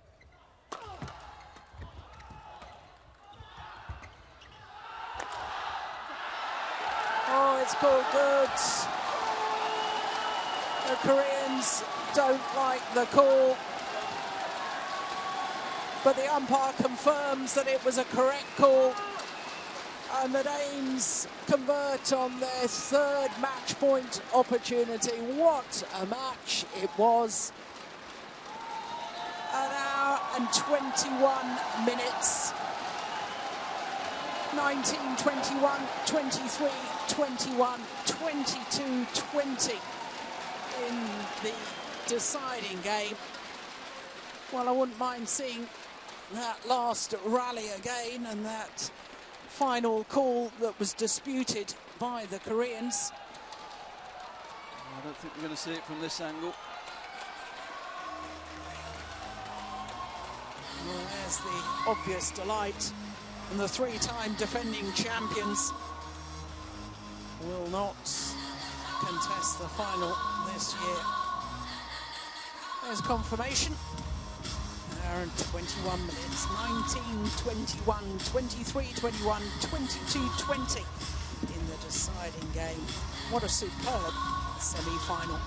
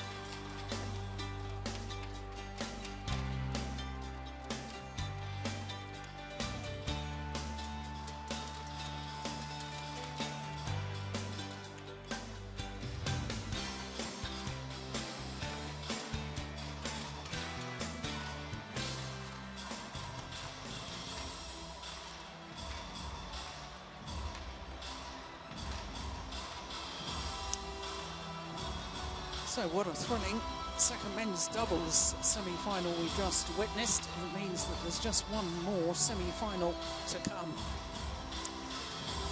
But we know the lineup for the men's doubles final for tomorrow, because once again it's going to be a Korean pair against the Danes. And there's confirmation how they achieved it in quarterfinals. As you can see, two Chinese pairs, two Korean pairs.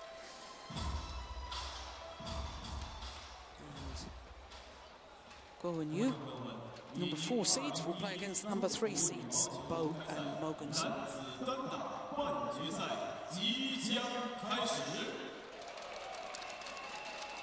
But the next match on court is men's singles. It's from the bottom half of the draw. It is the defending champion, Chen Long of China, against the unseeded Simon Santoso of Indonesia.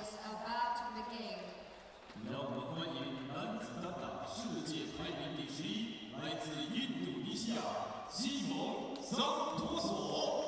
Let's welcome Simon Santoso from Indonesia, standing number 11.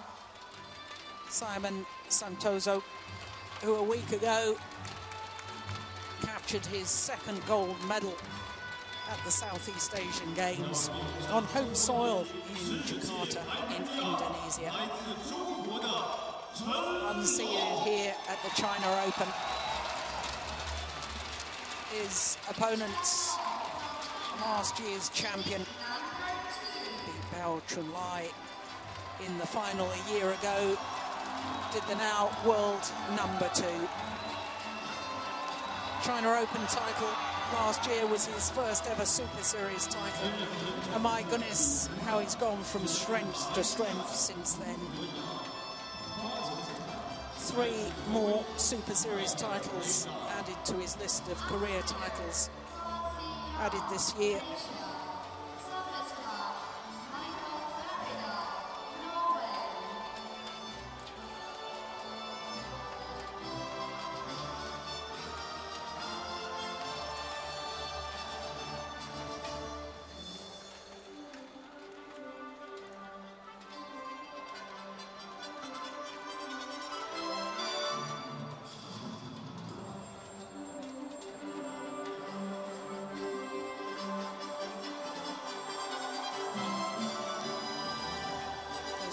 From Malaysia, the umpire for this men's singles.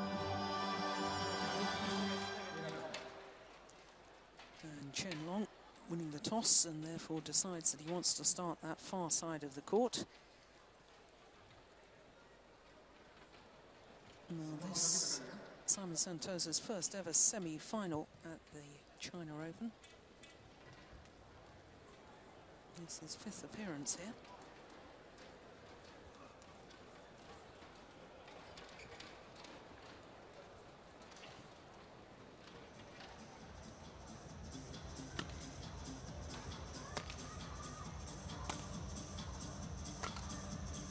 So the unseeded Simon Santoso of Indonesia against the number 2 seed and defending champion Chen Long of China.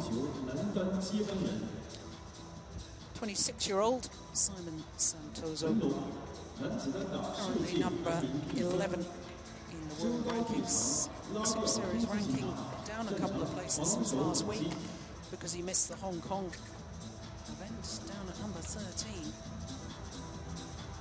Well, there you can see his route through to the semi-final. Oh my goodness, what a tough quarter-final he had against Peter Gader. As you can see, 3 tough games, 1 hour and 13 minutes it was for that quarter-final. He backed that up after beating his teammate, number 8 seed, Taufik Hidayat, in the second round. So as for Chen Long, well, his world ranking down 1 place since last week, down to number 3.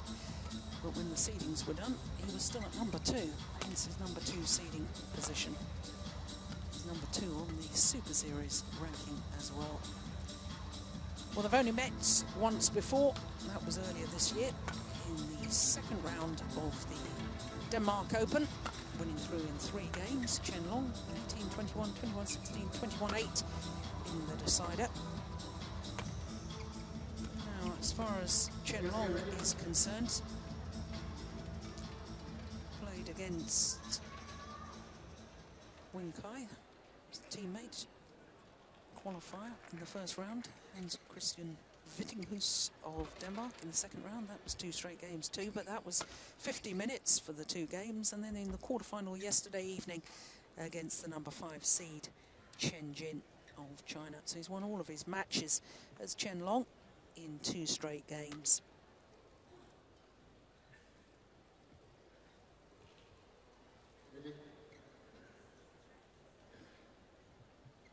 Ladies and gentlemen, on my right, Simon Santoso, Indonesia.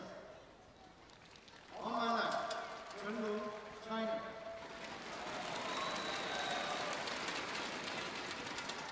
Simon Santoso to serve. The ball, play.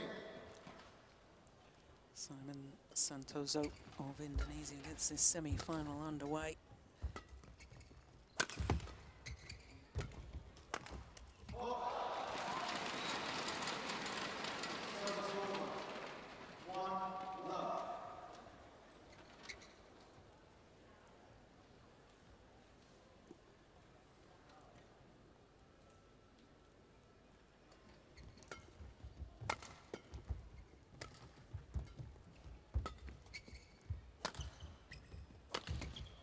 Oh, that's a great angle from Chen Long. Born in Xiamen in Fujian province.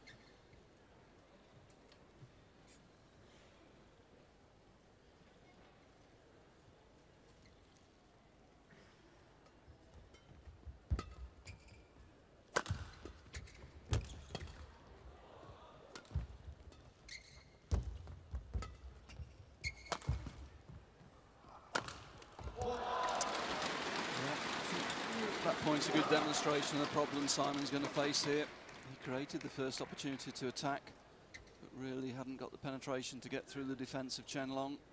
And then when he was forced into the lift, the attack of Chen Long was very, very efficient.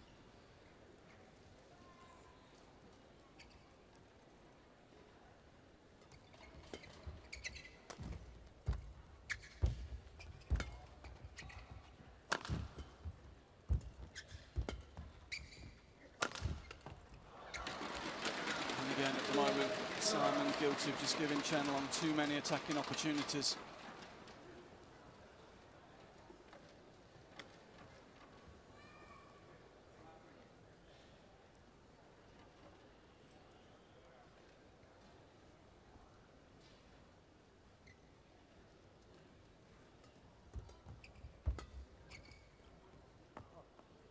Oh, it's called good. Good length.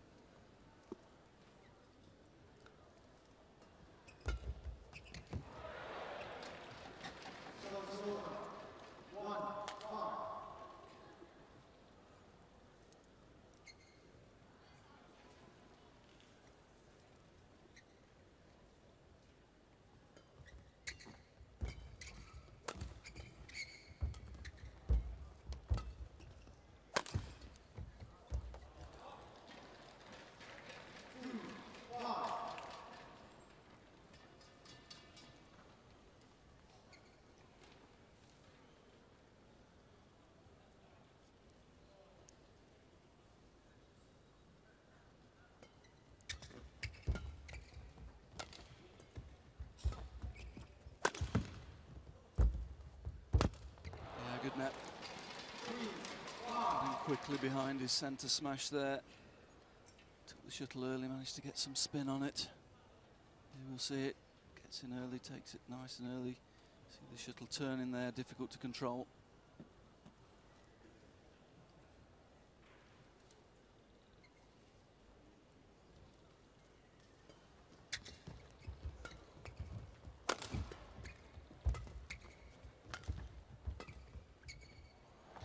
Yeah, and that's better from Simon, not using the lift when he was under pressure there, using the long drop recovery.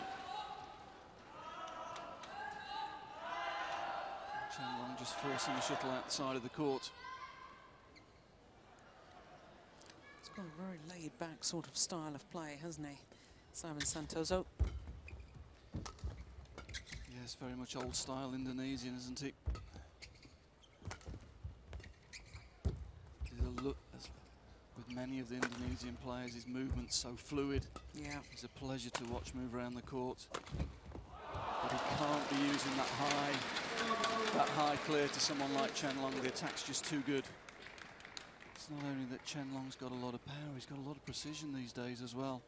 That's a super shot, very little preparation, but clipped very quickly down the line with a good steep angle.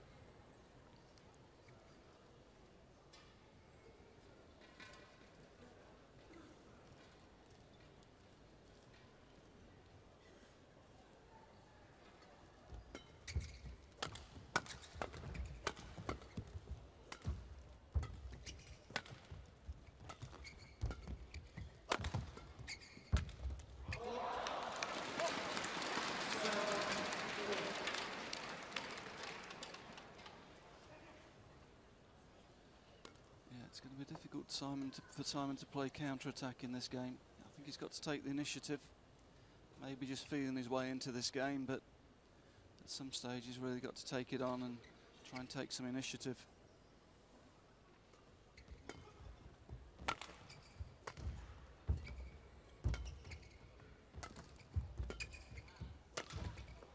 He finds the line again, just emphasising your point about his precision nowadays, Chen Long. Yeah, and very little preparation. It's good technique, this. Yeah.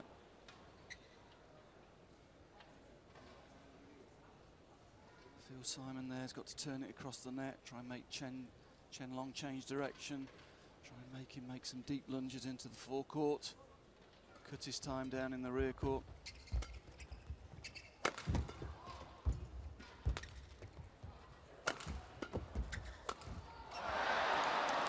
It's a wild backhand. A little ambitious. There's a smile to himself after that one. Probably knows he shouldn't be going for that one. But just a sign of the confident form he's in at the moment, though.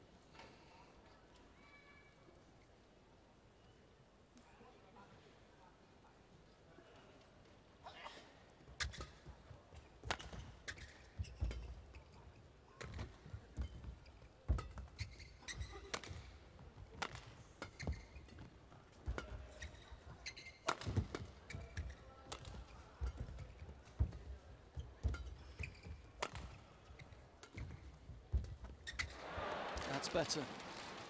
Forcing Chen Long to lunge into the forecourt. Take the shuttle a little bit later.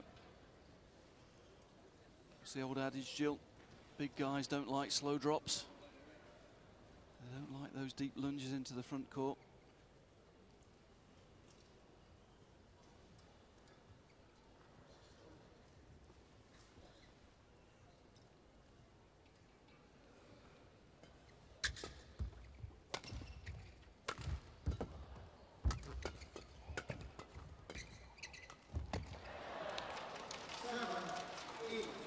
Better, flatter play, not lifting the shuttle high. Taking Chen Long's time away in the rear court. It's got to be the tactic here.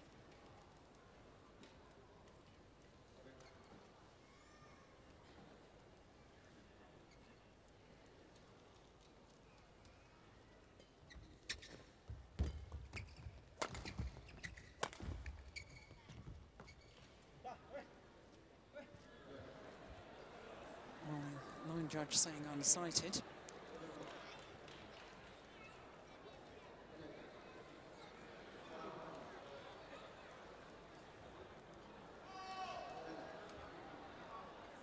Well, what's the umpire said? Player let, or? I think he's given let.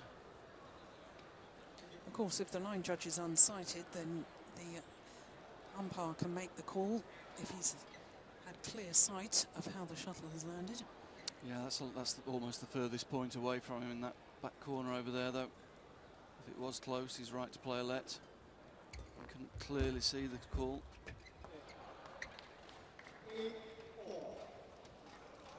Wow. This game really yet still to get going. The crowd, I think, not really got into it yet, have they? They're waiting to support Chen Long, waiting to get this match to take off, but it's a very cagey affair at the moment.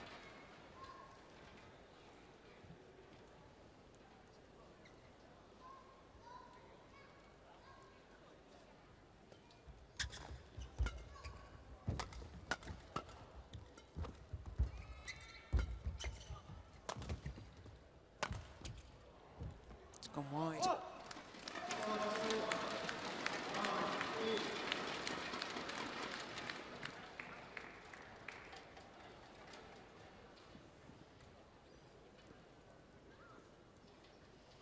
Simon Santoso, outside of the Southeast Asian Games, has not reached a final this year. Southeast Asian Games, of course, don't count towards world rankings.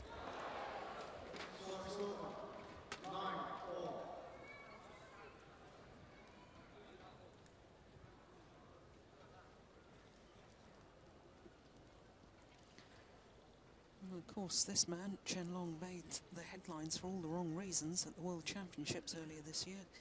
He was the number 5 seed, and he lost in the very first round. That was the round of 64 to Kevin Corden of Guatemala. But Ian, they always say the test of a champion is how they fight back. And my goodness, since those World Championships, the following 3 tournaments were won by Chen Long. China Masters, Japan and Denmark. That's a great response, isn't it, after such an unexpected loss.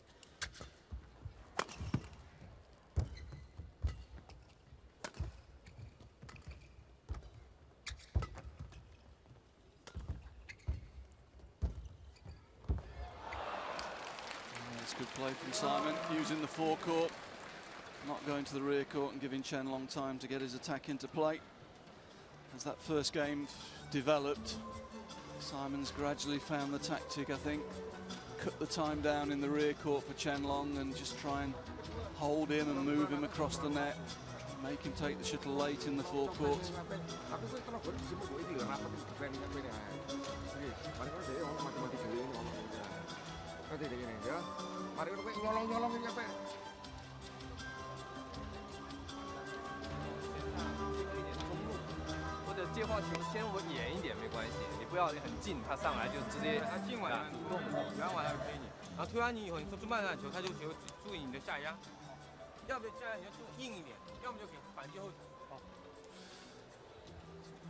Zhuangzi there talking to Chen Long, I think, looking for a little bit more urgency from his player, looking for him to try and keep the tempo a little bit higher, maybe flick into the back corners a little bit more so he can press forward with his base position.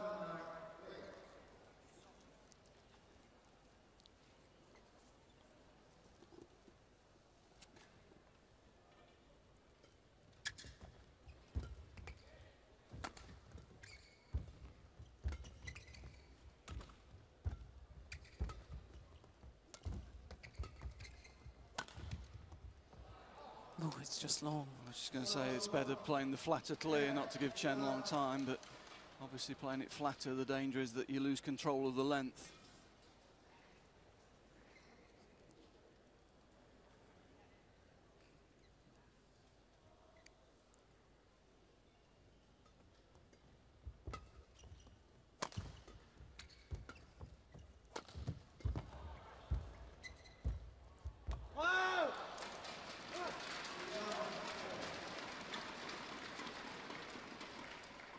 That's a good angle. This is good defense and gets back up quickly.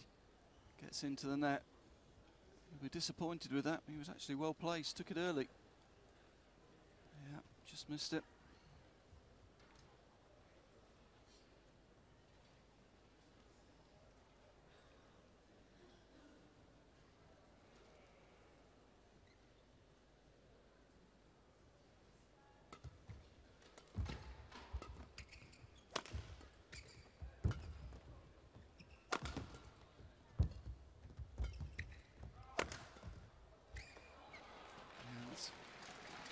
Good power from very short preparation.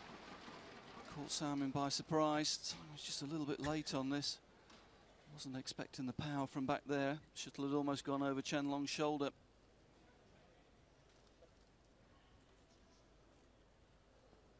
Here's Peter Gator, beaten by Simon Santosa in that thrilling quarter-final yesterday evening.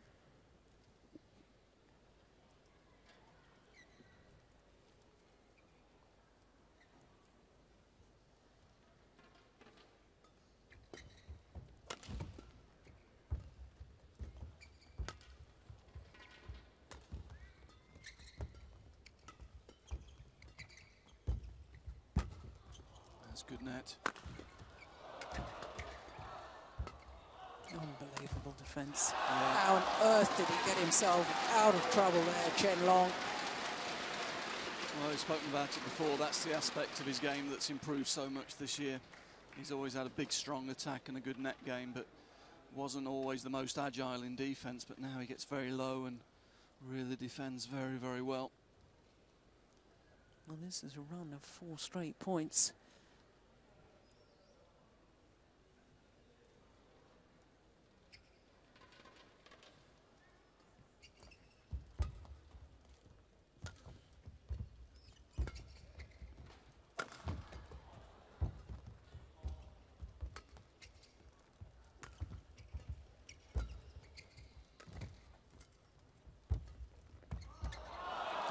That's nice.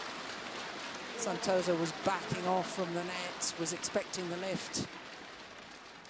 Yeah, good variety. Used a couple of flicks into the rear court there and then just held that one. Waited for Simon to move and played short. Good peripheral vision to see that Simon was moving away. Well, 5 points since the mid-game interval, and all 5 points going to Chen Long.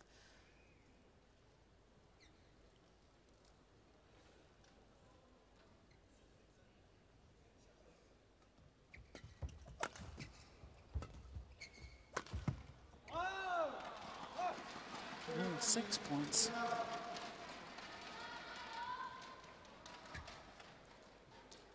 Well, if Xuanzhe was indeed asking for more urgency in the style of play of Chen Long, he's certainly responded well.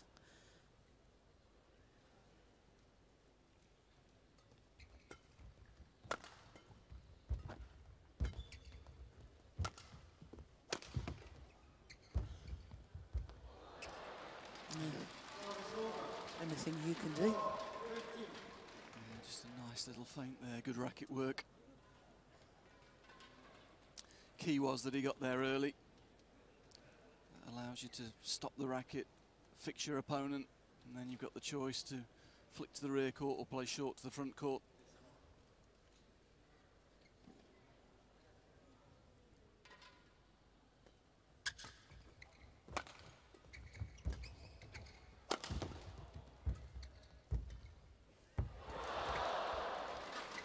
Perfection on the net shot from Santoso.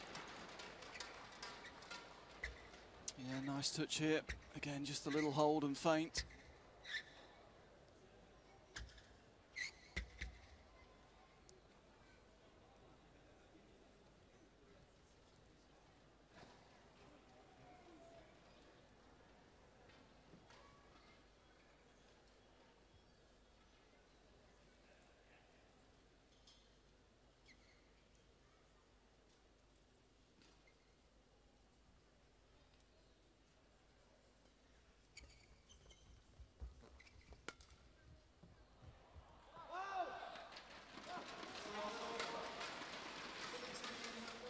Got a bit of help from the crowd there, Jill.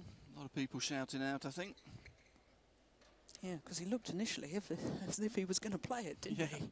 Yeah.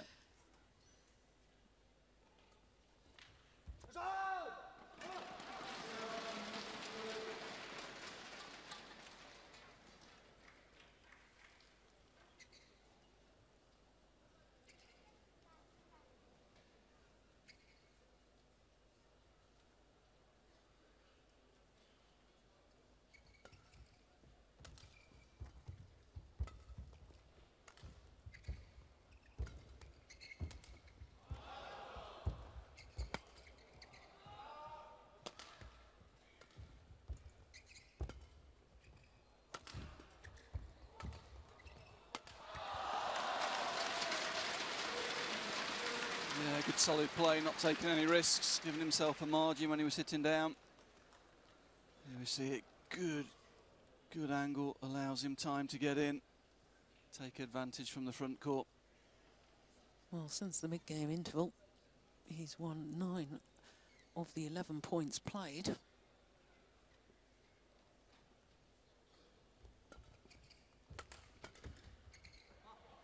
That's good, nice switch of direction.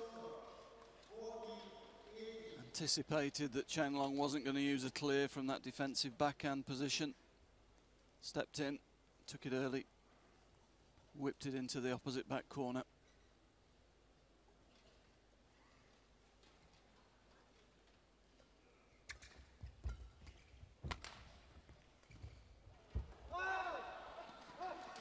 Yeah, looked out. Yeah, well, Simon Santoso just making the point that his opponent was calling before the line judge had made a call. It was out.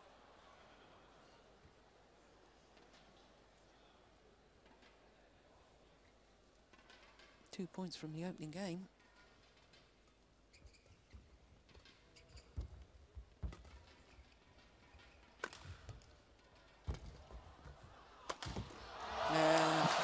Very, very clever from Chen Long.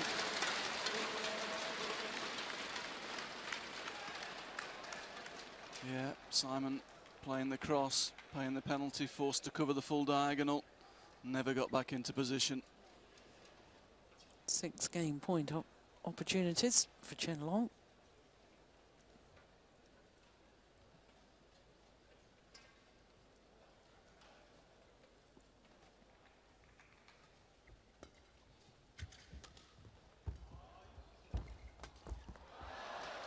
He finds the net with the attempted kill, Simon Santoso. And therefore, the opening game to the defending champion, Chen Long, 21-14.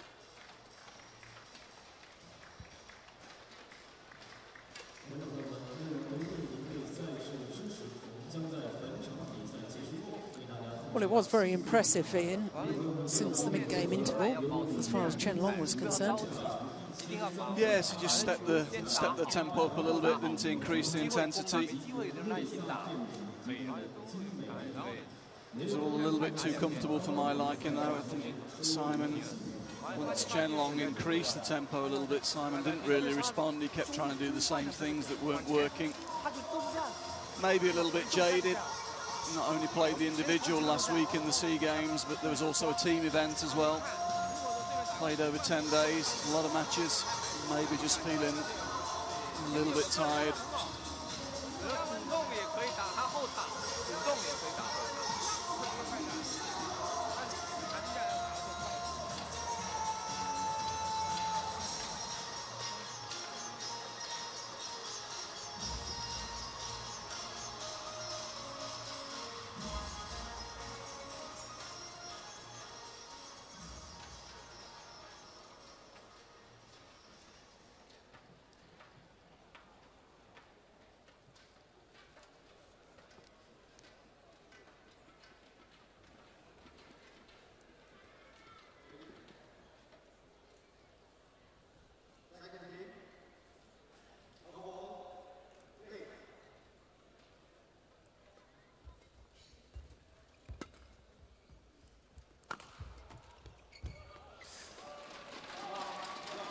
Yeah, and Simon uses that high lift and gives Chen Long time to get behind the shuttle and get organised.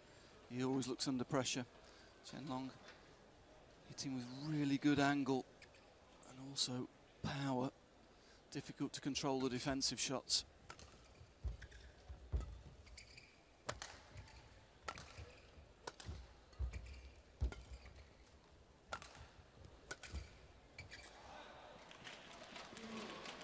Dangerous signs early in the second game, Jill, I'm afraid. Simon doesn't seem to have changed his game. He's not tried to go up a pace.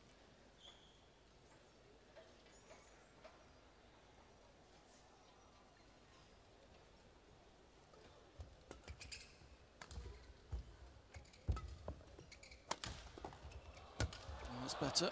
Yeah, much better. Change of tempo there. Cross lift from under pressure, not great from Chen Long. Put himself under pressure, but Simon taking full advantage. Quickly in behind the angle smash.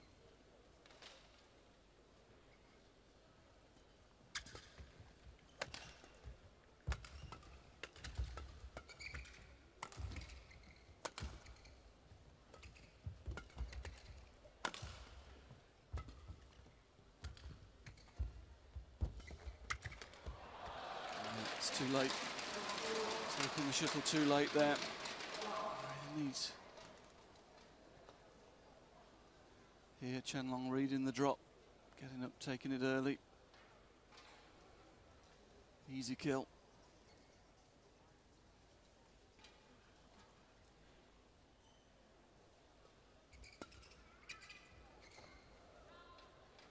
Pushed long of that back line. Yeah. Santosa's got to be awfully careful here because Chen Long opens up too much of a lead. Yeah, it's good judgment.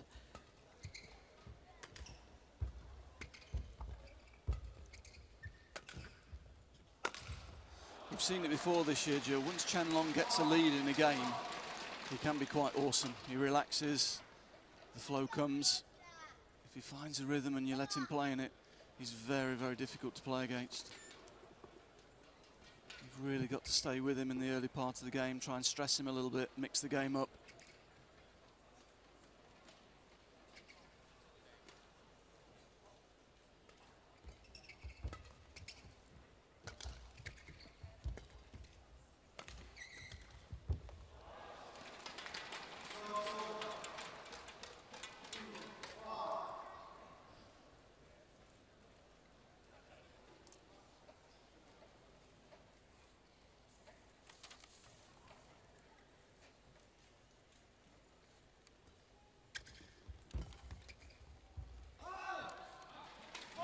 Long again. You simply can't afford that, can you, at this level? No, yeah, has to go down as an unforced error. He was early on the shuttle. Had every chance to get it in behind Chen Long there, put him under pressure.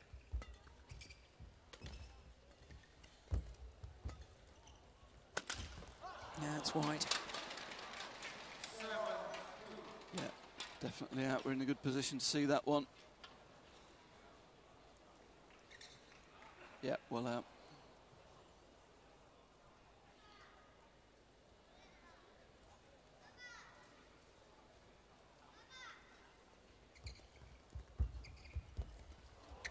Yes, super net shot.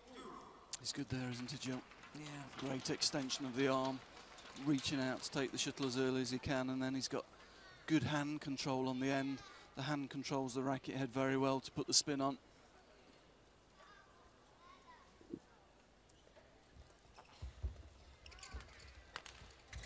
Oof.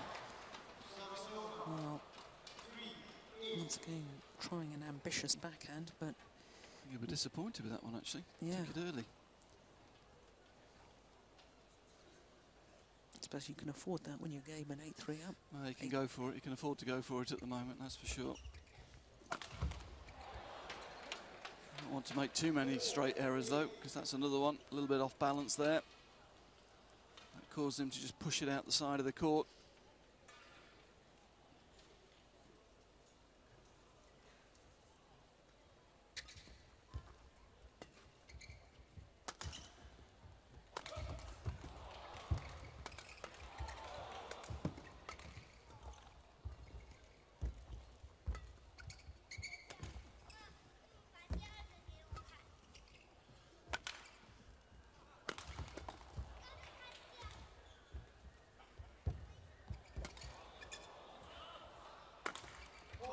It's a good rally. Yeah, good rally. He got through in the end, though. Was very patient during that rally. Made a couple of errors the 2 points before. Increased his margins. Made sure he kept the shuttle in.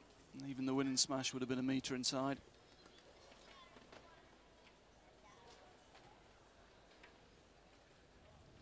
That's good match play. That's where it's improved, isn't it, Jill? Yeah. He played a couple of, not poor points, but a couple of loose points, shall we say. And then was able to tighten up, put the pressure back on his opponent, play the rally out. Yeah, it's interesting how he's developed, isn't it? Because, I mean, he really burst onto the world scene in 2009 when, in the space of 3 months, Chen Long beat the top 3 players in the world. Beat the world #1, Li Chongwei, the first round of India, and then in the China Games defeated the Olympic champion Lin Dan. In the first round of the Malaysia Grand Prix, beat Taufik Hidayat of Indonesia. And then last year, I thought that he was really consolidating his, having burst onto the world scene. He then had to sort of plateau out a bit. And I think now in 2011, he's actually, as you say, he's improved his match play, he's improved his defensive play, and he's gone to that much higher level. Yeah, I mean, he's been building a stock of experience over the last 3 years. And this year he's been able to apply it most of the time. Certainly it's evident that the coaches have done a lot of work on his agility and his defensive play.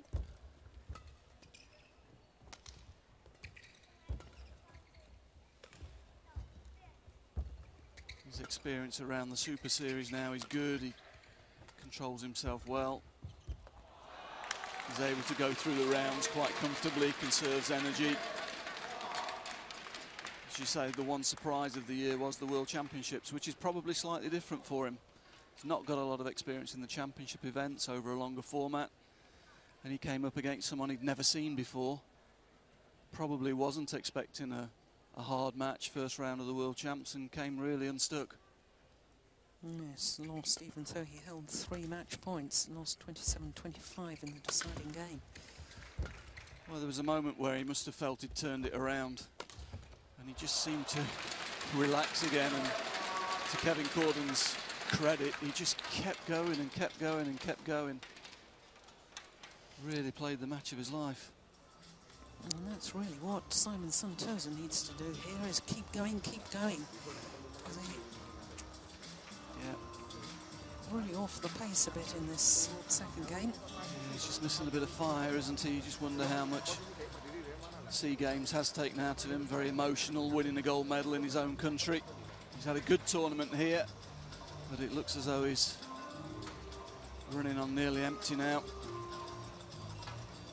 Not really able to pose any big problems tactically or technically at the moment.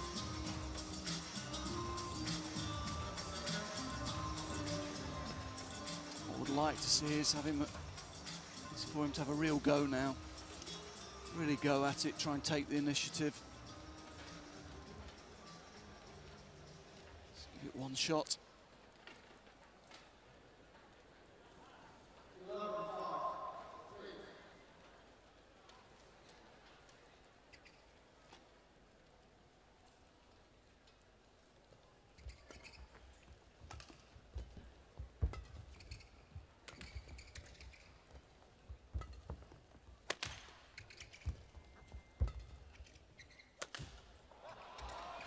Missed it.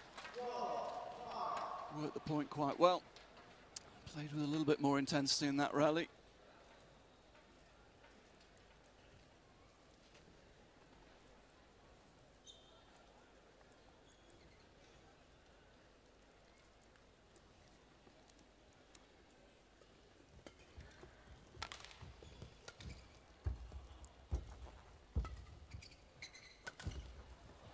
That's nice control, just guided down the line. A little bit of slice to control it, bring the shuttle down steeply. Just sense that Simon Santosa really does have to make his move pretty soon if he wants to come through this match.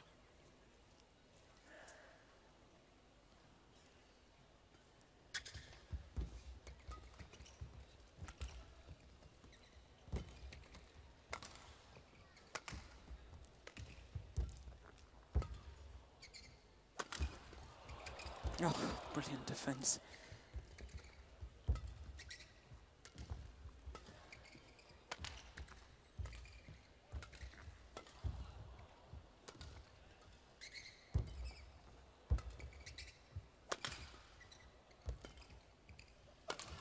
Oh, that hurts. Simon threw everything at him there. Twice he must have felt he'd got through in attack, but no, Chen Long's defence was equal to it. And then with Chen Long's first attacking opportunity of the rally, he's able to finish the point with one shot. And that's quite demoralising.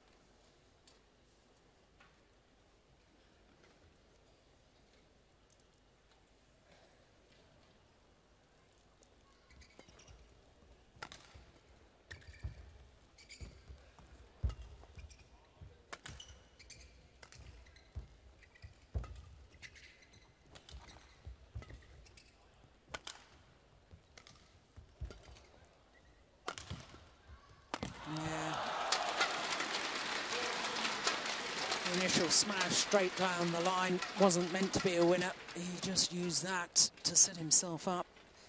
First the angle drop shot.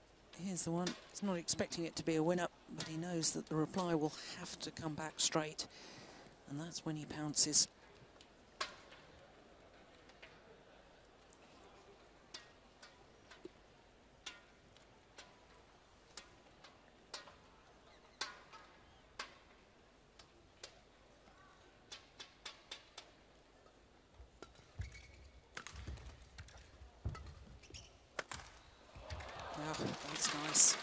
shot. Just 1 or 2 times Chen Long's done that, isn't he? He likes that forehand cross lift from the net, and it's not a great shot, really.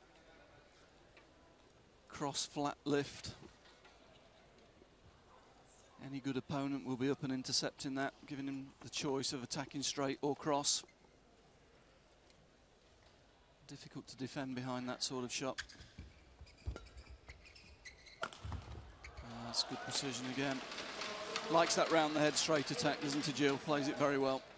And as you say, he lands with very good balance and he's able to get in quickly behind it as well.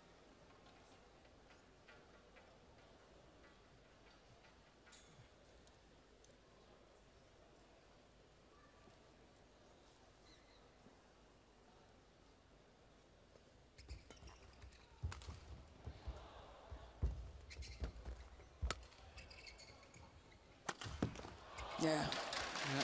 Good net, and for once he manages to get through with the attack. He's not been able to get through very often. That's a super net shot. Forces the defensive lift. And good precision down to the line.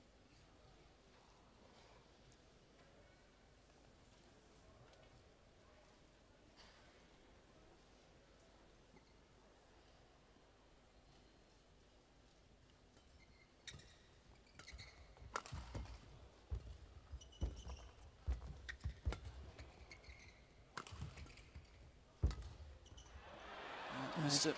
Just wide. Just hesitate, I think. Don't know whether to go for the full-blooded attack or whether to place it.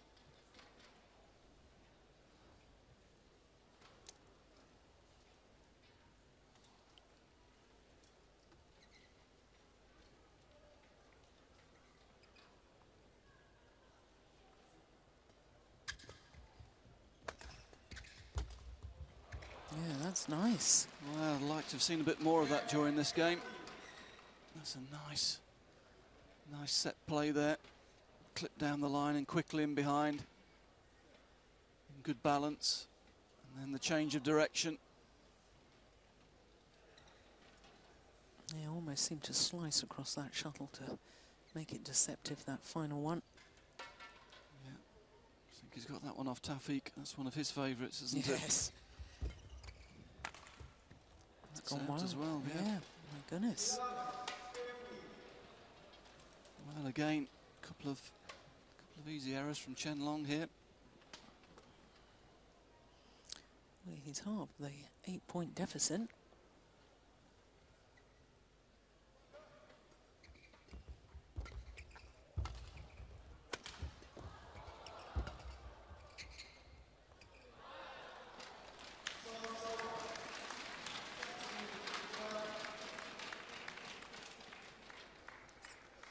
Both players guilty in that rally of trying to force the play across the court, leaving themselves the long diagonals to cover.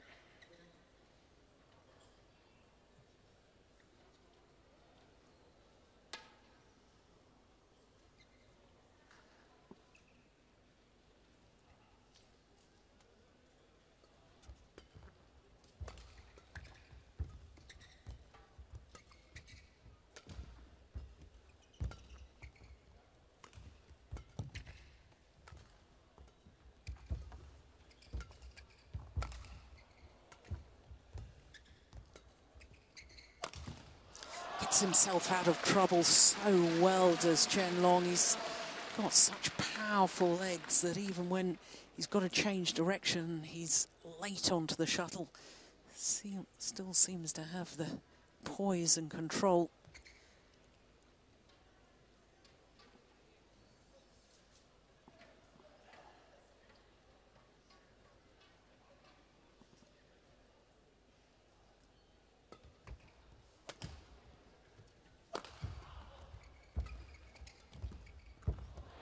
No, that's a nice backhand. Yeah, nice touch. Didn't have time to get round the head, but reached up and intercepts it on his backhand. He's low there. Back into position, just guides the shuttle across the court. Nice racket work.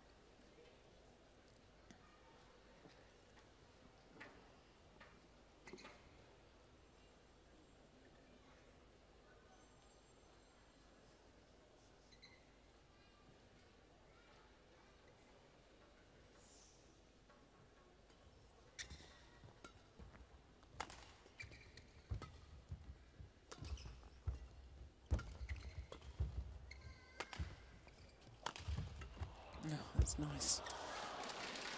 He has the options, doesn't he, from that round the head position. Yeah, he's beaten him a couple of times straight, and then the last couple he's gone cross. But the problems with Simon using the high clear there and giving Chen Long time to get behind it. Once he gets behind it, as you say, he's got a lot of options. And it's difficult to defend against.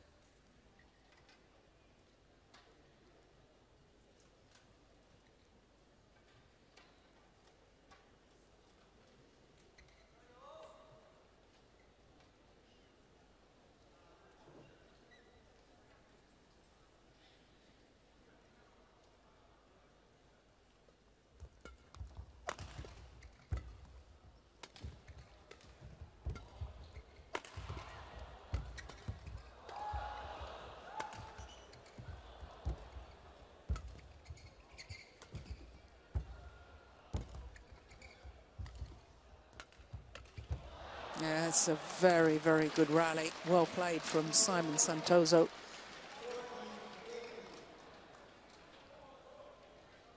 Yeah, manages to get the shuttle in behind. This time doesn't give him time in the rear court. We can see he made him late twice there. Eventually gets the mistake.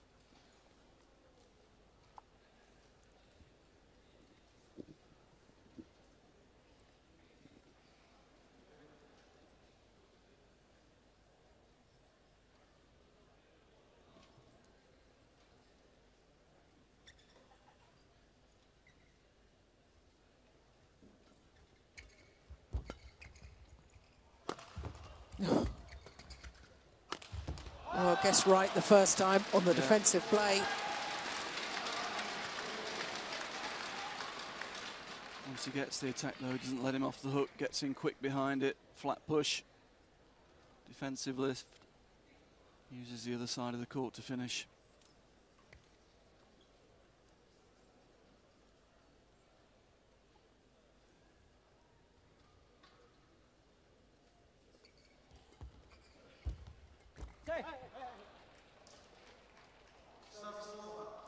Well, Chen Long immediately saying to the umpire, appealing to the umpire, saying, wasn't that a fault? Didn't he take that before shuttle across the net?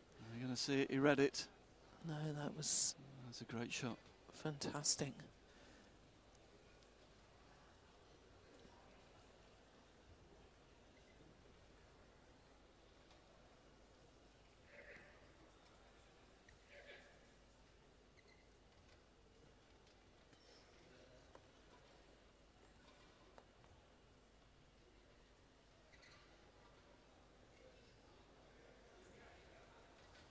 Mind games going on here.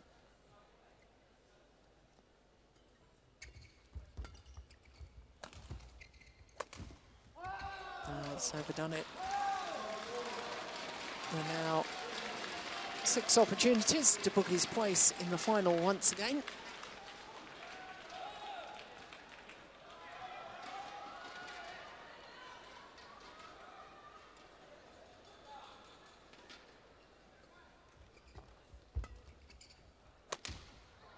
Missed it. 21-14, 21-14, symmetry in the scoreline. And the defending champion still on course to retain his title through to the final for the 2nd consecutive year. Yes, he does seem to be extravagant in his celebrations at times, Chen Long.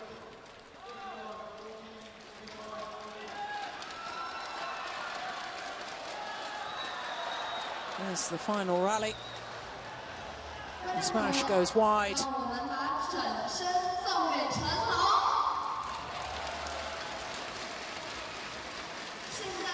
44 minutes and the victory for Chen Long over the unseeded Simon Santoso. 21-14, 21-14.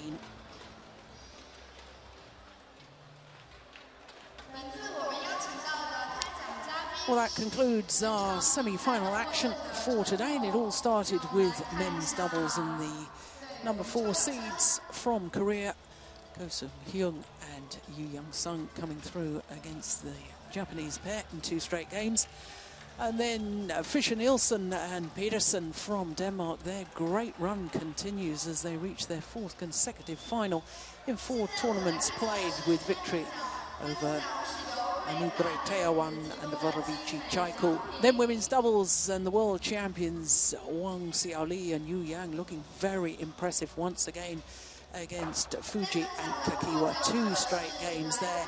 Then the men's doubles, what a thriller that was. That was an hour and 21 minutes for Bo and Mogensen to defeat the 3-time defending champions Zheng and Li.